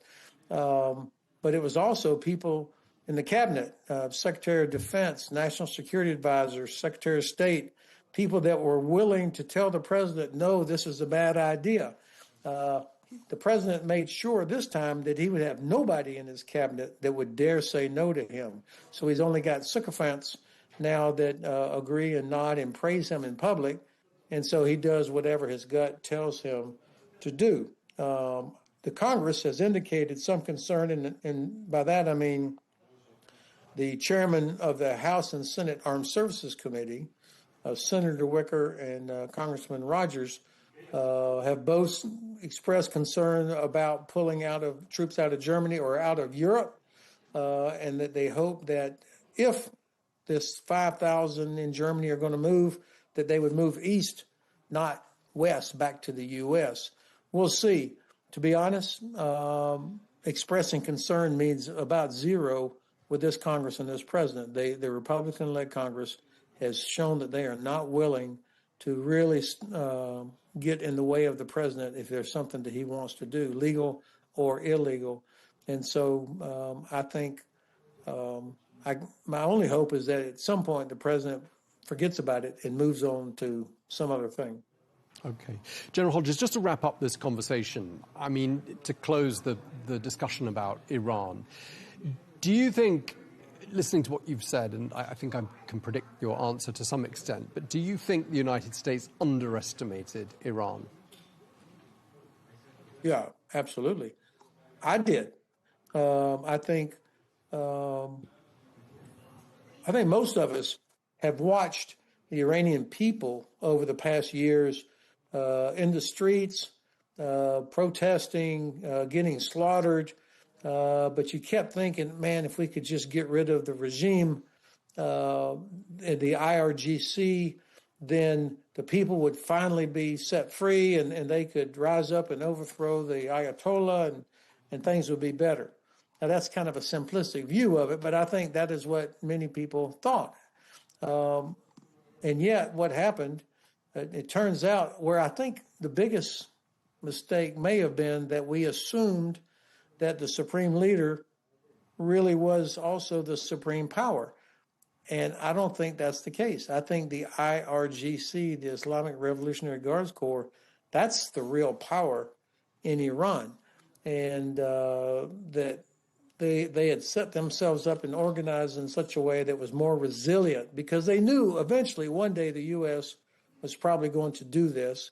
And so I think they had organized themselves to survive a decapitation type strike. And that's why they were able to almost immediately respond with strikes against countries in the region, even after the Ayatollah had been killed and so many other leaders had been killed. I know I personally was surprised by how resilient they were. Okay, we're going to have to leave it there because we're out of time, but we really appreciate you taking the time to talk to us. Lieutenant General Ben Hodges, Commanding General Officer of the U.S. Armed Forces in Europe, joining us from Germany. Thank you very much for your time, sir. Thanks for the privilege, Tom. Thank you.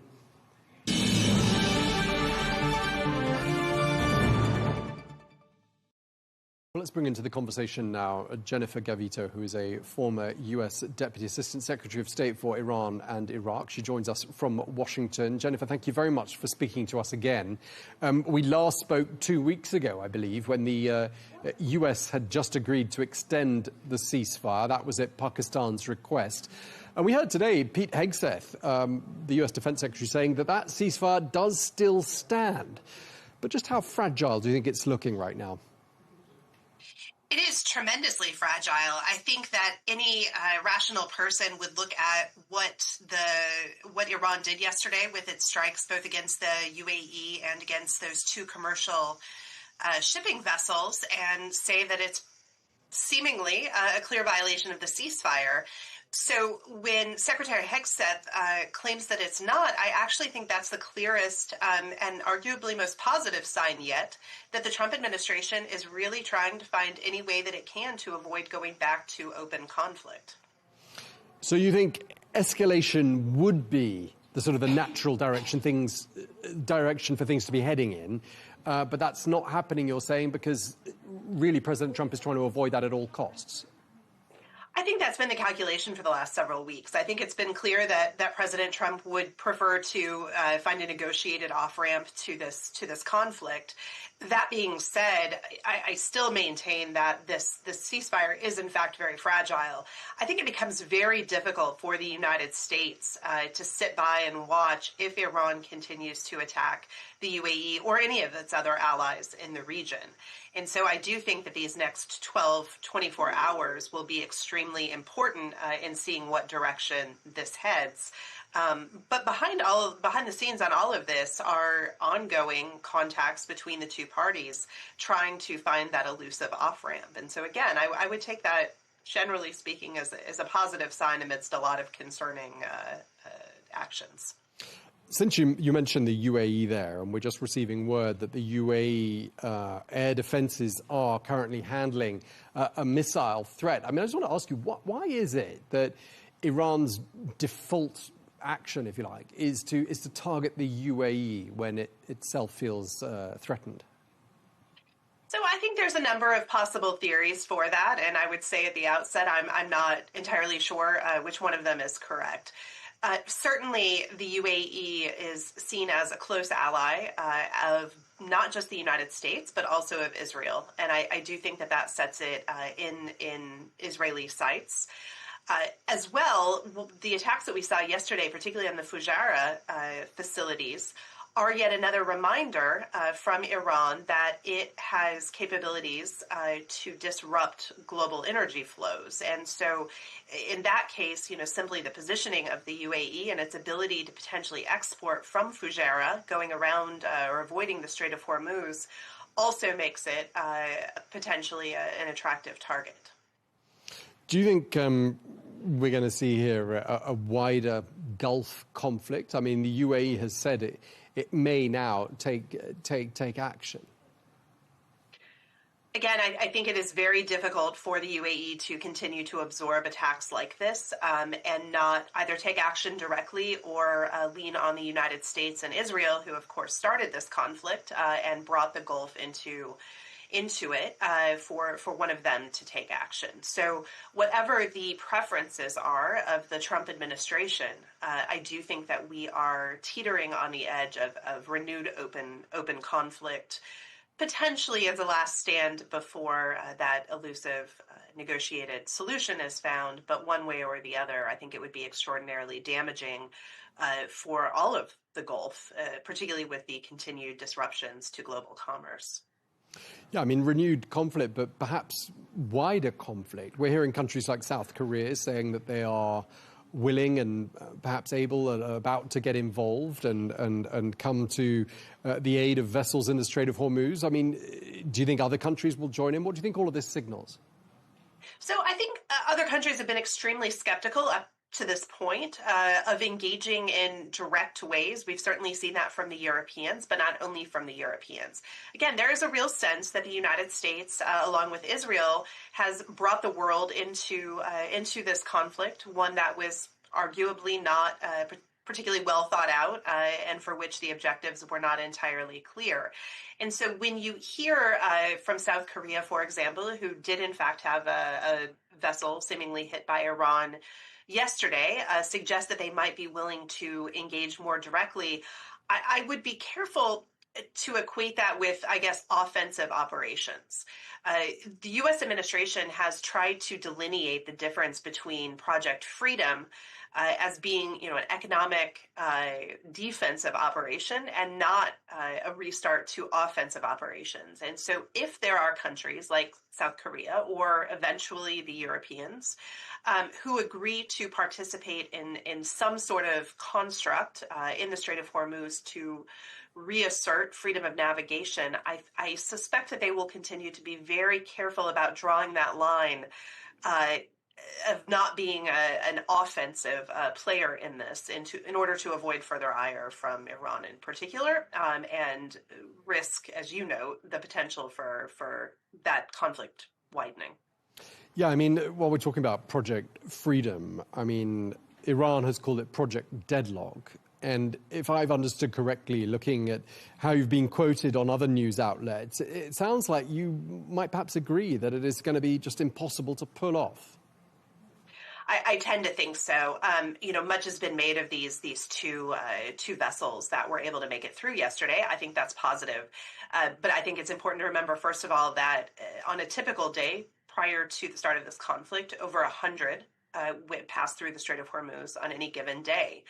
And there are hundreds, if not thousands, of vessels that are still stuck in the Strait of Hormuz predating the start of this war. And so if you're only getting 2, 3, 4, you can up that number. But if you're only getting a handful through each day, just clearing out that backlog is going to be a months-long undertaking. And that doesn't bring into question, the strait itself is 100 miles. And if you have Iran also, as they've asserted now, guarding the upper ends of it, you're talking thousands of miles that the United States would have to police, essentially, in order to truly restore freedom of navigation. And so I just don't see the current construct as envisioned making a real dent in either the backlogs or opening up that global commerce in a meaningful way. Let's talk a bit about diplomacy. Of course, Pakistan has been working hard to try to broker an end to this and broker talks. We've only had one round of direct talks so far and a couple of false starts for some other rounds of talks. But we've heard in the last few hours the Pakistani Prime Minister condemning the Iranian attacks on the UAE. I mean, what role do you think Pakistan can still play here?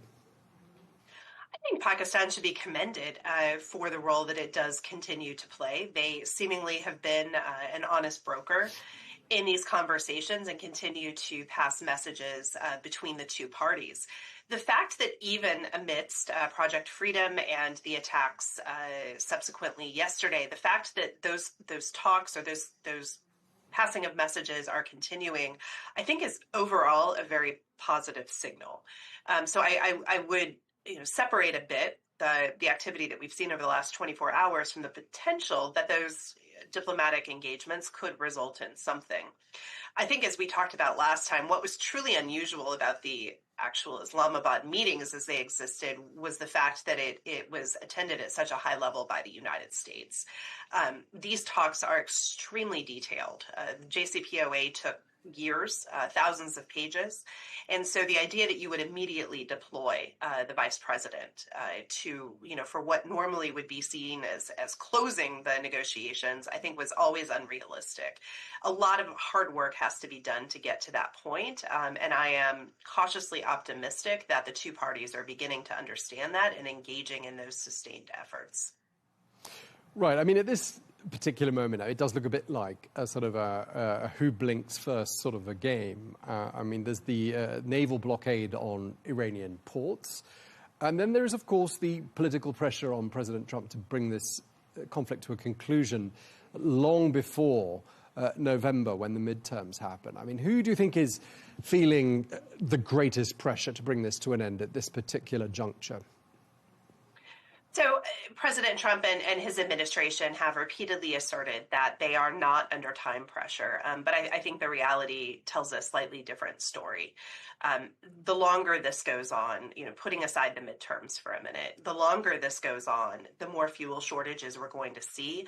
And I know that we heard Secretary Hegseth this morning talk about the rest of the world needing the Strait of Hormuz more than we do, but like it or not, we are still a very interconnected economy, global economy. And so the impacts that are starting to be seen in places like Asia will be felt in the United States and are already being seen by the Americans. So I do think the U.S. administration is under considerable pressure to get global commerce flowing again. The Iranian regime has demonstrated I think what some people think is a surprising resilience. They are not beholden to their citizens in the same way that the United States and its allies are. And so they have an ability to withstand some of the more difficult impacts of this blockade and may well, in fact, have time on their side. And I think that's what you're seeing in the positions that they're putting out and that they're conveying to the United States when it comes to issues like nuclear and sanctions relief. They clearly feel like they are negotiating from a position of power. I mean, were the U.S. to say, right, that's it, we declare victory, I mean, one can assume, can't we, that the Iranians would do everything possible to prove them wrong, and so that was a hollow declaration of victory. I mean, but here we are. We're entering month 3 of this conflict. I mean, is there anything the U.S. can show, certainly to the U.S. people and to the wider world, that it's achieved up until this point? So, as we have repeatedly heard from representatives of the administration, there have indeed been significant military successes. The U.S. military has performed magnificently when it comes to degradation of missile drone programs and other military successes. I think what's been elusive at this point are those strategic successes. At this stage in the conflict, President Trump will be looking first and foremost to get the Strait of Hormuz reopened. And of course, it bears repeating, as you just noted, we are entering month 3 of the conflict. When this started, the Strait of Hormuz was indeed open. And so if you're negotiating back to essentially the status quo ante, getting back to a place where you started, that's not a great situation to be in. And I do suspect that as much as President Trump would like to get out of this conflict and to walk away, it will be important to demonstrate to the American people that success has been achieved, at the very least, on the nuclear file. And so I do suspect that either the negotiations will need to acknowledge that and we'll need to see concessions from the Iranians when it comes to enrichment timelines and dealing with their stockpiles. Or I think the alternative is that the United States with Israel go back in and attempt to further degrade the nuclear program from the air.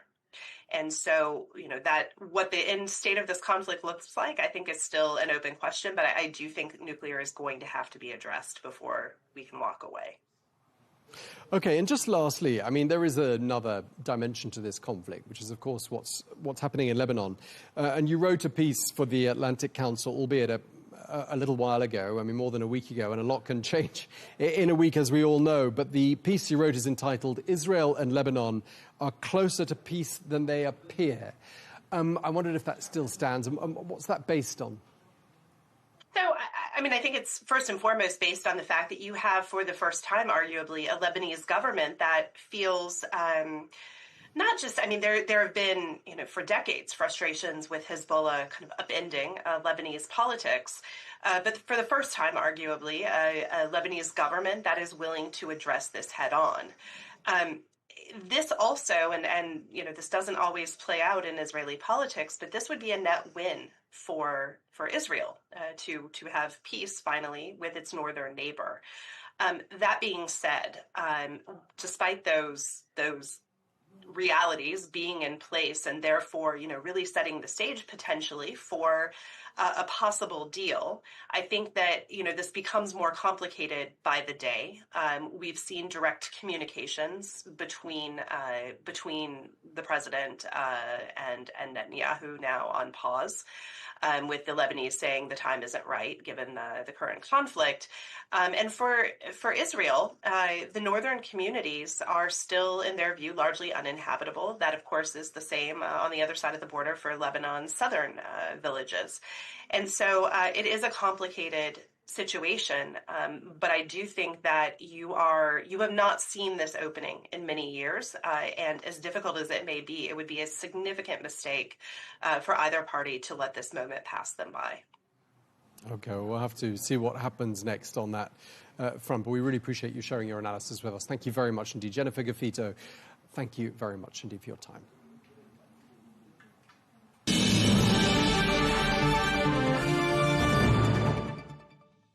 Well, let's speak now to Alan Eyre, who is a distinguished diplomatic fellow at the Middle East Institute and former senior diplomat on the U.S. negotiating team for the 2015 JCPOA Iran nuclear deal. He joins us from Washington. Alan, great to have you back with us on this program.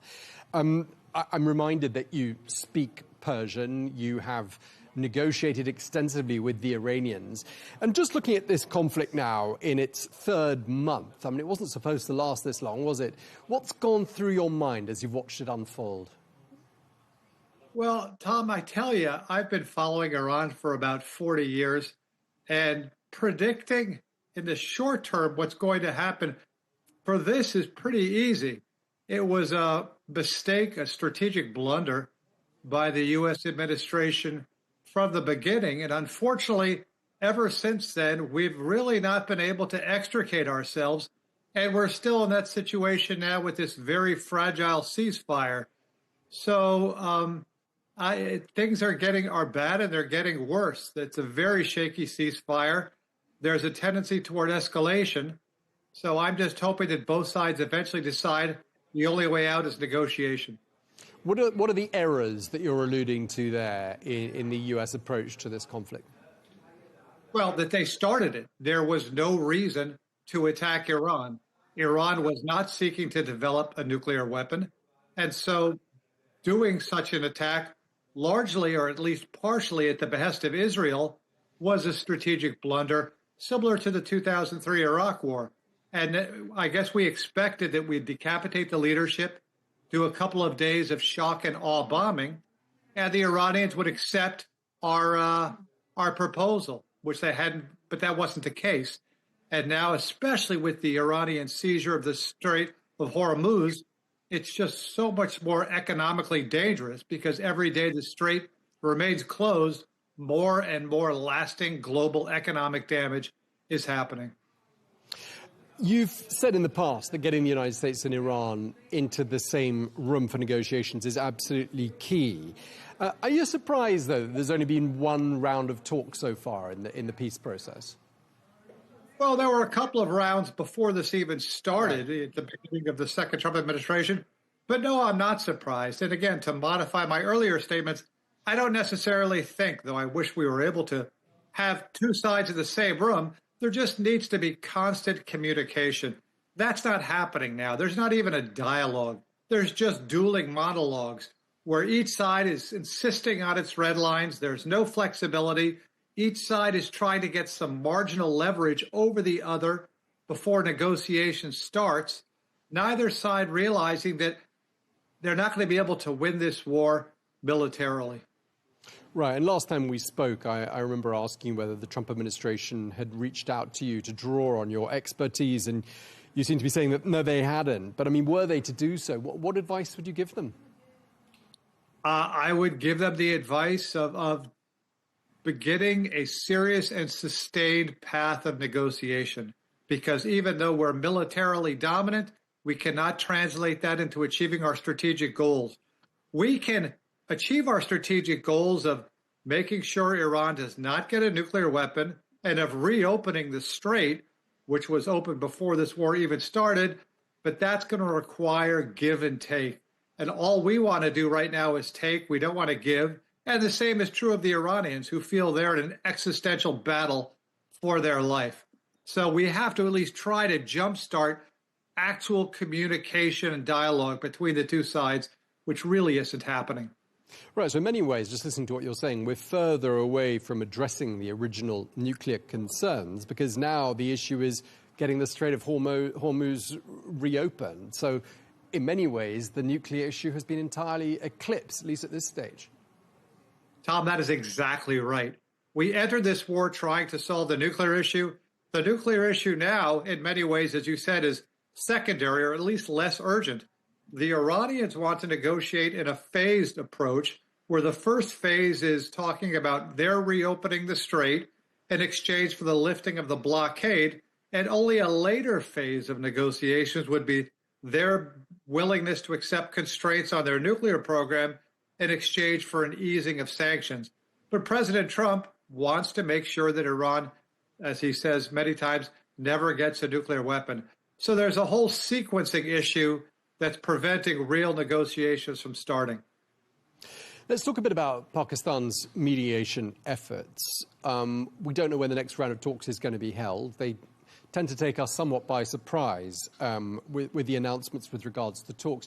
But can we assume that all the while back-channel communications are continuing? Exactly right. Yeah, as I said, that's why I'm not necessarily too worried about they're both sides being in the same country, in the same room, though that's preferential. But Pakistan is passing messages back and forth. There is ongoing communication, and that's a form of indirect and very slow-paced negotiations. But that's all going against the backdrop, as I said, of both sides focusing on trying to get that extra little oomph of leverage over the other before negotiations start, so they can extract more from the other side. President Trump started that with the blockade, which is effective, but way too long a timeline to be effective in the short term. And now again with this Operation Freedom, where he says we're militarily reopening the strait, that's not possible. Commercial maritime traffic is not going to go through the strait until Iran says it's standing down on attacks. So again, both sides attacking, using kinetic action to increase their leverage. It's not going to result in any sort of negotiated settlement. It sounds like you agree with the Iranian assessment, therefore, that there is no military solution to be found here. I mean, the Iranians did send to the United States a proposal during the course of the weekend. The Americans have responded to it. Does that therefore mean that the ball is in Iran's court with regards to diplomacy? That's funny, Tom. You know, I was a diplomat for a long time, and by definition, the ball is always in your opponent's court. So, yeah, the Americans say the ball is in the Iranians' court, vice versa. What's important is that Pakistan and perhaps other countries are continuing to send messages back and forth. So maybe the ball was in the Iranians' court 10 minutes ago, and maybe it's back in ours now. But the point is that the rally needs to keep on going. The communication needs to keep on going in the hopes that both sides can get closer together. But there's a very real chance it won't happen. You know, there's a very real chance that regardless of how long messages are passed back and forth, the two sides cannot find an intersection set and agreement. And that's what worries me. I mean, is there anything sort of to do with the mindset of the Iranians, and you must have seen this sitting across the table from them, that, you know, any specific tools that can be used that really work with them, and contrarily, what really doesn't work with them? What would you say the golden rules of negotiating with Iranians? Well, again, the Iranians are not different than anyone else. You know, it's hard to make generalizations about 95 million people. You have some Iranians who think such and such a way, others who think such and such a way. But in terms of their strategic calculus, here's how they think. The United States and Israel are trying to destroy the Islamic Republic of Iran. Twice before, during negotiations, they have attacked us. The U.S. often uses negotiations as a pretext while they assemble their forces. This is the Iranian strategic mindset. The West cannot be trusted. So they're willing to negotiate, but they again realize that they have to prepare some type of strategic deterrence, because in their minds, strategic deterrence is the only thing that's going to deter the U.S. and Israel from seeking to get rid of the current regime. I mean, President Trump's not going to be there forever. He's got 2.5 years left in office, and then perhaps new leadership will appear in the United States. But are you concerned that whatever the outcome to this conclusion, to this war, is going to be that we have a better prepared, more vengeful and more aggressive Iran than what we had up until this point? Again, you're 100% right, Tom. This war will result in a far less stable region. We're already seeing that now. A far more militaristic and hardline Iranian regime. We're already seeing that now with the IRGC, the Islamic Revolutionary Guard Corps, firmly in charge. And it will likely also result in a concerted effort for Iran to actually have nuclear weapons, something that wasn't the case before we attacked. So this is, what they call the law of reversed effort. By seeking to prevent Iran from having a nuclear weapon and seeking to minimize the threat Iran poses to the region, we have increased the regional threat, and we have increased the likelihood that Iran will actively seek a nuclear weapon. Okay, and just to wrap up, in terms of your predictions as to where you see things heading, do you think we're looking here at a protracted deadlock, or a resumption of military action, or perhaps even a unilateral declaration of victory that brings this to a conclusion? What do you think is the most likely sort of way that a line can be drawn under this conflict? I think the last of the three options you outlined, Tom. I think that, the unknown variable here is the pain threshold of the United States. Because one thing that's clear is that the economic consequences of the strait being closed are increasing almost exponentially. And so at some point, President Trump could well just have to declare victory, stop aggression, and let the rest of the world figure out how to get the traffic through the Strait of Hormuz back to its previous levels of about 130 ships a day. Still, at this point, we're having single-digit transit through the strait, even with Operation Freedom. And these ships are going out. No one's coming in. Okay, well, we really appreciate you taking the time to speak to us. Alan Eyre, Distinguished Diplomatic Fellow at the Middle East Institute and former senior diplomat on the U.S. negotiating team for the JCPOA-ADL. Thank you very much indeed for your time, sir. Thank you, Tom.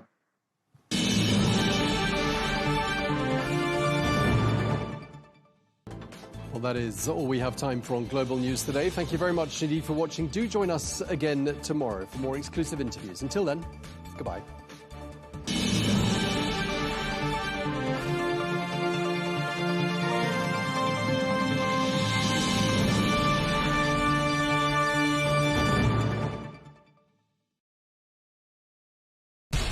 We have to take care of our people, and we're going to take care of our people first. For in-depth analysis and all the latest developments across the globe, make sure you join us every weekday. President Trump is trying to negotiate a ceasefire. With so much happening, so much information, and so much noise, international law will have no part in his administration. It can be hard to keep track. Tariffs will just fuel inflation. We're going to fight these tariffs. But you can count on us to tell you what you need to know. We stand by your side. Join me, Tom Burges Watson, for Global News Today, right here on Al Arabiya News.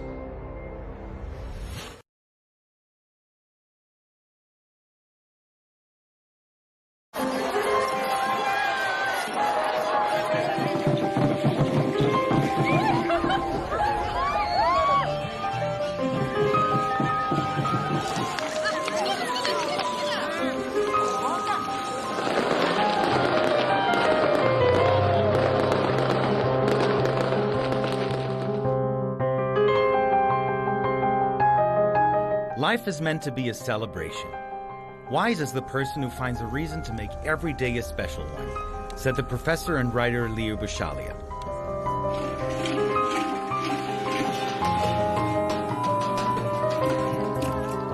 Why do we love to celebrate? To be perfectly dressed, surrounded by people, confetti, cake and fireworks. Does sharing a moment of happiness or sadness with others meet a human need to celebrate or to heal?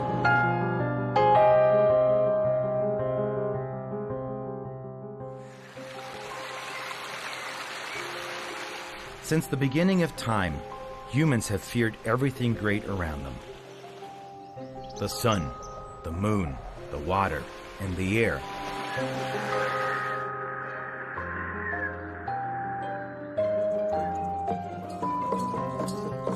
Yet as they grew familiar with these wonders, they began to celebrate them in their own ways, seeking joy wherever it could be found. From these, they discovered reasons for happiness and turned each reason into an occasion. So came a day for flowers, a day for the new year, and another for spring, which Egyptians call Shaminissi. And for summer, the French invented a festival devoted to music.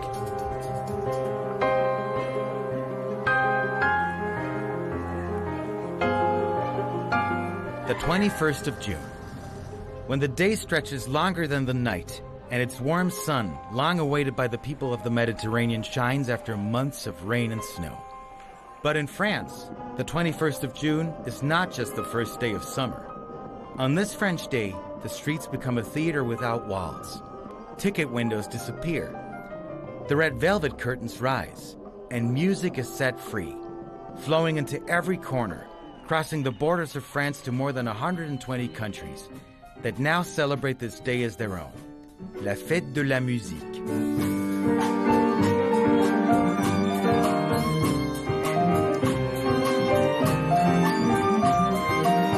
Donc le 21 juin, so June 21st is the first day of summer, and so people want to go out. The weather is warm, especially in Europe, and they need to celebrate. To party, they need music, because without music you can't party. And the idea of turning the first day of summer into a music festival was a brilliant idea that was simple but at the same time clever. And so when people go out, they need music, the music that makes you dance. Even if you don't want to dance, you dance anyway and celebrate this festival until the next morning. Time passes very quickly because there are musicians playing for free everywhere. Even the greatest musicians in the world who come out into the streets, sometimes even grand pianos, philharmonic orchestras, and everything. Everyone plays for the population. There is never sad music on June 21st because it's a day of joy. We must celebrate summer. C'est une journée de joie. Il faut célébrer l'été.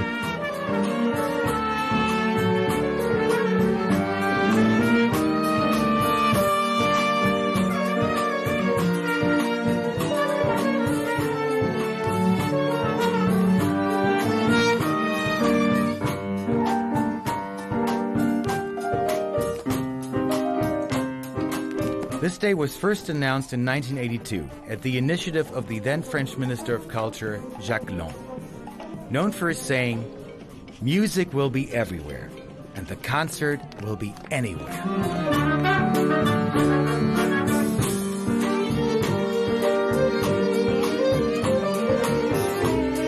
We cannot live without music. To celebrate, we need joyful and danceable music. For a romantic situation, we need romantic music. And so music has existed since eternity. Since cavemen, we have been making music. We love to dance and celebrate. If there is no music in our life, we cannot live. Once someone asked me, if you go to a desert island, who or what do you take with you? I take a musical instrument with me. Toi? Oui, je prends un instrument de musique.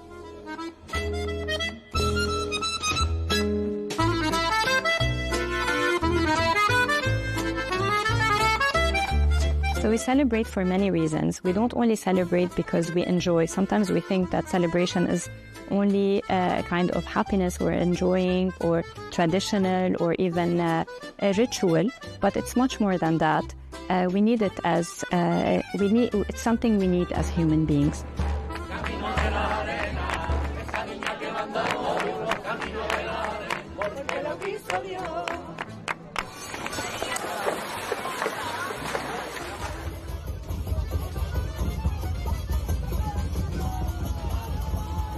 So humans are social beings that have gathered around since a very long time. And from early on, we are part of a group. So it starts from the family, and then socially, and then it widens to a wider community.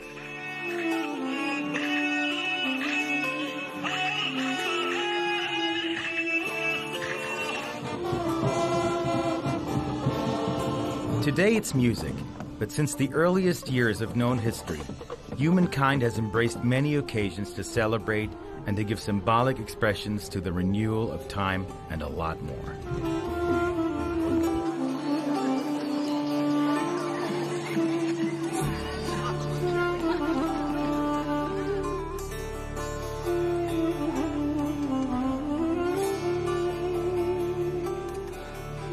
In the ancient rich land of Mesopotamia, the Sumerians and the Babylonians created the new year with the Aikido festival around 4,000 years ago. Celebrated in April, it symbolized the start of the agricultural season and the renewal of life.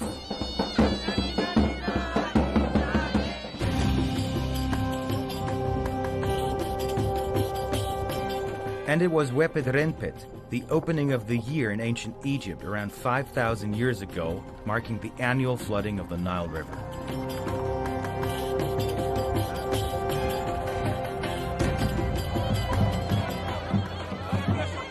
Not far away from the Nile Valley, Persians and Kurds were and still are celebrating the Nowruz, one of the oldest festivals that have continued uninterrupted to the present day.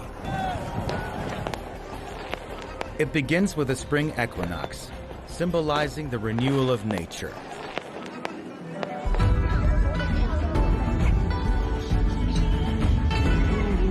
It is one of the oldest celebrations still observed today as well, and it follows the lunar calendar and falls between late January and mid-February.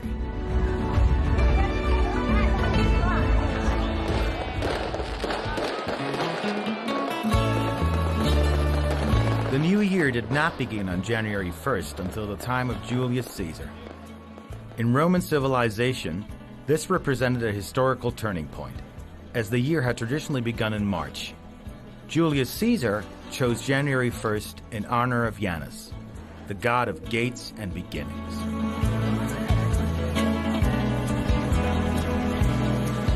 Throughout history, one joy has been shared by all, yet it blooms on different days and dances in so many ways.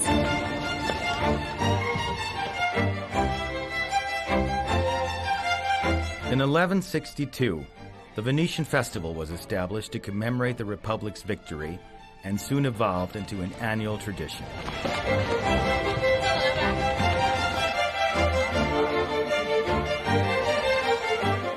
Every year, on the 25th of April, a festival of iconic masks that dissolve social boundaries takes over Venice.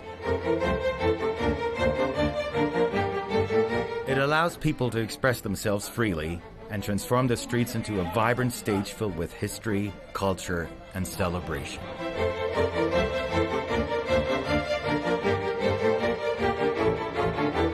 We don't only come together around joyful moments, but we mark painful ones. We gather after loss, we create rituals around difficult experiences, not because we enjoy those feelings, but we have a space to feel more accepted.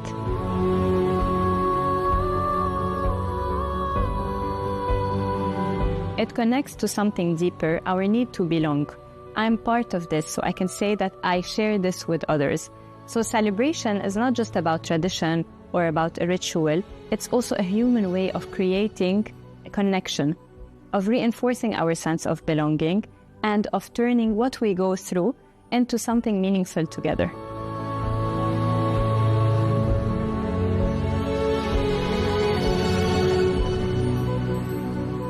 One day we celebrate women, teachers, mothers, fathers, labor, Earth Day, while other days we are meant to commemorate, not to celebrate.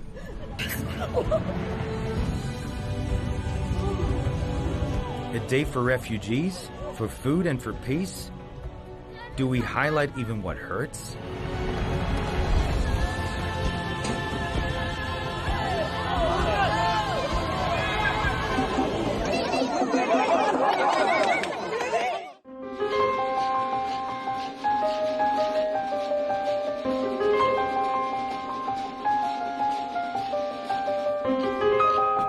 But do we celebrate too much? Does it help generations understand history? Does it bring society together? It was once said that to be human is to connect. When we stop connecting, we start to die. Is it true that happiness is doubled when shared, and sadness is halved when shared as well?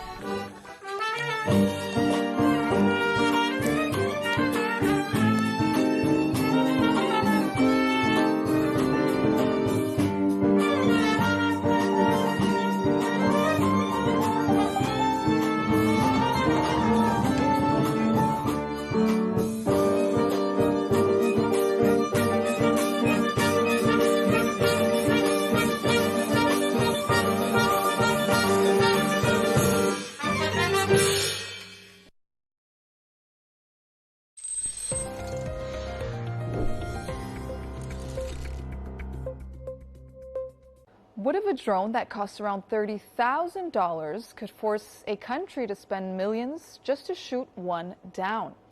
That's Iran's battlefield advantage. It's called the Shahed 136, a one-way attack drone, sometimes called a kamikaze drone, designed to fly into its target and explode on impact. Each drone costs around $30,000 to $50,000 to make. It carries roughly 50 kilograms of explosives and can travel up to 2,000 kilometers. It's not especially fast, it's not especially sophisticated, but it's cheap. And that's the point. Iran's strategy isn't perfect precision, it's saturation, launching dozens, sometimes hundreds at once, to overwhelm air defenses. Even if most are intercepted, each one forces defenders to use missiles that can cost hundreds of thousands or even millions of dollars per shot. Over time, that cost imbalance becomes a weapon in itself. During recent escalations, UAE authorities to this day say they have detected 941 Iranian drones, intercepting 876 of them, while 65 fell within the UAE. Israel has also faced waves of these drones as part of broader attacks. Even when interception rates are high, it only takes a handful to cause serious damage. But this isn't new. Russia has launched more than 60,000 of these Iranian drones against Ukrainian territory, targeting cities and energy infrastructure. So the question is the Middle East ready to intercept a similar wave? The UAE Defense Ministry recently stated that the region has strategic reserves of air defense systems capable of countering aerial threats for a prolonged period. The spokesperson also added that the UAE will not accept any infringement on its sovereignty or the safety of its territory.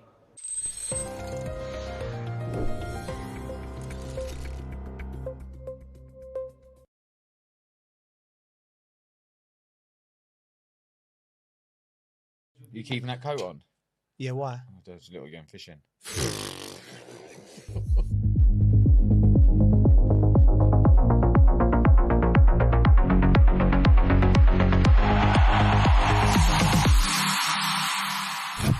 One of the Liverpool fans calls in, he goes, look, he can win the Champions League, I still want him off. I got called a Bulgarian lizard once. Bulgarian lizard? That should be the name of this podcast. Yeah, it should be the Muppet Show.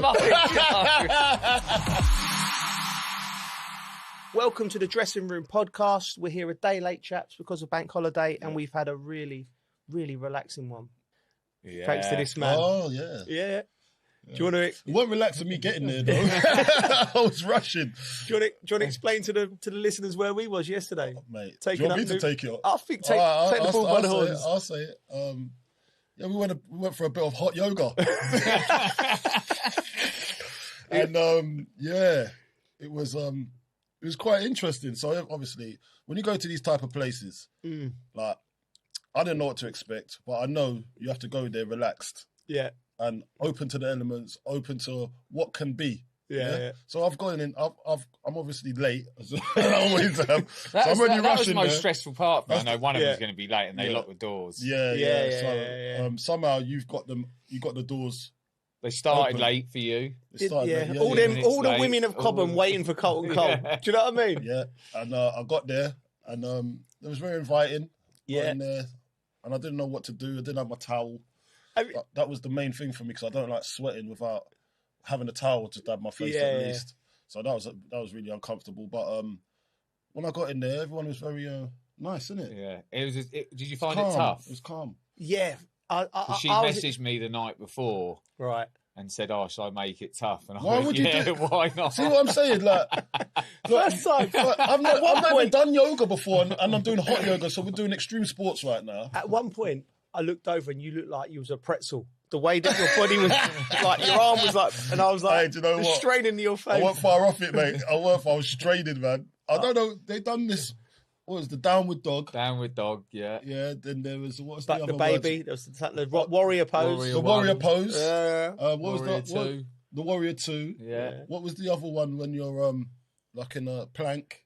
Yeah, that's I've forgotten the And name. then you now. lift up your leg. You go down. Oh, I've forgotten the name of it. And then there's the other one when you got to roll your body up from Yeah. your chin upwards. Yeah. And you get dizzy, so you got to breathe out on the way up. He was Mate, breathing, holding on with breathing. the You were breathing heavily, to be fair. I thought there was a buffalo next to your breathing. Yeah. Oh no, but we had a great time. The best bit's Shavasana at the end, innit? Oh, yeah. Lay down and nice music playing. It's hard work, innit? I told you. What about this geezer though? Like to be Wayne Bridge in Cobham, people calling him a legend at 9:30 in the morning. He had his just to give people the view. We went for a coffee afterwards, and we bumped into Enzo Maresca, and he's seen us three sweating, and he's like, oh, where have you gone? A paddle? We've got hot yoga, and he looks at us like. He was like, that must be a sight. Man, like one big black guy and 2 white guys, and I can see he was looking at me. He's like, "Have you lot influenced this guy here?" I said, "I'm open to try new things, man. This is not my style, but I'm having a little go." It's good. You feel good afterwards, though, don't you do feel good, mate. And we will recommend it to anyone listening if you get a chance. Yeah. But you've done yoga before. I've done yoga before. But if anyone listeners get a chance, go and do hot yoga and write us in and tell us about your experience. You do feel good after. You do, man. What I would advise is to start just doing yoga first. Don't just go into hot yoga, because I didn't know I was getting into. Yeah, it's good, but you need that, because I didn't know what I was doing. And you made it strong. You made it strong for me. It's bang out of order what you done. No, that's all right. Mate, you loved it. That's why you kept on laughing at me. Like, was doing the plank, and then he just kept on looking at me laughing. I couldn't help myself. I was cursing in my head. I was actually cursing. I didn't want to say certain things, but you got to be calm in that situation. Yeah. But we had a great time in there. That was good. But we saw Enzo Maresca. Yeah. And then me and you, we thought, they actually look similar, didn't they? Oh, exactly. So we've got a photo of them together. We've got a photo. We'll put it in there. Yeah, we'll have to get it. He looked cool, by the way. Yeah. He looks like what you're supposed to look like. He had like these loose-fitting light blue jeans on, pair of Gucci t-shirt. Oversized t-shirt. That's what you're supposed to look like. All right, I want to be Enzo Maresca when I grow up. Right, okay. He's a nice guy. He's a nice guy. He's a good guy. I thought he was hard done by. Should we talk about football? People think they're on a yoga podcast here. Right, okay. Right, Arsenal, Bridgie. You was at the game. Yeah, the Grim Reaper for Arsenal turning up again on the sideline. You see this guy, he had his big cloak on on the side of the pitch. Looked like he was dictating what was going on the pitch. You were the Southampton mob, wouldn't you? Yeah, but my dad obviously buzzing, just sat in the director's box, had best mate Luke and Aaron come. And your dad looked amazing, by the way. Oh, he dressed up, waistcoat. He's actually lost loads of weight, and he ended up wearing a suit he ain't wore for about 15 years. Is it? Yeah, and then he had an old and then he had my old Saints tie on. Oh, wicked. Little top hat, walking stick. Oh, mate, he was buzzing. Yeah, absolutely buzzing. And then to trot into the director's box as well with all the big dogs. Yeah. The atmosphere was brilliant, by the way. Yeah. So good. Yeah. Was it? Yeah, it's been the build up to the game down. was wicked. Really? Because I was surprised how it felt. 50 years to the 50 year since they last won the cup. And 50 minutes in between both their goals. Yeah. So 35 and 85 minutes. Oh, my God. Yeah. It's written in the stars for the minute. My mate Luke's obviously fuming because you pulled City out the bag. I know. He's not happy. He's already told me. He's not happy about that. But you've got to beat them to win it. Yeah. So. We're going to talk about Arsenal because, listen, it's the theme of the last 3 months. Every time they lose a game, lose a couple of games, are they bottling it? The quadruple's gone. They're now out of 2 competitions. They play Sporting Lisbon tonight because we're recording this on a Tuesday. Do we think we're at the stage now where it's league or bust? Are they What do you make of what's Saints going on? played well, by the way. They played really well. They did play really well. They did play really well. You know where Arsenal struggled with a long ball? Yeah. Struggled massively. You were saying that, yeah. Mm. But the Just first few long balls, they were in all the time. Really? Just getting in all the time. Yeah. Sorry, but going back to Arsenal, Gabriel limped off, right? They've got a lot of injuries at the moment. They're coming into the most crucial part of the season. We've been in that position, Bridgie, like where you're. What was the crucial things do you think that we had that this Arsenal team haven't quite got yet that they need to show in these next few games? Because the pressure's on. I think the squad, whoever came in, slotted in all right. No matter how many changes there were. Yeah. I mean, sometimes you could change 4 or 5 players. Yeah. And it affects everything. But I always felt like at Chelsea, no matter who you change, everyone just slotted in all right. Well, there was a lot of changes. System. Is that because of the system, or is it? Yeah, but Arteta's very systematic. But it seems to me when he makes changes, there is a drop off. Like you're saying, like Ben White coming in found it difficult. Is that the quality, or is it the understanding of the system for the player that's coming in to replace the player that was already in there? I don't think it's the understanding, because I think Arteta's been saying for 6 years since he's been there, trust the process. And I think you watch them and they're quite rigid the way that they play. I just think when you take certain players, like Declan didn't play at the weekend, I just think he's so influential for what they do. Like, so still, like any great team with a great system, and you can have 20 players at all levels, but there's always 1 or 2 or 3 players scattered within that. That's just the soul of the team. And I think Declan Rice is one of them players. Do you know what I mean? At Chelsea, we were blessed with quality. Like centre halves, we had Gallas, Terry, Carvalho. So one of them was injured. That was, you didn't really miss the other one that much. Although they was all fit. The one player I thought with us that we couldn't quite replace because he was so unique was.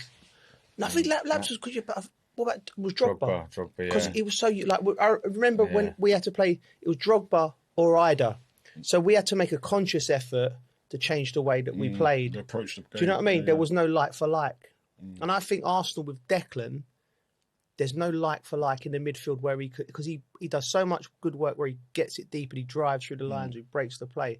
I don't know. I'm trying to think of reasons why they drop off. I think Zubamendi's not been at it as well, and he's been brilliant for them the whole season, I'd say. Yeah, and look, takes a bit of pressure off Declan Rice as well when Zubamendi's at it. But I'd say the last 5 games, maybe Arsenal fans might disagree, but I think Zubamendi's not been at his peak form, and that midfield area they really need that to tick. Yeah, do you know what I mean? Then you've got Odegaard that goes in there as well. He played deeper in that game, right? Yeah, that's what I'm saying. So, like, if they're not at it at the level that they should be, they can't replace Rice. Yeah, because Rice is at least. And I saw something the other day as well about how influential he is, but there was something saying that he's a bit too emotional as well, Rice. You're right. Okay. Because when it's not going his way or going the team's way, he'll get too emotionally involved rather than keep his head. And I think there's a thing in that as well where they need to do it. He has to omit calmness. Do you know what I mean? Yeah, but he can't be something he's not, Coley. Well, he's not been a winner yet. That's what I'm trying to say. So that's what they're depending on. But he doesn't know how to navigate that just yet. That's why they need to get silverware over the line so they know how to navigate for the future. They've just missed 2 big opportunities to get silverware. Yeah. I know they're still in the running for the 2. Yeah. But for their experience sake, they need to get some type of silverware over the line because that will create positivity when it comes to the squeaky bum time. They'll know how to navigate when the going gets tough, but they haven't been there yet. They've not gone to those trenches yet. It's almost like a trauma thing, isn't it? Like every year for the last 3 years, they've got to this stage. All of the media's on them, and saying they haven't got it. I think they listen to media as well too much. All right, so here's my next question: What if you're Mikel Arteta and you're coming? How do you approach these next few games? What in terms of forget the tactics, or forget. What are you saying on Monday morning? How are you setting the tone with your coaching staff with everything? Because do you remember the cup final we went to and Mikel Arteta made the Arsenal players stay and watch Man City the whole way? Like it was a very performative. Do you know what I mean? Like because he's thinking to himself, you know, this is going to be a thing. Like we'll look back in 3 months, we'll win the league and go, remember when we watched them up? That one motivated them. So he's obviously thinking of things, Mikel Arteta. But what would you do, Bridgie, in that situation as a manager? I think you've just got to try and get them mentally right, playing relaxed, and like Arsenal fans, right? Right. They're going to do the quadruple, right? Now they're out of that. Some treble. of them stressing. Yeah. Now they might bottle the league. Right. So the players could be thinking the same. So as a manager, one, you've just got to get back to winning ways. You just got to get them mentally right, training right. Yeah. And if you play with any kind of fear or worry, it just affects your game. Do you think his face I look at Arteta, I look at managers, I think he looks concerned, worried, like he's like, you know, like he looks gaunt at the moment. Do you know what I mean? Like you look at, and when you've seen players like, I think managers that's managers, mate. That's managers.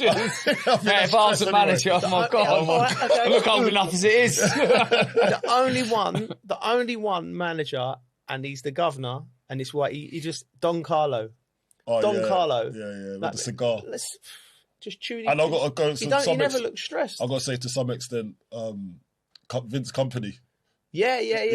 He looks unstressed. But going back to what you're saying, Arteta, he's the one that's he's steering the ship. Yeah. Right? So he's the one. The buck stops with him.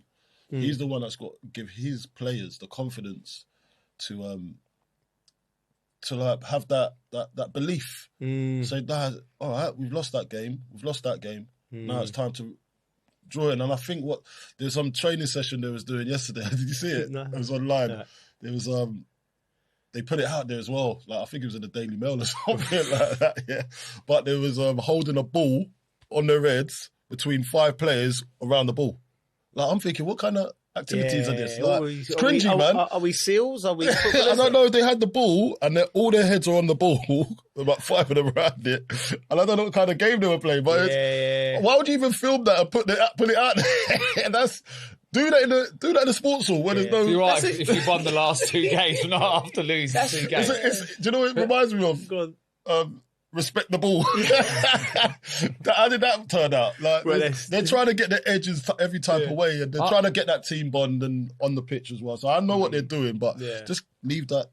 Stop doing it for the media. Do it for yourselves. I can't see him losing the league. I can't see him losing. I can't see him losing. I can't see it, but mate, if it is, I've never been so wrong. I've set him a couple of times. You've said this, I said it. Yeah. Bournemouth for a few times. So it's a tough game. Yeah. If they win it, I'll probably say it's done. Yeah, I still think they win the league. I do as well. Just a quick one before we wrap up on Arsenal. Southampton winning, your old club, Bridgie. Does that you said it was a great atmosphere. Does it feel like the magic of the cup was back there? Oh yeah, 100%. Yeah. It was brilliant, especially the 50 years since they last won it. Where did you go afterwards when you was with all the boys and your dad playing darts? Oh yeah, we were singing songs to you, weren't we, down the phone? You could hear my dad the most, couldn't you? Yeah. We ended up back at my sister's house. Right. The husband's got little pool table and dartboard and that, so we were up for a few hours. The governor of Winchester. Weren't we? Yeah. The governor of Southampton Winchester, fans are happy. Then the FA Cup's mate, back. buzzing. They've been on fire as well. They haven't lost in Have you got the keys to the city over there? No, Matt the Tizaz, me. Matt the Tizaz. You should have, mate. You promote that place properly, mate. But yeah, Southampton are massively thinking they can go all the way here. Because they have to come up to Manchester City. They have to get. Is it away to Manchester City? That's Wembley. Yeah. Oh, is that Wembley? Yeah. So okay. We'll get out. Yeah, so it's a one-off game. Yeah. So you never know, you know. Yeah, that's what you do. Never know. Mickey have his suit on. Anyway, we're going to move on. Going? I don't know yet. Maybe. It's on both your teams. He'd be working. I'm working on getting him a job. I'll get me a ticket then. He actually made a phone call yesterday trying to get me a job. Is it? I only told him I want to do it. Man City versus Southampton. Yeah, that Played makes for sense. both clubs. Yeah, that makes sense. Yeah, bringing him in. Yeah. Tells after his commission. I said, no, I'll take that. I'll set this up. Right, here we go. Right, moving on. We got Liverpool now. It was a drubbing. When you consider they were the 2 teams at the top for so long, they looked like a gulf apart. Man City fans were singing "You're Getting Sacked" in the morning. With Xabi Alonso available, You know, and which I found interesting, the murmurings from the Liverpool fans are like, let's get him in now and all that. Liverpool fans, I feel, always stick with their managers through thick and thin, and they're quite loyal like that. But I think the lure of Xabi Alonso being available is making them. What do you think on Slot? It's a hard one, isn't it? Because he's won the league with them, but that's on the back of a Klopp team. And he's ridden that wave because they was in that wave. And I always go back to they go in the summer. Yeah. They go on holiday, come back to bad news on tragedy. Tragedy, yeah. Diogo Jota, one of their teammates, one of their highly respected teammates in the dressing room as well. That drama can carry on for you don't know. Yeah, and there's nobody out there that can say how to deal with that as a team. And I always say, and then on top of that, I don't think they went into the season prepared with the style of play that he wanted to employ, because you got to understand Isak's fiasco as well. That was a painstaking, wasn't it? It was like, is he coming? Is he not? And that's going to be your main striker, and that's left till the last part of the window until the deal got done. Yeah. Then you had Ekitike that had come in and he was doing well, so that was papering over the cracks. But really and truly, when you look at the whole scenario, it's just not a great start to a season. And plus, they didn't address the defending positions. Yeah. You know, there was Mark Gahey, they was trying to get him, couldn't get him. And then it just went too long. That they didn't cover the positions that they needed to cover. Plus, they haven't even dealt with the Mo Salah situation as well. Yeah. So there's just so much stuff going on. And then on top of that, Slot has to... I've heard rumours, not rumours, but people say amongst the fans as well that he doesn't know what he's doing tactically. So some of the substitutions that he's making, some of the tactical elements of his formations when he wants to try and tweak things, he's not doing the right things. Yeah. And you know how Liverpool fans are. They know that they can suss out a fraud quick. You know what I mean? So I think that all of that culminating to one, it's just a mess for this season. It might, and the signings hasn't set the world alight as well. Some of the top signings, they ain't done nothing really of note. So, and I do like Wirtz, by the way, but I think he's got more to come. But Ekitike's done well as well, so give him that. But there's a few of them that haven't. And and even the other players as well. Yeah, there's you know, they've been underperforming. Yeah, you know, like players like Kirk, he's been the best player. Kirk's coming into the side from that Bournemouth side where he looked phenomenal. He hasn't hit the ground running. When you break it down like that, it's like you're in real time. You're doing an appraisal on why it's gone wrong. You can see it all, right? So. So I agree with everything you said. Liverpool fans don't want to hear that. But I agree with everything you said. It's the reason. You summed it up nicely, to be fair. As to why it's gone wrong. The balance in the midfield, he's trying to get Wirtz in as well. I wouldn't put anything on top of that other than, you know, I just think Liverpool as a football club and the way that they operate, and I think, don't bite the bullet on Arne Slot yet. Give him an opportunity for start of next season. Even though Xabi Alonso's there, let him go. Out of his hand, the Diogo Jota tragedy's out of his hands. Yeah, didn't even think about that. Yeah, what impact that might have on players. Well, exactly. You know, I mean, nothing like that ever happened to us, thankfully enough. But you know, you can't think for yourself as one of your mates because you're so close as a bond when you're a team. Yeah. Like. It's like I don't understand. Everyone goes to work and they have work colleagues, and obviously they have close friendships and that. But when you're a team and you're being a football team, I think it's more than a family because you know you depend on each other. You're going to war for each other every 3-4 days. You feel like the whole world's against you. You like when it's an unbreakable bond. It's like a bond you got at the time, and then for one day one of your mates not to be there. Like traumatic. that. It's traumatic. And then it's sort of because like football, we all know how important football is, right? But in the scheme of things, it really is not, is it? Right? When life and death and things like that are happening. But to be able to go to war and put your body on the line, you as a group have to think that you're the center of the universe and you're going to go to war. And we've seen players get injured. We can see players get injured and you go through things, right? So, but then when something actual, real happens, like it's very difficult then to have the same, come on, because you need to push yourself to that extra 10%. So I feel that's been, if that's the one thing above all the other things that you listed, the Jota thing, I think they need to grieve, like, and go they haven't away. had time. I think and people have not just really been going to work like normal. People say it, but they don't really think it through for what it is, and that's exactly what it is. So I think. But fans, this is why I was going back to the fans now. The fans, they got time for that. Yeah. Fans, it moves on quickly. Do you know what I mean? Yeah. The people that's effective, they can't forget about it. It's just the way it is. Yeah. And then I said all the other stuff as well. On top of that, it's just piled the pressure on. And Slot, he'll probably never ever have to deal with something like this ever again. And there's other managers out there that has never dealt with it. And who tells someone like that how to navigate and be around a big football club like that and still trying to please the fans, try and make sure that his players are happy. Yeah. It's a hard task. It's definitely a confidence thing. Top of that, definitely. There's this thing that I always look at, like with managers, like great managers. When a great manager leaves a football club, the next manager that comes in, it's hard. It's a hard job. Like you've got to be something else, like to live up to people's expectations.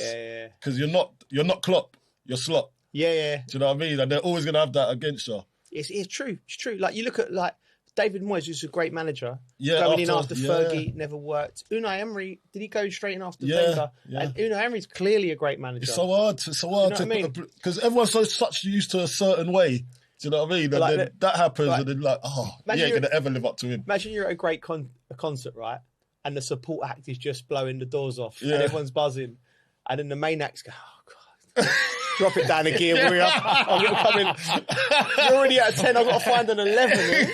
You've got to find a different level. That was like when we watched Streets and Kasabian.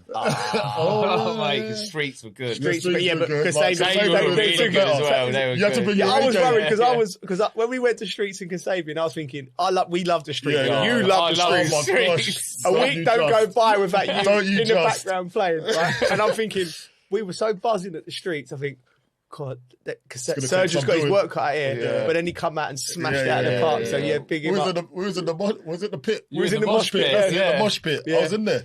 Only on this podcast can you go from serious talk to mosh pit in 2 sentences.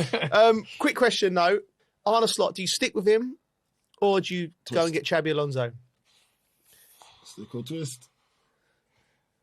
I don't. Do you know what? I don't know. Part of me's like, it's got to come down to players, and he's got to be able to give them the confidence and a boost. I feel like the confidence affects players a lot when they're playing. Yeah. I think they need a few good results. I don't know, mate, honestly. Yeah. I feel bad. A new manager coming in might give them a new lease of life. Do you know what I mean? It's harsh, isn't it? But that's the world you live in with football now. I think it's harsh on him. Yeah. But it's business. Yeah. I think it's harsh. But it's business because... I think you could get Alonso and they could be flying, mate. Yeah. I think the players need a change. I think the players need a change because obviously this traumatic event what we're talking about, I think they just need a new scenery.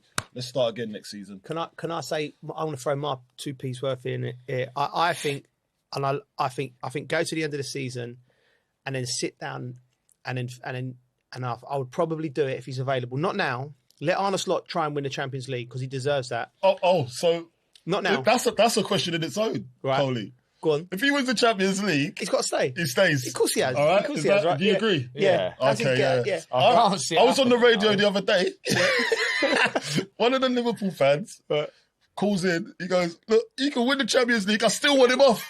I said, "Mate, there would have been 2 trophies, 2 major trophies in 2 years. Yeah. You got Premier League and you got Champions League. What else do you want?" He'll be like, "Nah, I don't like him. Really? Gotta go." Mate, it's because they watch the football week in, week out, though. It's because they've got people like him winding them up on the airwaves. I'm not winding them up. Yeah, you know what? You got to take your hat off to fans, honestly. Like, I'll go and watch my kids play football, and when they lose, it ruins my weekend. Yeah. I'm like, these are paying money to go and watch every weekend. Imagine paying to go home miserable. He made the.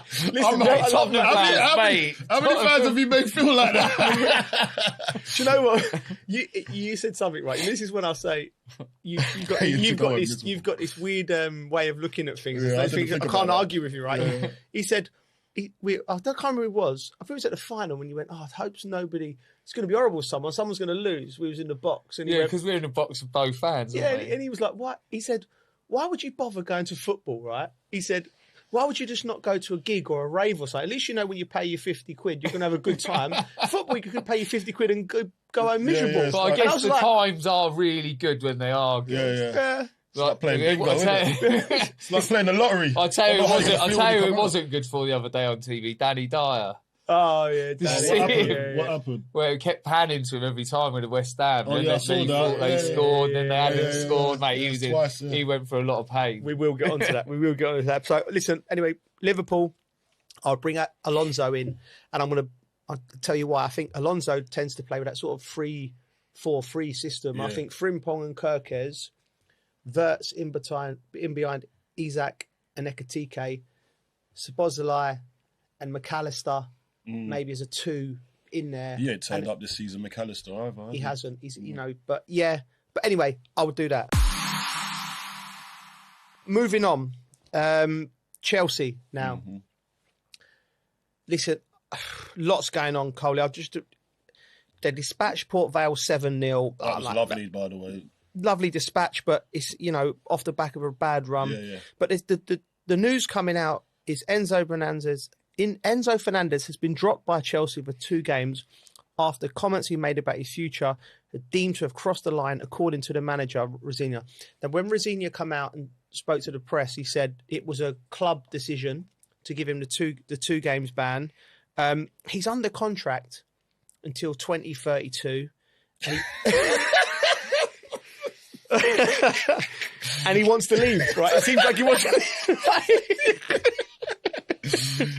That's funny in itself. Yeah, man, isn't it? Right. While he was talking, I was thinking his contract's up at the end of the season. Yeah. But 2032. So it's on us, right, as ex-footballers, to like try and give the fans a perspective, the listeners, to give a perspective of did he cross the line? Is his punishment fair? What are Chelsea thinking? So first of all, I think Enzo Fernandez is a great footballer. He's a great footballer. And when he's on the pitch, Chelsea are a better team. And he's clearly, when he signed for the club, he would have been clearly sold this dream. We're going to go back to the top. It's Chelsea Football Club. It's global. He's thinking to himself, fantastic, 100 million player from Benfica. I'm at the big league. And he's been there 2.5 years now. He's probably looking around and he's playing with young players, not really competing with your Arsenals, your Man Cities. And he's probably thinking, he signed this 8-year contract of what he signed, which Chelsea, and he's probably thinking, this ain't happening for me. And it's a short career as a footballer. So I think between him and his agent, they've decided they want to get out. Now they have to, these agents probably encouraging him to say these things in the press, because what it does, it destabilizes the club. But like you said, when you've got a year or 2 years left, you'll hold the power in the contract because you are a valuable asset. So the club's perspective is, right, we've given all these players these long-term contracts. We've had some where we've given it to Mikhailo Mudryk, who's had the drugs thing, can't get him off the books, paying him a lot of money. So that's a negative for giving him a long-term contract. Your Cole Palmers, your Enzos, you give them a long-term contract and it secures the value on the asset. But now you come to where the rubber hits the road, where, Enzo, you got him for another 4 or 5 years, so he's secured, but you're going to have an unhappy player for 4 or 5 years. So this is where I think the ownership group, they don't have anyone in that group who's been a top player, who understands the mindset, understands all the intricacies. You can say it. Intricacies. Yeah, and So when they've come to this place, they've all sat around and probably gone, right, how do we deal with this? Because this can't go on. He can't be saying he wants to leave every 5 minutes. So they've gone, right, we're going to ban him for 2 games. And one of the games is the Man City game, right? So, I mean, if there's someone in the room, you need to preempt this type of stuff because you can't just be banning players for talking about their opinions. If he wants to leave... Surely they would have had a chat with each other before they decided to ban him for 2 games. They said it was a club decision, so for that means it's the owners, maybe the board, maybe the directors of football. So how's this one such a big deal and Cucurella's one not? Good point. I think with the Cucurella point, I think Enzo's done it before. I think there's been some something like misdemeanors previous. He's got previous. This guy, every time he goes away on international, I bet. Yeah. But the thing is, you have a little breather. You have a breather. I don't know, man. I think it's pretty much. Listen, you're not. If you're sitting there going, I'd like to go and live in Real Madrid. No, Madrid. Mate, it could be Rayo Vallecano. By the way, it don't have to be Real Madrid. It could be Getafe. That's in Madrid. Yeah. So it could be these other teams. You might not just say, I want to go to Real. It could be Atletico. You know what I mean? It ain't Chelsea. You know that. You know what I mean? Chelsea ain't in Madrid. That's true. That's true. Right? So far from it. Right? So the question's here: did he cross the line? You just shouldn't come out and do it, should you? Really? You shouldn't come out and do it. But if you're thinking, I wouldn't mind to live in Madrid, but he's saying it was. He was saying it was innocent. Like says, the weather reminds me of home. Yeah, but that's just that's the lyrics. That's the lyrics he's coming out with. Yeah, you know what you're saying. Well, if that's the case, then I would say, listen, Enzo, you need to come out.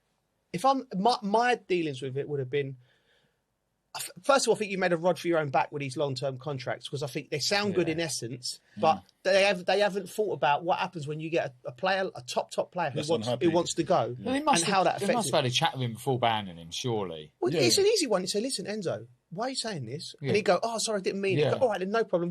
What about this statement saying you're committed to Chelsea for the next 4 or 5 years and you're not interested in leaving no matter where, you know what I mean? Yeah. And then you go, all right, but that would have been the first move. Then if he says no, then you know he's not said it accidentally. And you go, all right, this is where we're at.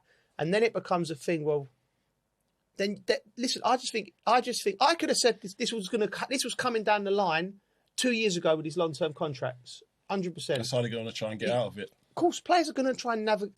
We see Isak in the summer. I just, if you're going to do it, fine him. Yeah. Don't ban him for 2 games if he's a player that's going to play. You're hurting yourself and still really. give you everything. Because no matter what, whenever you go on the pitch, you're still going to give everything. You're never going to go out there and not give everything, are you? Yeah. We would think that. I'm assuming Enzo is that type of character.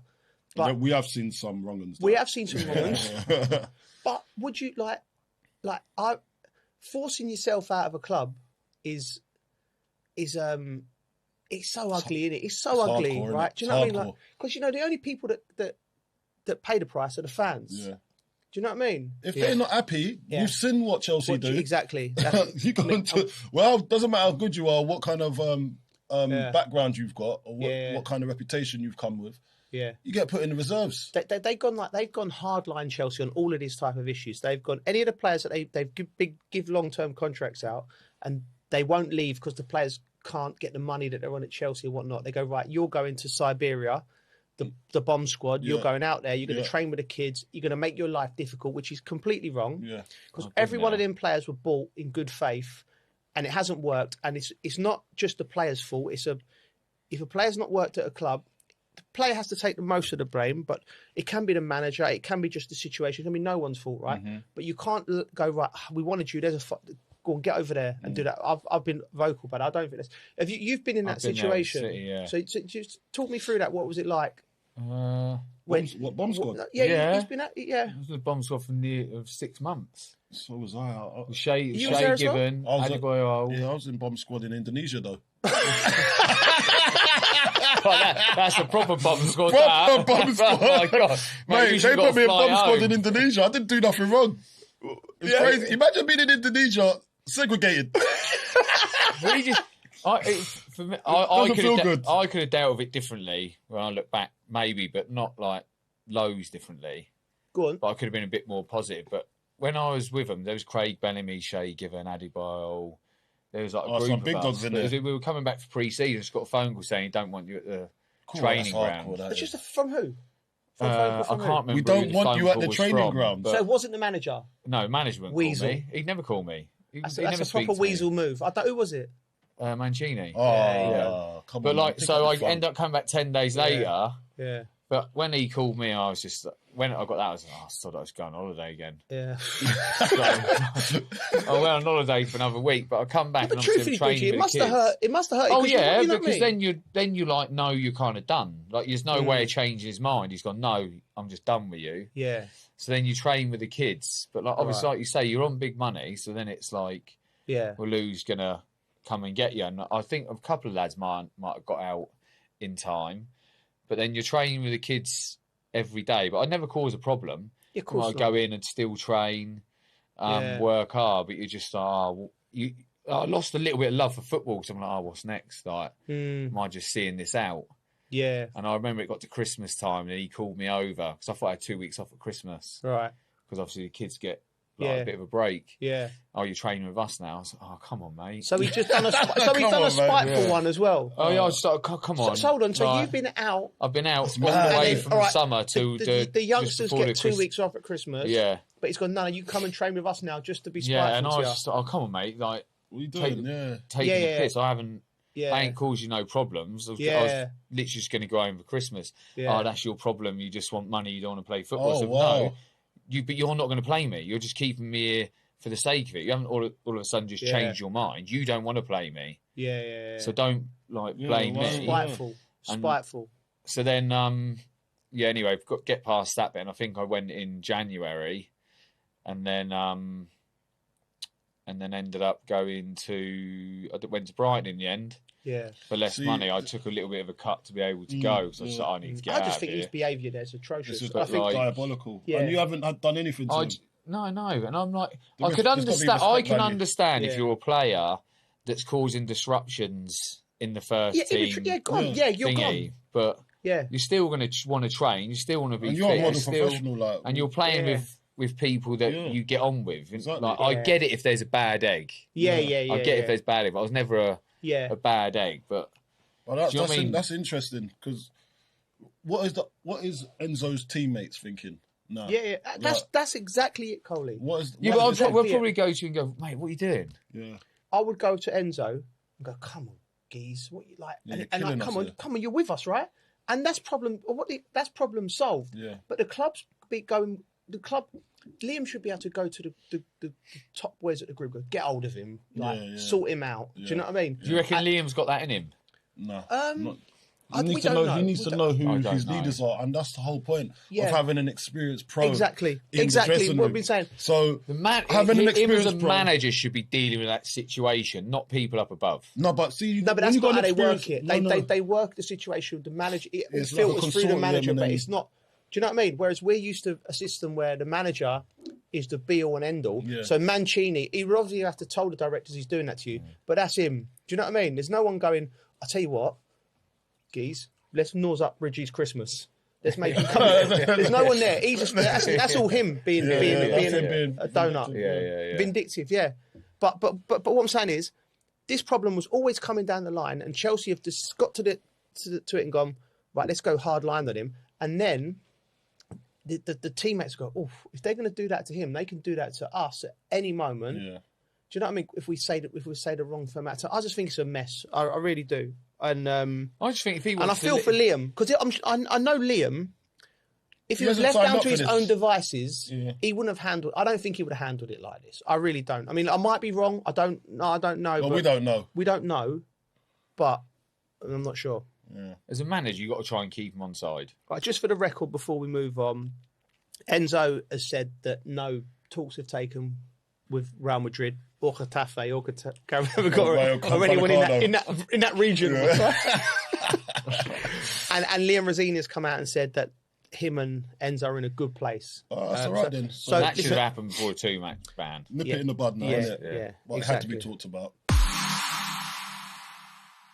We're going to go over to West Ham in a minute. I did the game. It was a brilliant game. But before that, we're going to go with England. We've done our England 11s last week. And there's some comments from people. Here we go.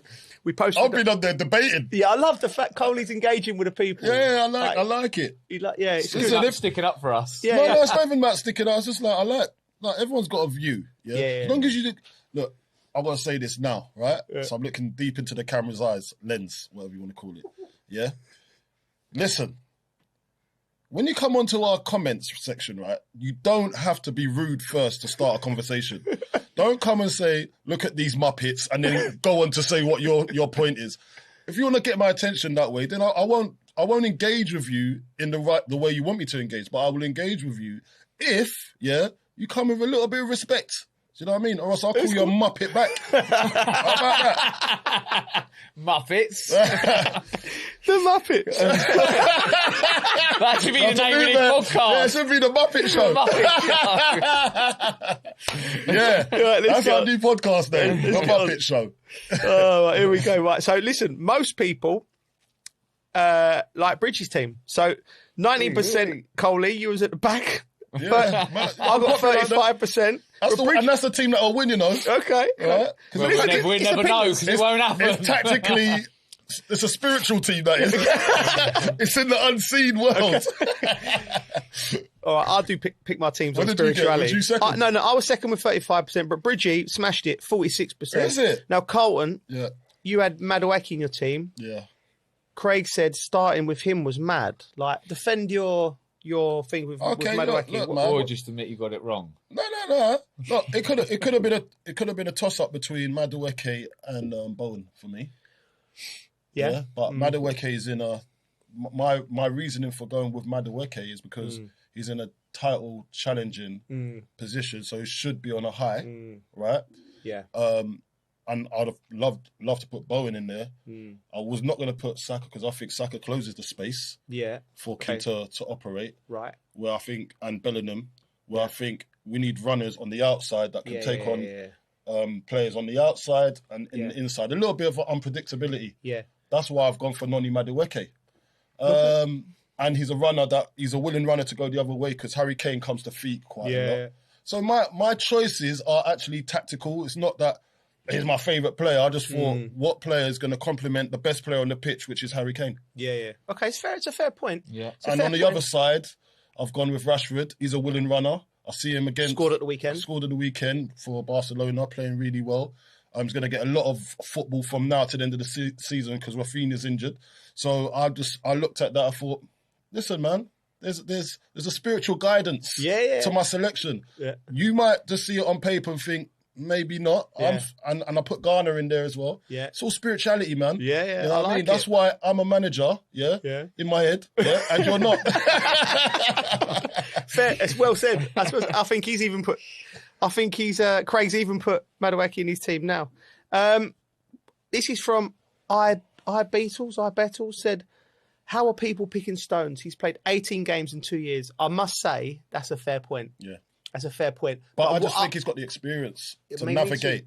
Me too. I think what people don't underestimate is in these tournaments and these situations, having somebody who knows what they're doing at the back. You know, next Mark Gurhey is the number one centre half, but he's not played in a tournament, right? But not regular. Not the level main guy. That, like looking around, he's always had Stones with him or Maguire. Even club level. Yeah. Do you know what I mean? Club level. Stones has been there, done it, tried it, tested, won things as well. And they would have trained together. Yeah, consistently for 6 months. So all these things come. We don't just throw these things. People, we come with receipts. Right. This is from Chris. This isn't necessarily. It's about Bridgie, but it's not necessarily. What is it? Is it? Bridgie is so anti-Arsenal. It seems like a fair comment to me. What is it with Arsenal, mate? It's quite a fair comment, isn't it? Do you know what it is? I've met quite a lot of Arsenal fans over the last few years. And their bells. No. The actual, these ones are all right. They're all right. It's just, when, you've played against them a few times, you get abused a lot. And then just all of a sudden, you don't like some of the players you play against. And all of a sudden, you just do you know what? Name names. Name names. Like, just when that Chelsea Arsenal Ivory, like he's actually right a buoy, but he used to do my head. He used to do my head in to play against. It's like Gary Neville. I like Gary. He used to do my head in to play against. Okay, so it's left a bit of sour taste in your mouth. It's you know what I mean. I don't really hate. I reckon you'd like a buoy on a night out. I reckon you would. I don't really hate them. No. I kind of just dislike them a little bit, and I like it when they lose. Okay. So you don't like them then? Mate, they're good. You're happy when they're miserable. Yeah, but it's just certain things in your life, and you just, but like, there's like if they went and won the league, I'd actually be happy for the people that I like. That we love. Arsenal, the people we love would be happy. But everyone else, I won't be happy for. Okay, that's what I mean. We've got a guy that follows us, and he's quite vocal. I didn't know Marlon King was an Arsenal fan. Really? Ex-Watford striker. Okay. James Puentes as well. He follows us religiously, but he's an Arsenal fan. But they're reasonable Arsenal fans. Right, okay. We've got Simon Swifty. Right, okay. Simon James, my mate, Arsenal fan. Very unreasonable fan. So this is why I do it, for fans like him and get under his skin. And I don't think it's a hate thing either. Do you know what there's something about them? They always celebrate and they're always texting. And it's their season, they're going to win this. Digitally active. So early. Yeah, they're digitally. So early than any other team I can think of. They go. So then I'm just like, I'm just going to see you eat these words. You know what I mean? Listen, they got to win something. Banter is funny. They got to win something. They're going to win the league. Time will tell. So what else have we got on there? Time will tell. No, that's pretty much it. Like, so, like, well, we're gonna. You was getting the Cristiano Ronaldo one last week. This is weird to me, right? I don't even remember. I said something about Cristiano Ronaldo. But you said there's if you say something bad about Cristiano Ronaldo, mate, there's a tribe got all that these come little after you. Minions that bounce on and do all that. You said something about him, and someone came for me about it. Yeah, that's true. I don't you know. just dropping bombs, and you don't even read it. That's the worst thing. Yeah, he don't read it. Yeah, so stop coming on our page. Look it for him because he doesn't care. Carlton reads it all the time. Go for Carlton. Yeah, come for me. Like, I don't mind bouncing back and forth with you. Lot. Yeah, I just found it weird. Like, anyway, Cristiano. You know, I don't mind him. He's all right. Leave me alone. I think a lot of these people as well sometimes, you know, like they see it and they think of a reply straight away rather than slow it down. And think, It's all about it. Just chill out a bit. Chill out. And then write something if you really want to. Really? Oh, they've gone boom, straight in two-footed. Didn't see it, anyone. Yeah, don't even see it. So there you go. I'm seeing. I'm hurting. Coley's my guy. Yeah, I'm going to start sending them all to you. Okay. Thanks, mate. No, my mates do that. Like, I got, like I got called a Bulgarian lizard once. My mate thought it was brilliant. Lizard. I said something about Liverpool on telly they didn't like. The geezer, it was quite funny actually. He went, look at him, he looks like a Bulgarian lizard. I don't even know what a Bulgarian lizard looks like. But there you go, we're moving on. We do now. Yeah. Right, moving on. West Ham, I was there. Can I say, Colton, what a game. Like, it was a good view. It was, a good view for the mutual.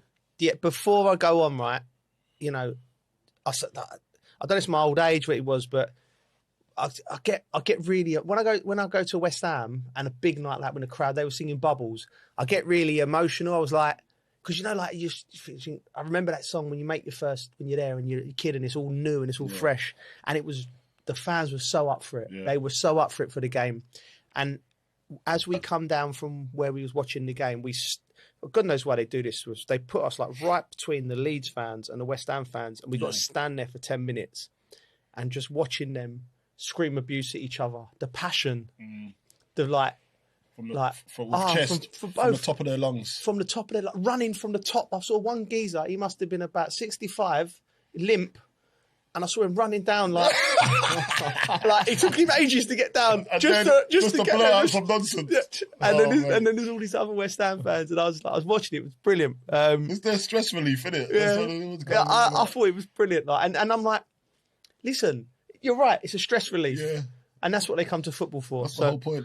But that's what they're paying for. Yeah, that's what they're paying for at the end for West Ham when you see the Leeds fans going absolutely mental. What about the West Ham fans that left 2-0 down? Yeah. When was that, half time? No, it was 2-0 down, just like there was 10 minutes to go, and you know, then they're all creeping out, and then if anyone knows the Olympic Stadium, it's a long way out. Yeah. Right. So it's a little bit there was a portion of them that went out, and then they tried to get back in. The stewards give them you ain't coming in tonight.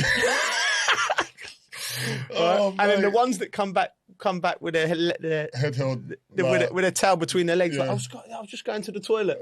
Just going to the toilet. That was Fletch and Ali on commentary, like because we're finding these people coming back into the stadium, and they were going, "Don't leave! Where are you going?"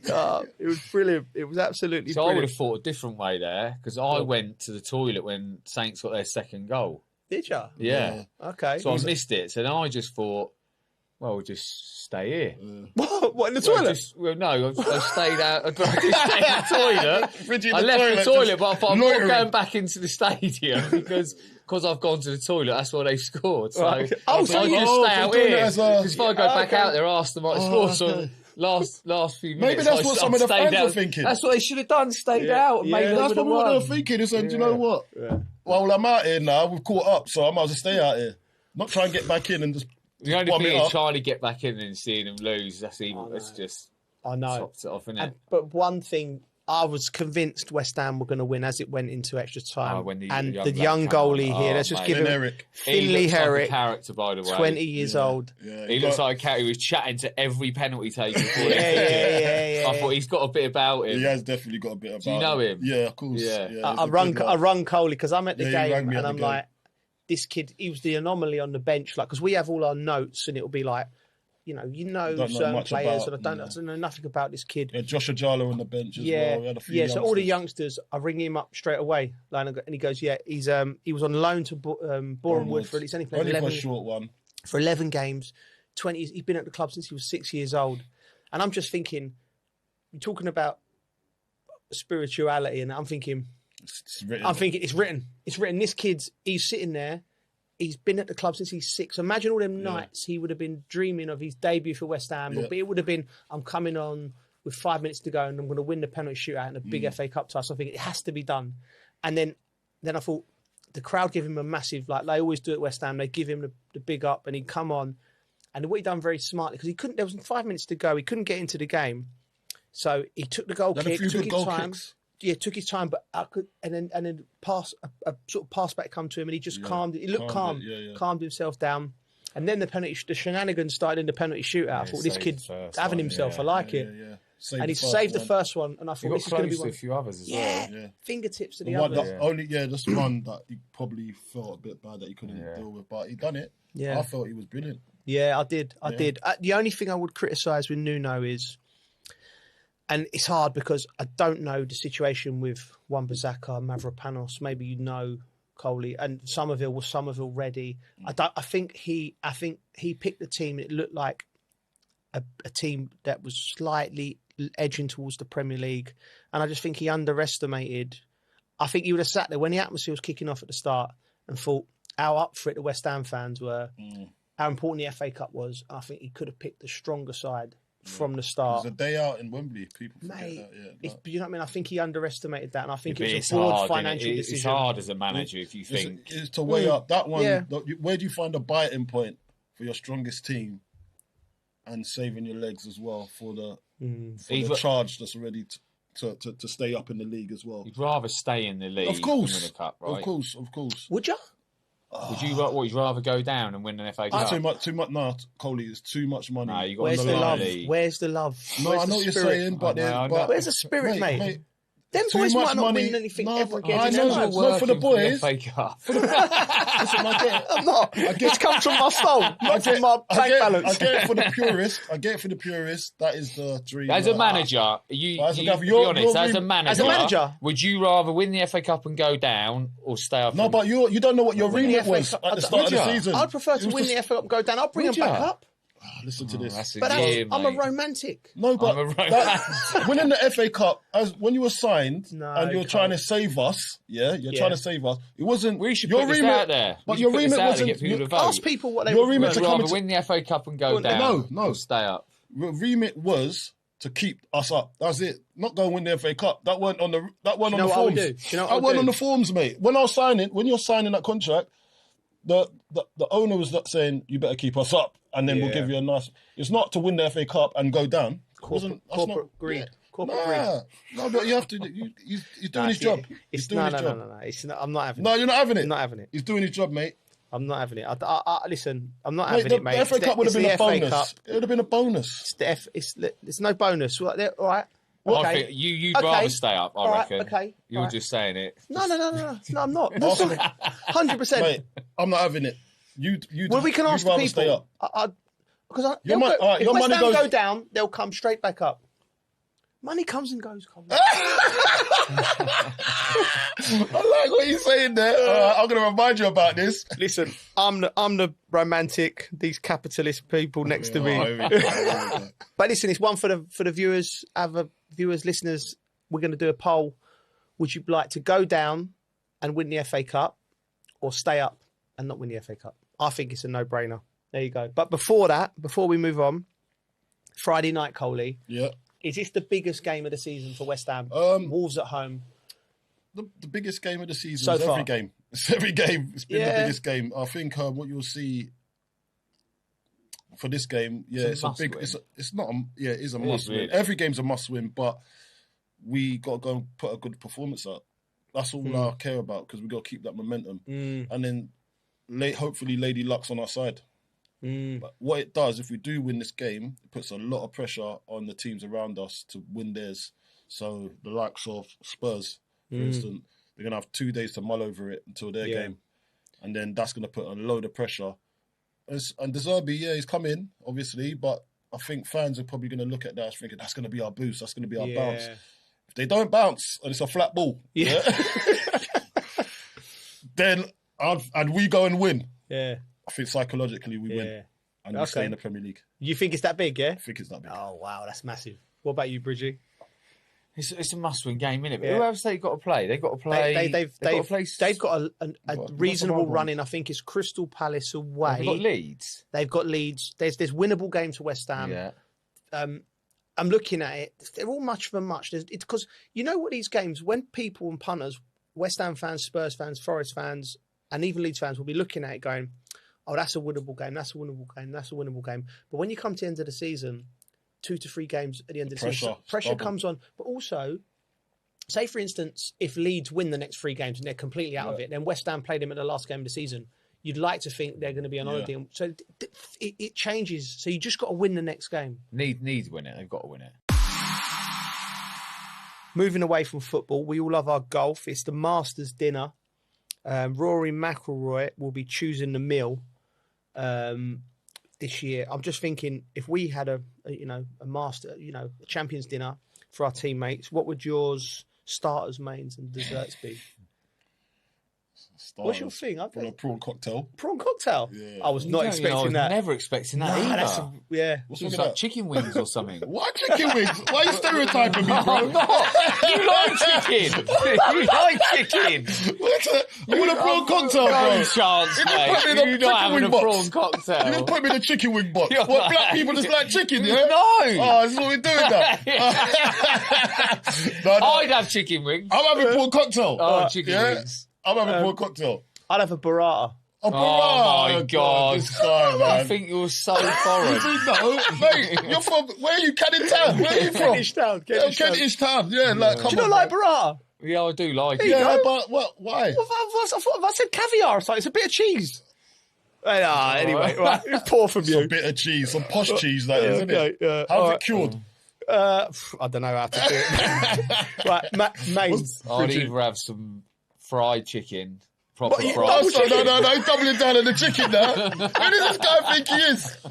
I swear down, this guy. No, I like fried chicken. Fried chicken? Yeah, like proper fried chicken. Yeah, but you can't have cornbread and fried chicken. Just Popeyes. You might as well just go Popeyes. I like chicken. Just say he just wants KFC. No, not KFC. Proper fried chicken. All right, okay. Proper homemade fried chicken. I'm going mains. It's a bit of steak. Yeah. And fritters. Yeah. Okay. Fritters. Steak and chips. Medium rare. Medium. Yeah. Where you going? I am gonna go with fish and chips, but a good one. Yeah, like not haddock or. I like place. cod. I like cod. Okay. Fish chips and mushy peas. Coley. There's a fish called coley. Do you know that? Is there? Yeah, Okay. there's actually. Mate, we need to go and sample that. All right. Okay. I've never heard of a coley. There's a coley fish. Yeah. There's not a coley fish. You can get battered coley fish. I swear down. Really? You think I'm joking? True. Go and search it up. Go search it up. He's still eating. I'm a man of knowledge. I'm a man of knowledge, man. There's coley fish. Never heard of it. I've never COLEY. been to Sainsbury's and seen salmon, trout, coley. I've never seen. It's not in them type of. Not in Sainsbury's. Are rare? Are we rare? It might be in Waitrose. Okay. You know what I mean? This has gone sideways. This No, it's way. not. It's not. Okay, So well. what? You want a bit of So haddock, battered haddock, Cod. cod. Mate, yeah. I like cod. I like cod. Yeah, and but a really good one. There's a great little one in It's one in called the Seashell. I used to go as a kid. So it's in Lesson Green, Edgware Road, just down there by Church Street where I used to live. And I used to go there every Friday night as a kid. So, like, you know what I mean? That's my thing. Anyway, dessert, Bridgie. I think I'll be full up with all chicken. You're going to get chicken for dessert as well. Oh, what chicken do you want on this plate, bro? Oh, I don't know, dessert. I'm not really like a dessert man. Like chicken maybe strippers. like a little Chicken chocolate strippers. eclair or something. You know, the fitter roll towers. The fitter roll towers. Yeah, okay. maybe one of them or something. When you eat, right? When I eat, I eat. Yeah, when I eat, I eat. Yeah. But most things I do, innit? He eats When like I'm doing he's it, bulking. when I'm doing it, I do it. Yeah, type exactly. thing. He eats like he's bulking. Yeah. Training for something. I'm going to go old school. Was it old school cake with custard? Yeah. Okay. So the school, remember the school? Yeah, school cakes. School Yes. cakes. Yeah. The old school sponge cake kind of thing. Yeah. With the sprinkle on top. Yes. Go with that. Love that, mate. I don't mind cheese board, to be fair. Cheese board is good. Until the chicken is consumed. Until the chicken is consumed, he wants a cheese board. Chicken and cheese, Bridgie's sweet as enough. Right, okay. Right. I'd have apple crumble. Apple crumble. Apple crumble. What drink? All right. Okay. This ain't even on the notes, but I'm enjoying this. What drink would you have? Oh, I don't know. I'd struggle to stick with one drink. I'll go for Peroni. You know what I'm into. I'll probably at the moment. one beer. Tequila. Mezcal. Mezcal and ginger ale. Not mezcal. I don't like. It's the only drink. I love it. Smoky tequila. Smoky tequila. For anyone out there, it's just beautiful. Well, that was fun. Right, next week, Carlton's away in Bangkok. Yes, okay. Going to be looking for some train stations out there. Carlton's away days in Bangkok. Will be a bit different to Braintree, but we'll see. Yeah. Okay, right. So, but we got another Premier League great. One of our friends, Ida Good-Johnson, the Iceman. So, if you've got any questions for Ida, email them in to the usual things. A reminder, we drop every Tuesday apart from this week, and you can watch us on YouTube and listen to us wherever you get your podcasts. Please follow us on socials. We'll be back next week, so please like, review and subscribe. I'm on absolute flames today. See you later. Flowing.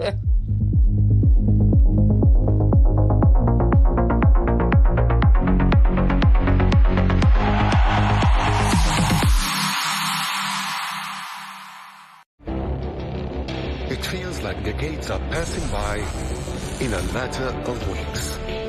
Seismic shifts in the world order. Never, ever will be part of America. With so much happening and so much noise. Whether it's political upheaval, Canada has been ripping us off for years. economic shifts or social movements, And no one wins from tariffs. I think America can be more friendly to the rest of the world. The in-depth analysis and all the latest developments across the globe. To have an inclusive policy together. The meetings with Hamas gave me some hope. We're in another nuclear arms race. the most important development straight to your screen. Welcome to the dressing room. I'm on my own. I need backup. And an insightful look at the issues shaping our world today. It was not going to happen, that war, and it happened. Join us on Arabiya News, where the world talks.